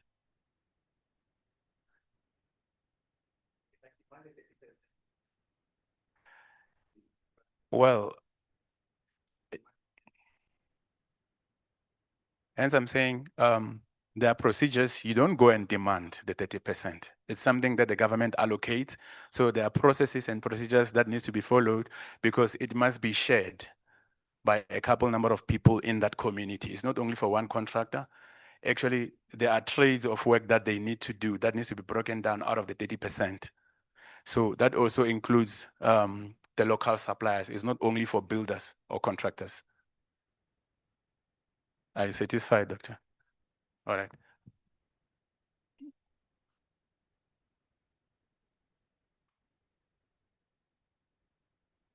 Yes.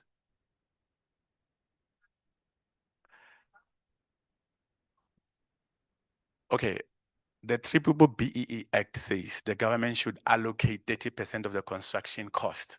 This happens in government projects. So 30% of the construction cost should be allocated to Black people, persons with disability, or women, or previously disadvantaged people. Yes, it's regulated.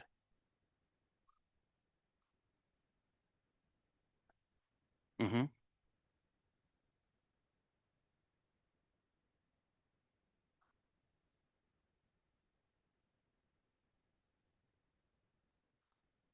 Look, okay, that you go to site and demand it. Uh-huh.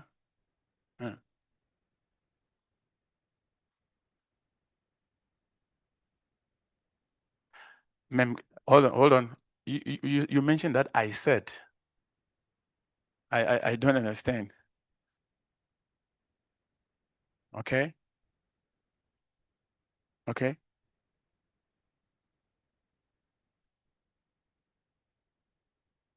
Yes. Okay.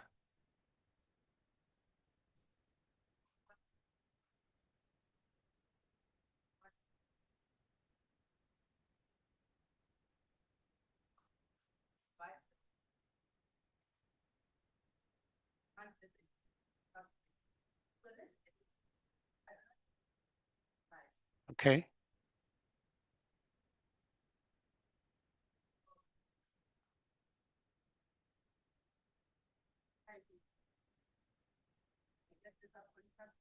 Okay.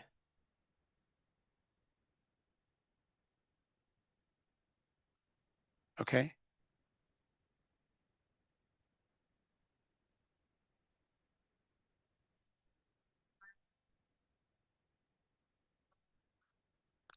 Okay.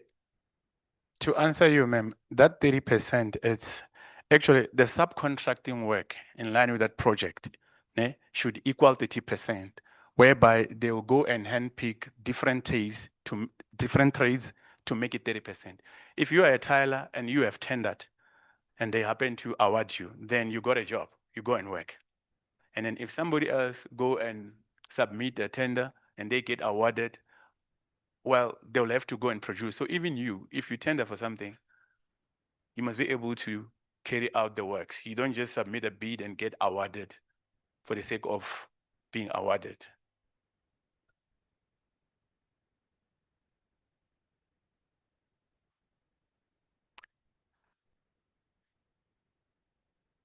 All right, so maybe when we, okay.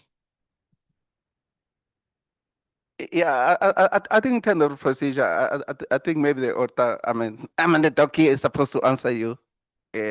I think the procedure in the government tender is saying when you get a particular project in that community, the community must get 30%. There are different ways that you can do it. So you can go to the municipality who are normally keeping the database of the companies which are there.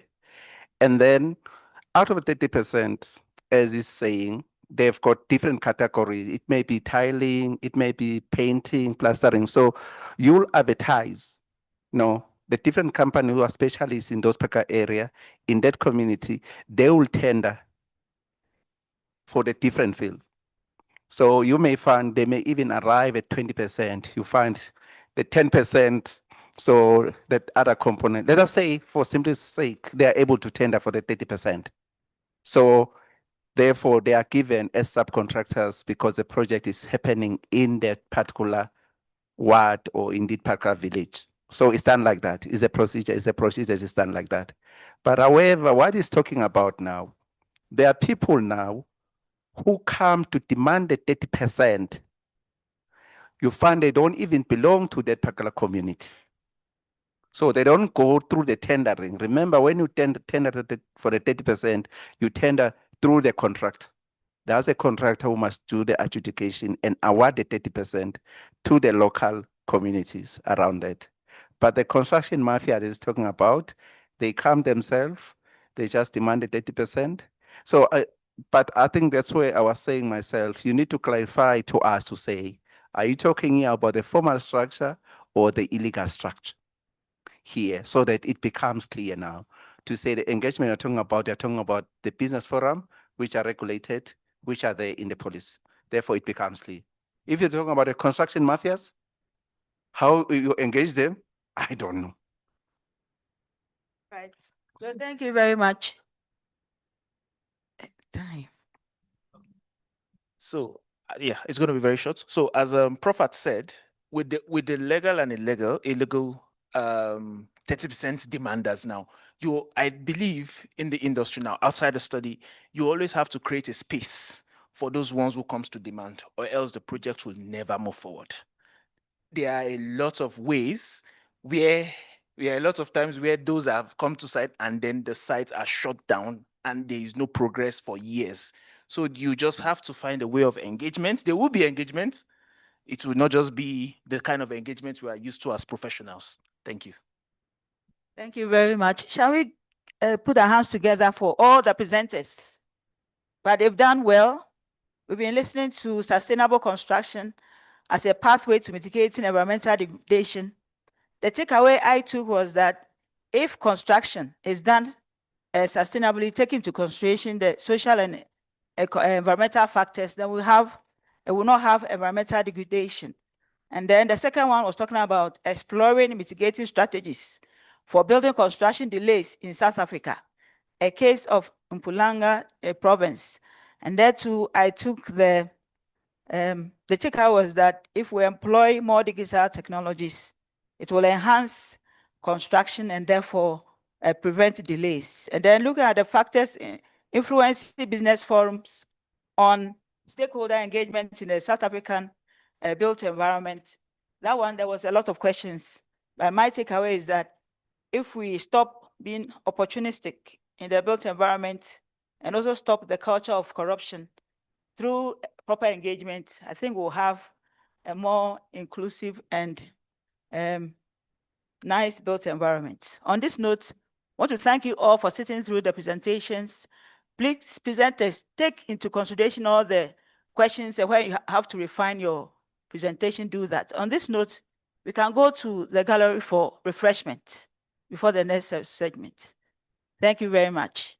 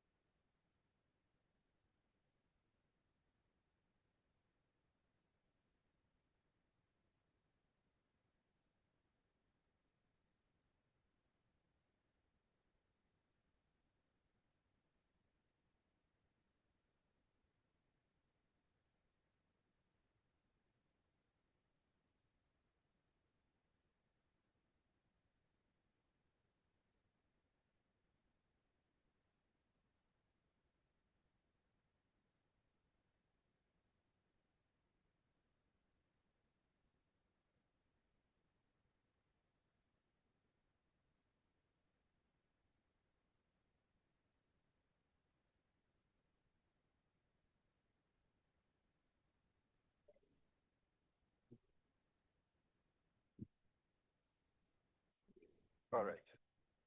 Please, good afternoon. And we want to commence this section.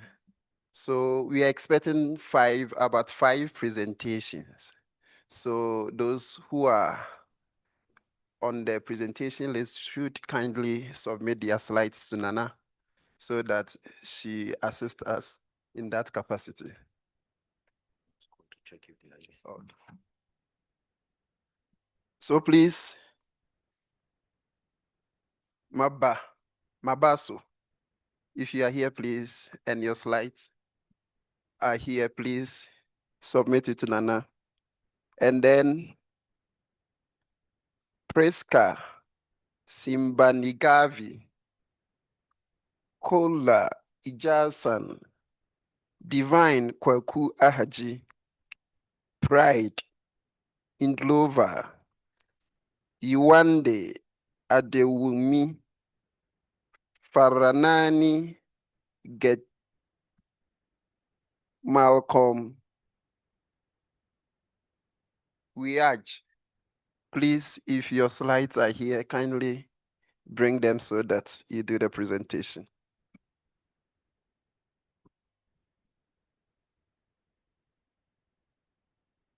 Preska again,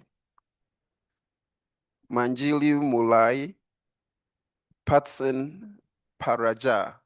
Please kindly submit your slides for the presentation. And then lastly, but not the least, Machi Disho Nkadimen Timothy Ayo Dele. Please kindly submit your slides so we can commence this section. Thank you.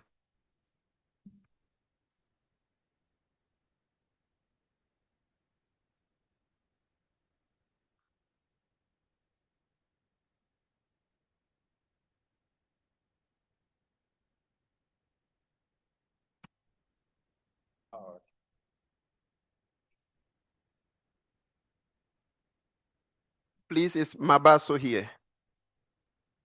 Mabaso, or whoever doing a presentation on behalf of the authors.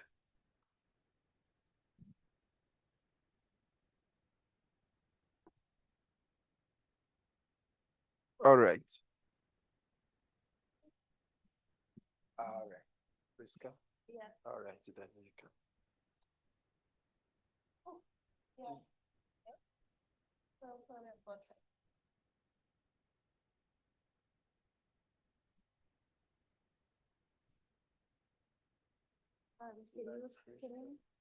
Can you like in line?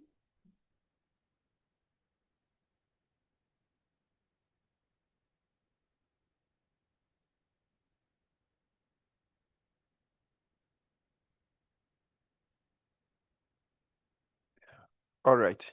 So, Priska Simbanigavi, I believe I've pronounced it right, will take us through investment guidelines for building sustainable mixed income housing in South Africa. And she's doing it on behalf of all the co-authors. Thank you. So, then.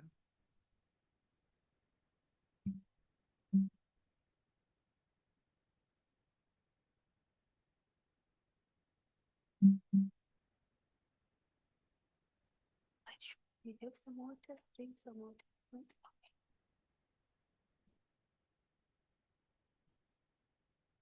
Yes, we are a bunch on there. Myself, Kola Ijasan, Prof. Ahaji in Ghana, Prof. Yawande, Dr. Pride, Paranani Gete, Malcolm Witch.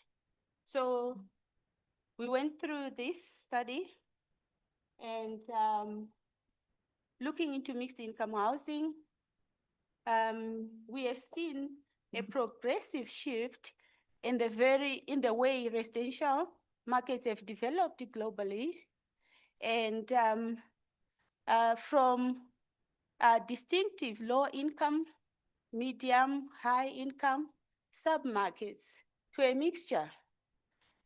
And so what are we talking about? We are talking about some 3 submarkets that is composed of the social rental housing, bonded housing, and market rate housing. So all mixed together. So MIH, I'm going to use that word much more to define a deliberate government effort to construct multi-family developments. I draw largely from Onatu, from Kaduri, from Agmian, most of my study here.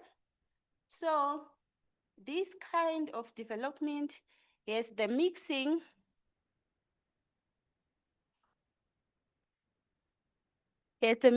of income groups as a fundamental part of its financial and operating plans, which translate into mixing the poor and the rich.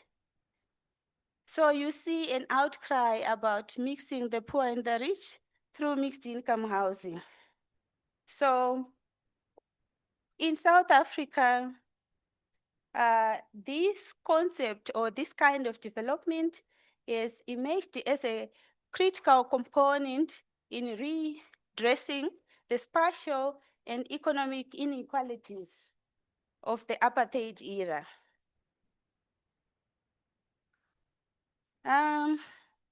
The problem is that when you look at the NIMBY issue or the NIMBY syndrome, it manifests in the public resistance of affordable housing developments, and it is because it's perceived as a threat to property developments due to its own presupposed decrease in property values.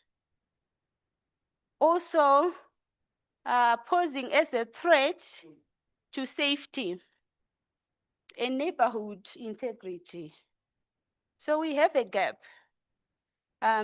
Looking at SDG 11, which seeks to make cities inclusive, safe, resilient, and sustainable, there is deficiency of knowledge to make future mixed income housing developments. And in a way, you can see it as a question that we try to answer. What comprehensive guidelines can be used to align future mixed income housing developments? And so we aim to present such a guideline. A bit of literature shows that the success of mixed income housing developments is underpinned by viability, sustainability of such developments. Mainly drawing from investment theory. What does investment theory say? When you invest your money, you should be able to get it back, isn't it? And so, internationally, the key mixed income housing success factors highlighted in literature include the following. You can see that there is a focus on market rate developments containing indistinguishable house designs, and also a higher percentage of employed people who can actually sustain the viability of the development. And so we also look at good asset and property management skills. For South Africa, the potential of inclusionary housing policy in reshaping its cities is limited unless location is adjusted to low income or middle income neighborhoods. As a developer-led model, yet largely relying on government subsidies.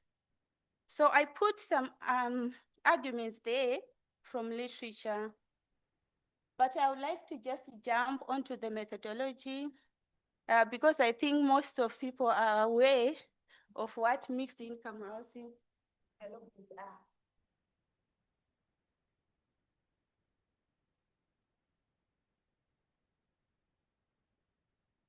So this is a popular development, a popular case study called Cosmos City. So we adopted a qualitative methodology to provide an in-depth insight into the dynamics of MIH developments in South Africa. So data was collected through semi-structured interviews with 20 experts from diverse sectors, including government officials, private developers, non-governmental organizations, financial institutions, and community representatives. So the interviews were designed to explore 6 themes. So we put up some hypotheses because we're coming from investment theories already. So in a way, one can argue that we did abduction more than anything. So we looked and analyzed this in vivo, and we found that the 6 themes were relating to whether we want mixed inclusionary housing policy to remain policy or to develop into law. That's number 1. We also looked into the viability associated with a structured PP model and the involved investment risks of an MIH. We also looked into the optimal location strategy.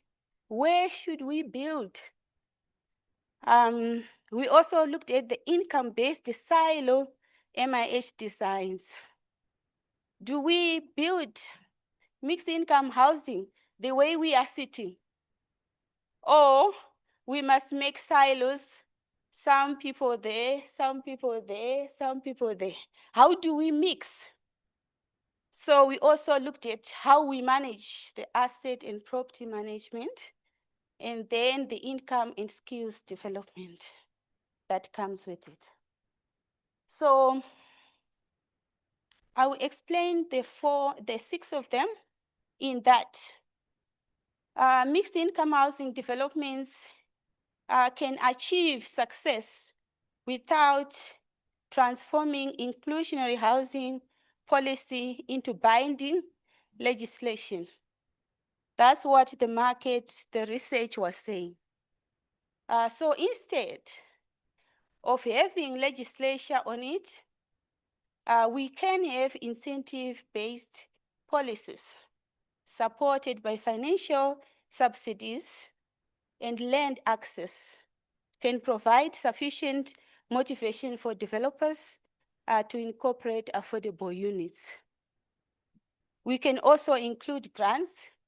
So in a nutshell, we must do with just IHP, inclusionary housing, as a policy, not something that we can pass into law.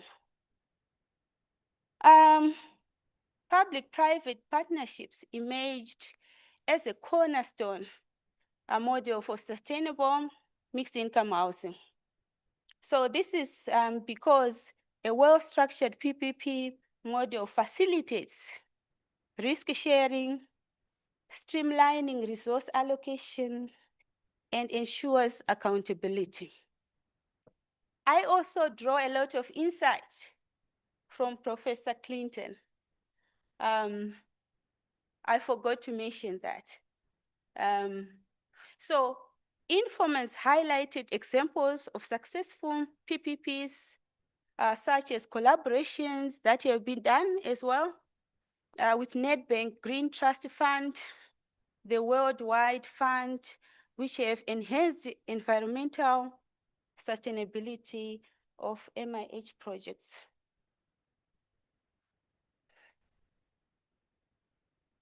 I talked about location. It's a critical determinant of mixed income housing viability. So the study indicated that developers favored greenfield sites due to their affordability, design flexibility, and scalability. Taking a long-term solution to building greenfields as an urbanization rate is keeping on increasing. However, government officials preferred brownfields developments to reduce urban sprawl and integrate marginalized communities into existing. But reconciling this, you can see that looking into the brownfield, locating them there is a short-term solution that takes advantage of the already built infrastructure to provide the much needed housing.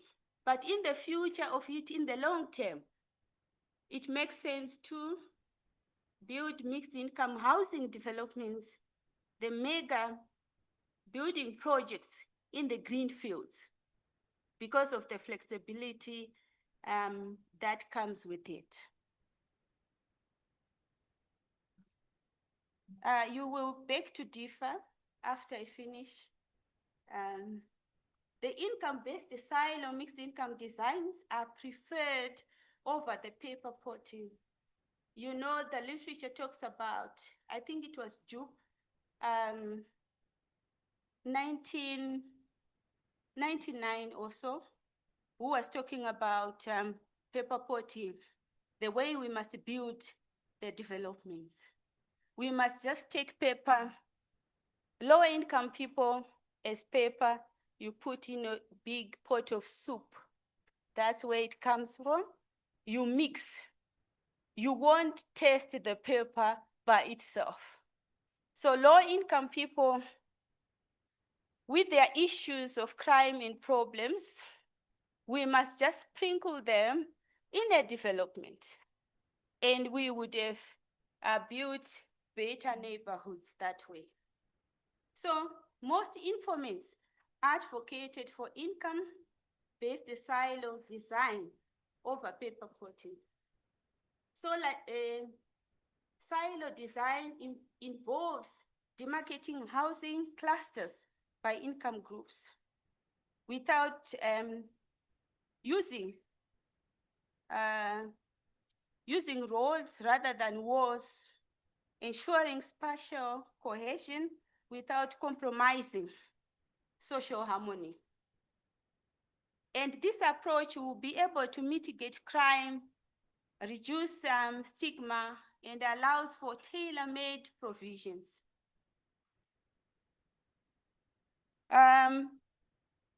For the rental component, because we'll be having houses for sale, houses for rentals, and we need to employ effective asset and property management, which is essential for maintaining the quality and value of the development. So if we let one smaller component of the development go down in value, it might encroach into the sustainability of the whole development. Yes, that's what I'm trying to say.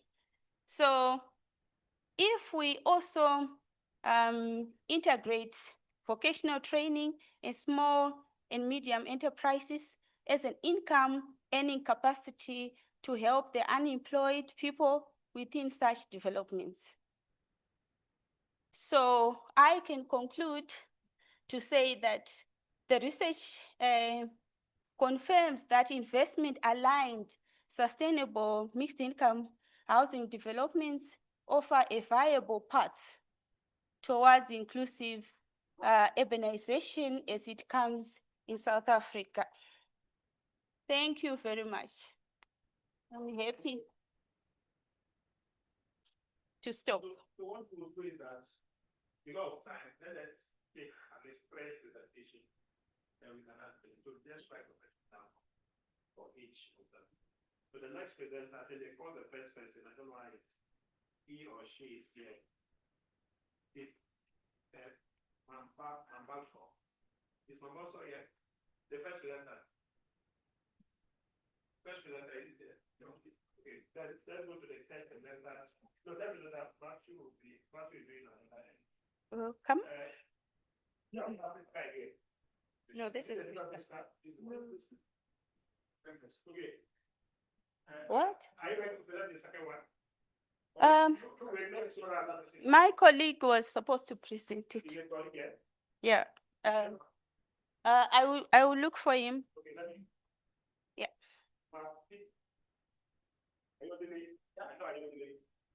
The other one, I don't know. Please, you do your presentation. Why you call your other presenter.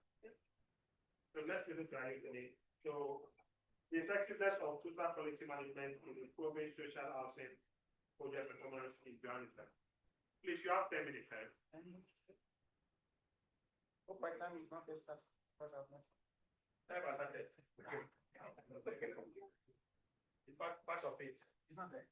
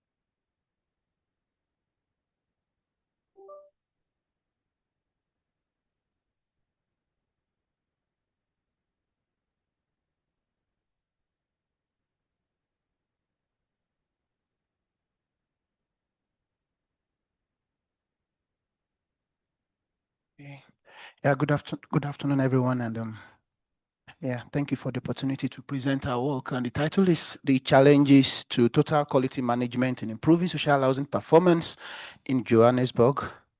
And my name is Timothy. Yeah, sorry, I won't be having an outline, but for the sake of time, so let's just take the presentation. So the housing is fundamental human right and a driver of economic growth, and it's important in policy development and to show some measure of contribution towards the economic development or the concern by the government for housing. The South African RDP initiated in 1994 sought to provide affordable housing to low-income citizens, but it has been faced with criticism, especially in terms of quality and delivery. Despite this noble intention, social housing delivery faces issues such as poor quality, inadequate infrastructure, insufficient delivery, and as at the time of the study, it's about 2.5% of the market. I mean, the supply vis-a-vis the demand. The gap is exacerbated by persistent project challenges. So this research seeks to understand how we can improve the delivery of social housing or housing in general. The problem setting. The projects are often hindered by cost overruns, time overruns, and compromised quality. And then the TQM as a tool is imagined as a potential solution to address these challenges through its focus on continuous improvement, quality control, and stakeholder satisfaction. In terms of the research objective, overall, the main research question is how can the TQM principles improve social housing delivery in South Africa? And we have 4 major questions we're looking at: the application of TQM principles in terms of social housing, the prevalent project challenges that impact social housing project performance, the relevant TQM concepts being applied, and the effectiveness of the various TQM process concepts. This research seeks to address the critical gap in understanding how TQM can enhance quality and efficacy of social housing projects in South Africa. In terms of the research method, the focus area was Johannesburg, being the largest contributor to South Africa's social housing stock, about 37% of the national, and the population was professionals in the built environment, project managers, QS, and all of that. It was collected. The data were secondary data, primary data rather, through semi-structured online surveys, and 35 respondents who were professionals in the built environment through snowball sampling, because we want to look at those who have handled a housing project and used the TQM. So the sampling size was a bit, there is no general size, so it was using snowball approach in terms of reaching out to the respondents. And then the data was analyzed descriptively using frequencies and percentages. In terms of the findings, top challenges included poor contractor management, then inadequate planning, and poor workmanship. And top challenges for project managers included budget constraint, poorly defined objectives, time management, unrealistic expectation, and then management of risk and hazard during development. Our findings clearly reveals the major pinpoints, the top 3 challenges, and how this could impact on housing delivery in South Africa.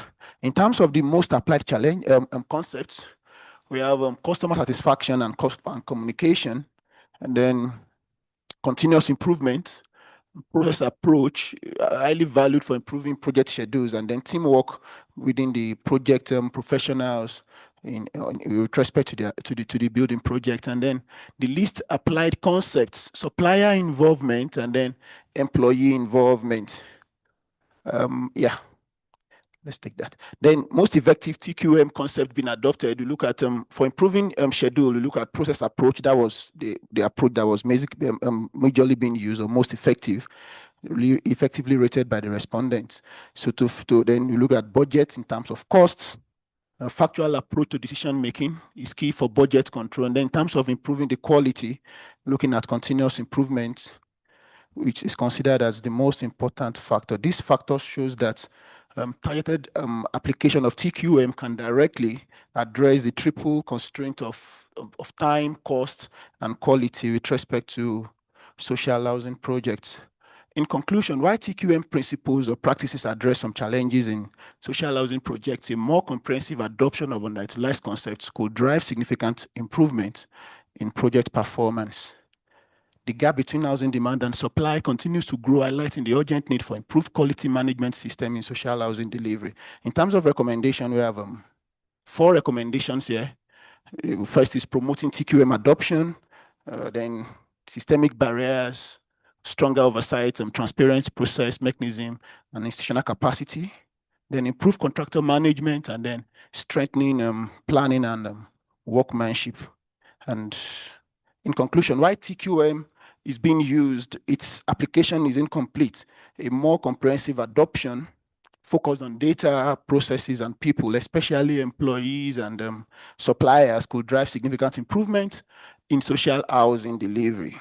We recommend a deliberate strategy to integrate these underutilized concepts into the core of project management practices. Thank you for your time. 6 minutes. Yep. Good. Start from again. If you do your talk, you don't spend time. Thank you. So we call on Prisca again to present the second paper on the efficacy of public-private partnership in delivering affordable housing. You have 10 minutes.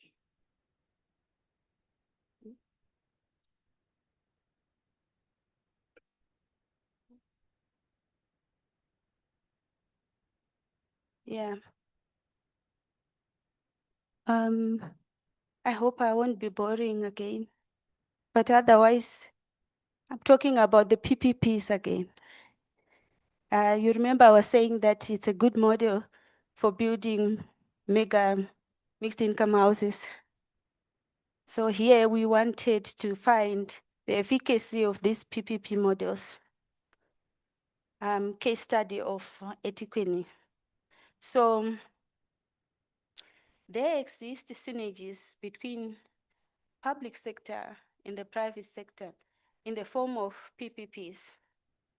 And we know this in literature has yielded positive results in the infrastructure financing and management. There are different models of PPPs. They seek to maximize the advantages associated with public sector and those associated with, what am I saying? Public sector and private sector must work together to deliver housing. While numerous studies have examined the delivery of fully subsidized housing for the poor in South Africa, research on the use of PPP for affordable housing remains unlimited. What is the efficacy of PPPs as a viable model for affordable housing? I like money. I talk about investments, the developers. Where is the money? Can we work with government? That's all I'm trying to do. So the study seeks to contribute to a greater understanding of housing as a PPP, using a PP model in addressing the critical issues. So we know that critical role of government intervention, advocating for reforms that encompass both financial and non-financial support mechanisms. And we know about cross-subsidization that has emerged as a key strategy frequently employed in conjunction with the PPP model. So these models are promoted for their potential to stimulate private sector interest within the residential market. So the partnership might be the missing link in South African affordable housing formula. What did we do in this paper? We used a case study approach. We used only interviews, 8 interviews with experts, and we did thematic analysis to the responses.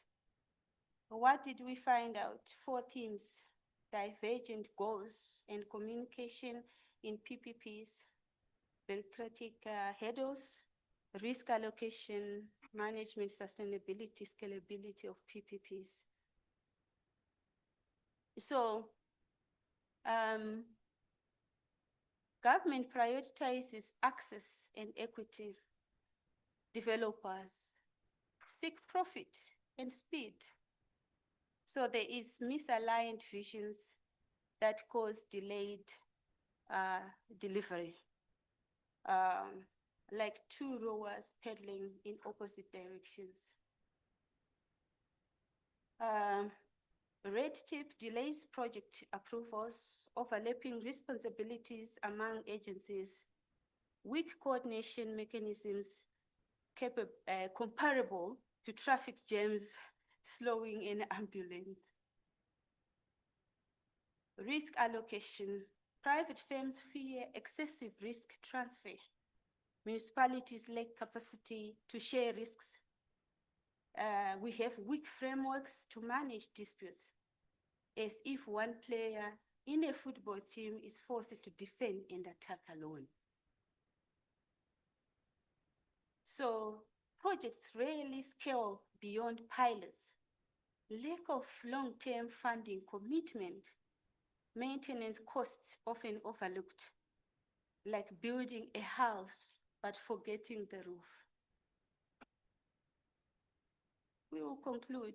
PPPs hold potential but face practical barriers, overburden municipalities, and private developers struggle to align. Success depends on a balanced, well-regulated partnership. Like a dance, both partners must move in steps. We recommend streamlined regulations to reduce red tapes, improve risk sharing frameworks, enhance access to finance for developers, strengthen developers' capacity through training, promote continuous stakeholder engagement. Thank you very much.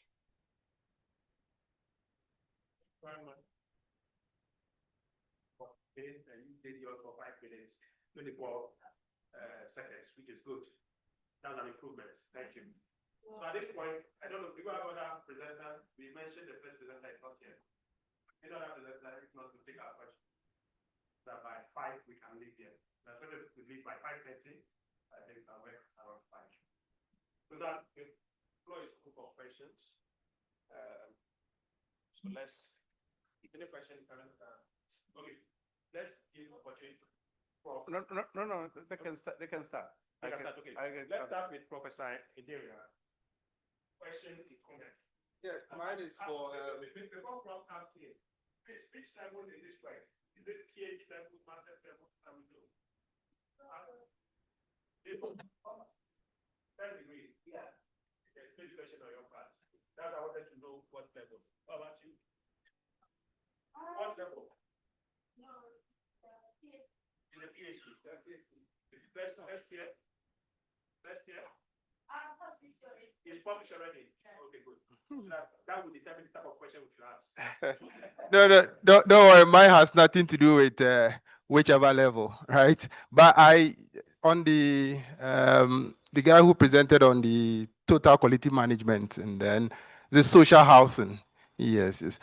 Interesting, steady. But I thought you had a bit more time to share more with us.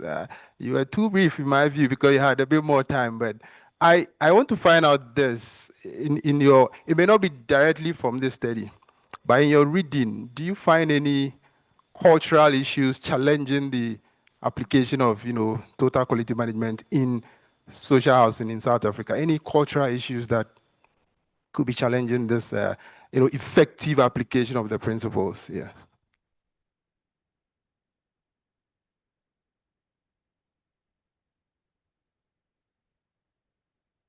I wouldn't say emphatically I found such cases in the review, but I would expect, or naturally I would expect that policies or concepts cannot just be applied straight jacket. We must understand the culture of the people, the perception of the people, their needs, their wants. That would apparently influence the adaptation of such models or such principles or concepts towards the particular context in which we are trying to investigate. So, but this study, we didn't come up with any cultural dimension. We were just, the sample size was relatively few, and it wasn't culture specific as per application. But I wouldn't want to rule it out, because I know for policies and all of that, it must be people specific, it must be people centered, and then there would definitely be some implications for the local market in terms of adaptability to really ensure that it meets the needs of the people for which the model or the concept is being developed for the social housing. Thank you.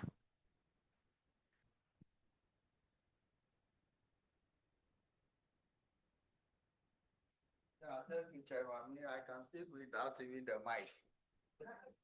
Okay, so looking at the topic, challenges of total quality management to improve, I think you need to, some of my the things I'll be saying will be suggestion, but not necessarily try to answer me by force. I don't have anything to do with you anyway. So challenges of total to improve, challenges to mitigate. Look at the topic again, look at your objectives and make sure it aligns with what you are doing.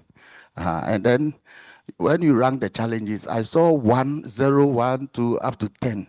And I can see some 8%, 9% as the topmost challenges. Is that a reality? Thank you.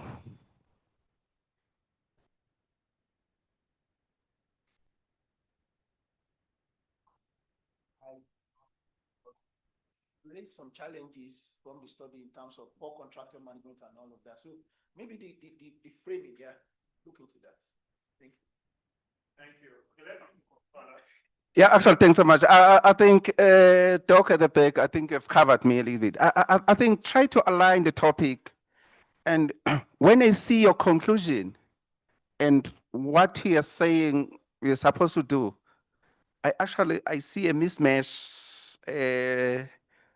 Yeah, unless if I can read the whole paper, I can understand. But I was a little bit confused in the middle of it now.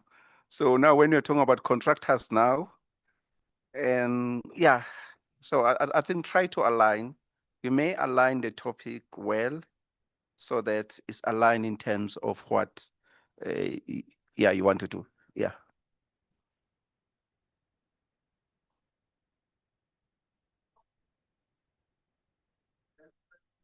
No.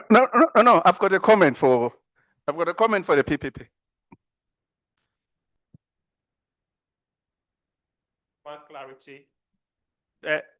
Your work, you mentioned that you were doing quantitative. Is it? No, I saw quantitative there. Oh, check. It's what qualitative, eh? Okay. Okay, because I was looking at the sample size. I thought it's qualitative. Okay, I think that's fine. Okay, so Prof can now ask. Okay, it's okay. So let Prof ask for the. Yeah, you can go and relax now. That's fair. You can go and relax. Actually, I don't want to ask a question. I think one question that I want to ask you, do you have successful example of PPPs project that you can give us, looking at the quantum of, I don't know, people that use the poor people. I don't know. Maybe it's a correct word or wrong word. I don't know. But if you look at the quantum where you qualify to access the PACA service of housing. So do we have a particular example successful of PPPs that we can make a reference? So then the second, yeah, if you can just give us an example of that. And then another issue, when you look in terms of your, because you're talking about social housing, when you look at your research methodology, those people that you interviews, in terms of experience being involved on PPPs in social housing or any PACA infrastructure, in fact, what was their level of experience? Because you can interview me, on something that, because I'm a quantity surveyor, but I've got no idea on that. I've been involved in housing, but not in PPPs. So, yeah. Then another issue, talk about the issue of risk. Say private sector firms, they fear that the risk will be transferred. They fear that PACA risk that the municipality will transfer to them. What PACA risk are you referring to? Because the essence of PPPs, I've been involved in PPPs. It may not be housing, I understand them very well. The issue of PPP is one of the things which is a major factor is the issue of the private sector taking the risk. If private sector doesn't take the risk, there's no PPPs. That's the main component. The first piece for the public, which is me and you, the taxpayers, and then the private comes. So then I'm just saying in that PACA, what PACA risk they are scared just to take. Another thing then, which is related to my first question, maybe can you just define us the issue of the poor in relation to your PPP study? Of the poor you are talking about in terms of a PPP study, how do they interfere if you design something in the PPP for poor people in social housing?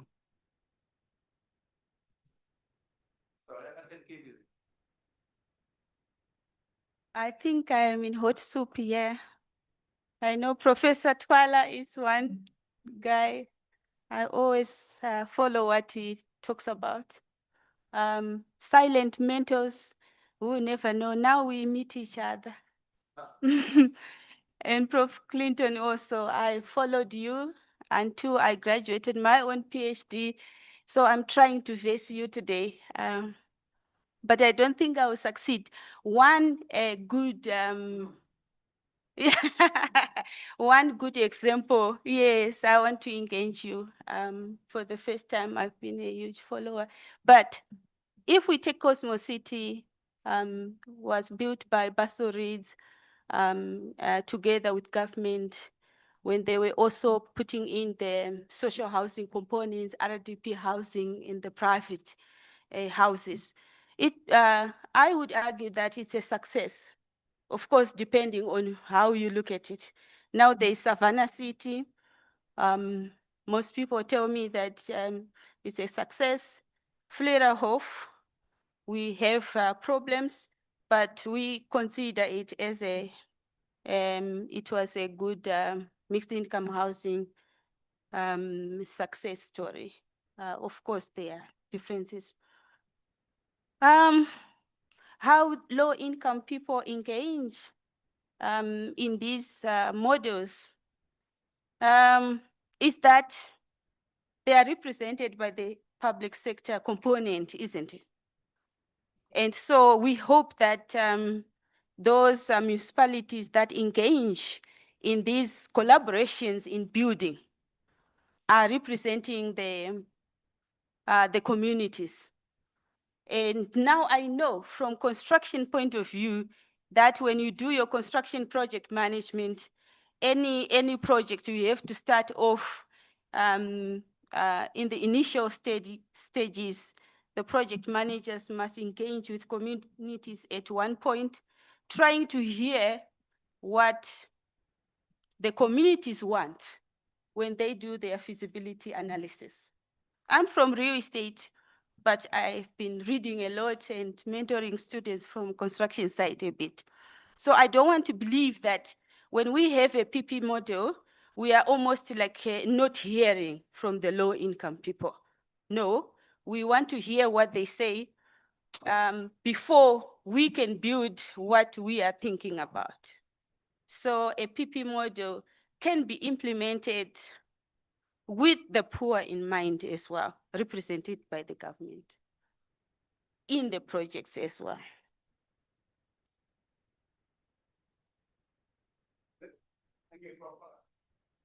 Okay, just a short thing then. If you're looking at are you familiar with the ETOLs? ETOLs? Yes. So that was a PPP.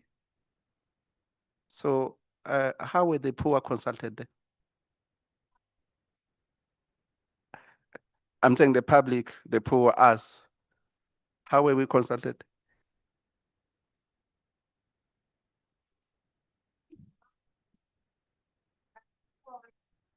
What you pay for ETOs. So probably they were not, they did not agree on the payment levels that were supposed to be done. And I don't think anyone is paying for ETOs. Is there anyone paying for ETOs? So going backwards, you can see how they did not engage the low-income people to settle on a price tag to say we are able to afford this. Yeah. I try not to go much into other PPPs, but just try to follow the PPPs in housing. So I'm sort of biased on that. But it's a good example. Was it a success? If I may engage. I think my professor will answer. Yes, I think with what you said now, consulting the poor and PPP are two different things. Consulting the poor is like what they call the pro-poor development. It's like a consultation, more or less a community engagement or beneficiaries participation. So what Prof. Tola is saying is that the public dimension in the PPP is the government participating in collaboration with the private sector to bring about those developments. So you realize that, and governments really participate minimally. So it's more or less like you come back to the project management models, design, build, and transfer or operate. And at the end of the day, realize that those intentions are not actually realized. They're not realized because I need to make my money. Governments, I'm not working for them. I'm a businessman. If I'm bringing you 25 billion rand, I want to make profit from it. And government is giving me the land, but it is my money. So that particular welfareism in terms of consulting them, they won't consult them. Government, I mean, the private sector is not going to engage with them. Either the government set up the mechanism to know what they want before they work with the private sector. So I think what Prof. Tola is saying is that particular consultation really don't happen because there is a business mentality here and we want to make money long-term from the hands of the government. But it's something that you can look at for your further study to actually be able to tease out that pro-post development versus the government's contribution in the PPP. Yeah, I don't know, Prof. Yeah, I'm saying I've involved in the Joshua. I was in the board for Joshua for some time. I understand it is social housing, not a lot, a little bit. The one you're talking about, those one, we can engage with them. I know they are problem. I know they are financials. So I was a chair for finance, so I understand how they work. But I'm just saying, as the professor is saying, when the private sector comes, what override everything is the profit. So the benchmark will say, for us to enter here, this is the minimum amount that is needed. Either the poor they can afford or not, it's immaterial in terms of that. So what government does from that particular threshold, that minimum, it means government must fund that particular below minimum to where it's gonna cover them. And then from there, they go from the minimum up now and fund them again. That's where in the PPP now, when you apply them, there are two risks from government point of view. There's a risk that government must cover based on the minimum for the private sector. And that particular risk now, which they must pay for now to the private sector, which is above the minimum. That's where the financing, what the professor talking about in terms of financing, in terms of everything. So I'm just saying, as you look in terms of social housing, looking at PPPs, it's quite a complex thing if you bring the issue of profit. So, yeah, but it's fine. But we can engage on that one. Thank you. Let's go to another question. Thanks for the presentation. I want to know the issue of PPP and low-income groups. As you said, when the brownfield, they redevelop and it accommodates marginalized group. But where we come from, where there is redevelopment, it does not refer to the low-income group. It ends up in the rich or the wealthy people. So I want to know from your research, what is happening here that makes, like when they redevelop the social housing, it reflects, it goes to the people who are really vulnerable so that we can learn from it from Ghana. Thank you. I think you are referring to the first paper about mixed income housing together. Are you referring to that?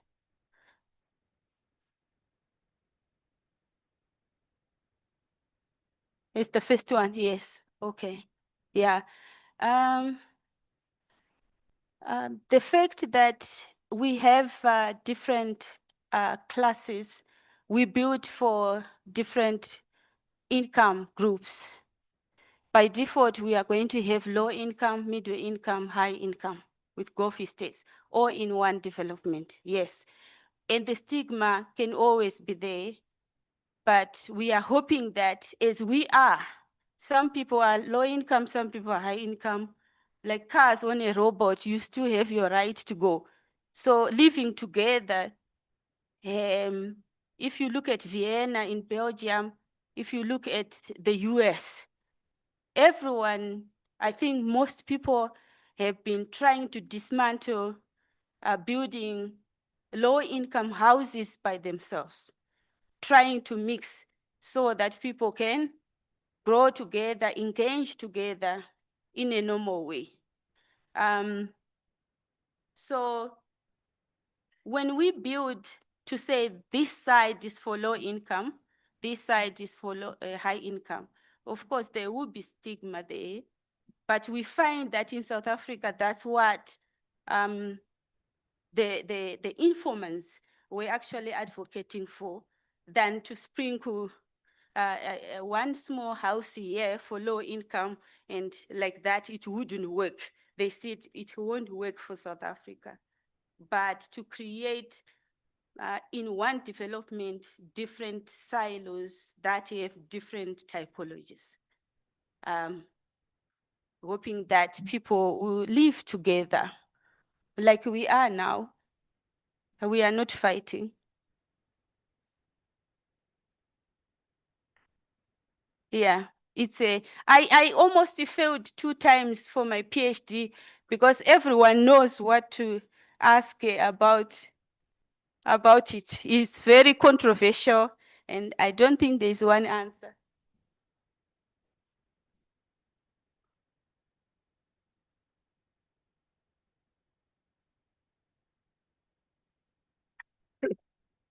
Okay, so I may be diverting a little bit, but I'm focusing on mixed housing and social housing, right?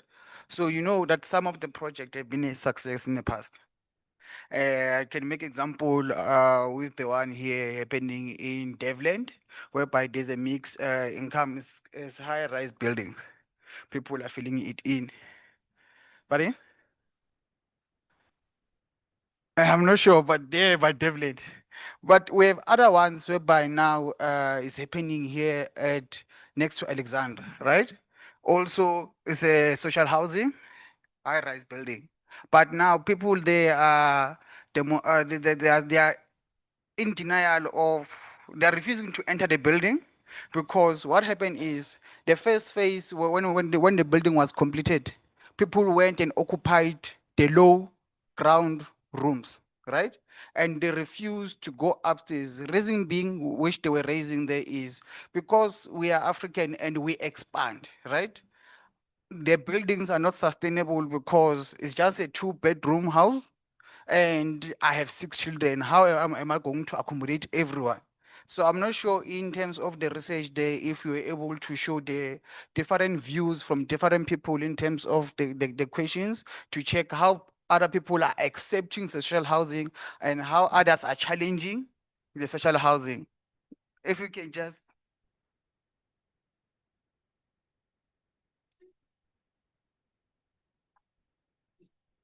Imagine if young people to occupy those upstairs close by. Close by, you can have townhouses, different ones, and then you have mansions. We shouldn't have a development just with social housing high-rise because we will have such problems. So you want people to graduate from living upstairs. Now they have more children and more wives, right? We are Africans. Then you move. You graduate from there, you move to another. As your financial, economic life changes. So we must have developments that have all the typologies to provide that flexibility. Yeah.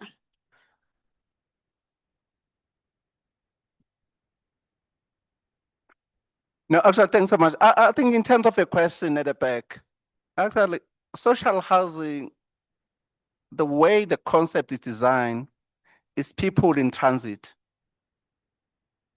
We're here today, we're earning 5,000, we qualify. Tomorrow we're earning 7,000, 10,000, we don't qualify, we need to leave because we qualify for others. So, but if you go to the social housing, you find expensive cars that you find also in suburbs. So just answering the question from your side to say, are rich people not taking over the social housing? It's happening. You find a person is 10 years now, he's still earning 7,000. But when you see the car outside, the car is more than 8,000. So therefore, that's a particular dynamics now where it becomes problematic. It's like one of the issues if you take the RDP houses. If you look at the RDP houses vis-a-vis you go to the magistrate, the divorce rate is very high. Not because people are divorcing. It's because Once you divorce your wife, therefore I qualify for a RDP, the wife also qualify. We will stay in one RDP, we rent the other one. So I'm just saying those are particular dynamics that you find in terms, whereby I occupy social housing. So once my salary increase, if they're able to get it, I get another person with a lower salary, is the one who take over. So, but it's me who's staying there. I just pay a rental fee to the person, a commission, maybe 500 rand per month to the person, so that because the rental is low. I'm just saying those are the particular dynamics which are there, which are happening. So when I was Joshua, we went there, we used to go at night. The cars you find there, hey, believe me, then you ask the people. But the proof, when the person is staying there, the proof is there to say it's earning that equivalent. But the car now, it's quite complicated, very complicated social housing. Yeah. Take my last take before she leaves. Okay, so I think Prof has given the comment, but my area, your topic, what I observe is that the first one, investment guideline to mixed income, your findings does not reflect the topic. One, in the sense that you said you adopted investment theory. And I was thinking of more of net present value to the housing, the investment drive and, the types of those theory that you want to use to achieve your results. That was missing. The investment side was missing, but it was more or less social factor days. But I was not seeing the investment in that based on your topic. Then two, what was the gap that you saw? Because you just said limited research or something like that. What was the gap that you wanted to fill in this work? I think it's a PhD that you have completed. You have completed. So I believe we need to see those things there. Thank you very much. Yeah. Thank you for your chair. I always think about it that high risk, high returns, but I did not take the route of looking into the sales prices and how the prices are impacted by all that. So it's something that I will consider in the future. Thanks a lot, Chair.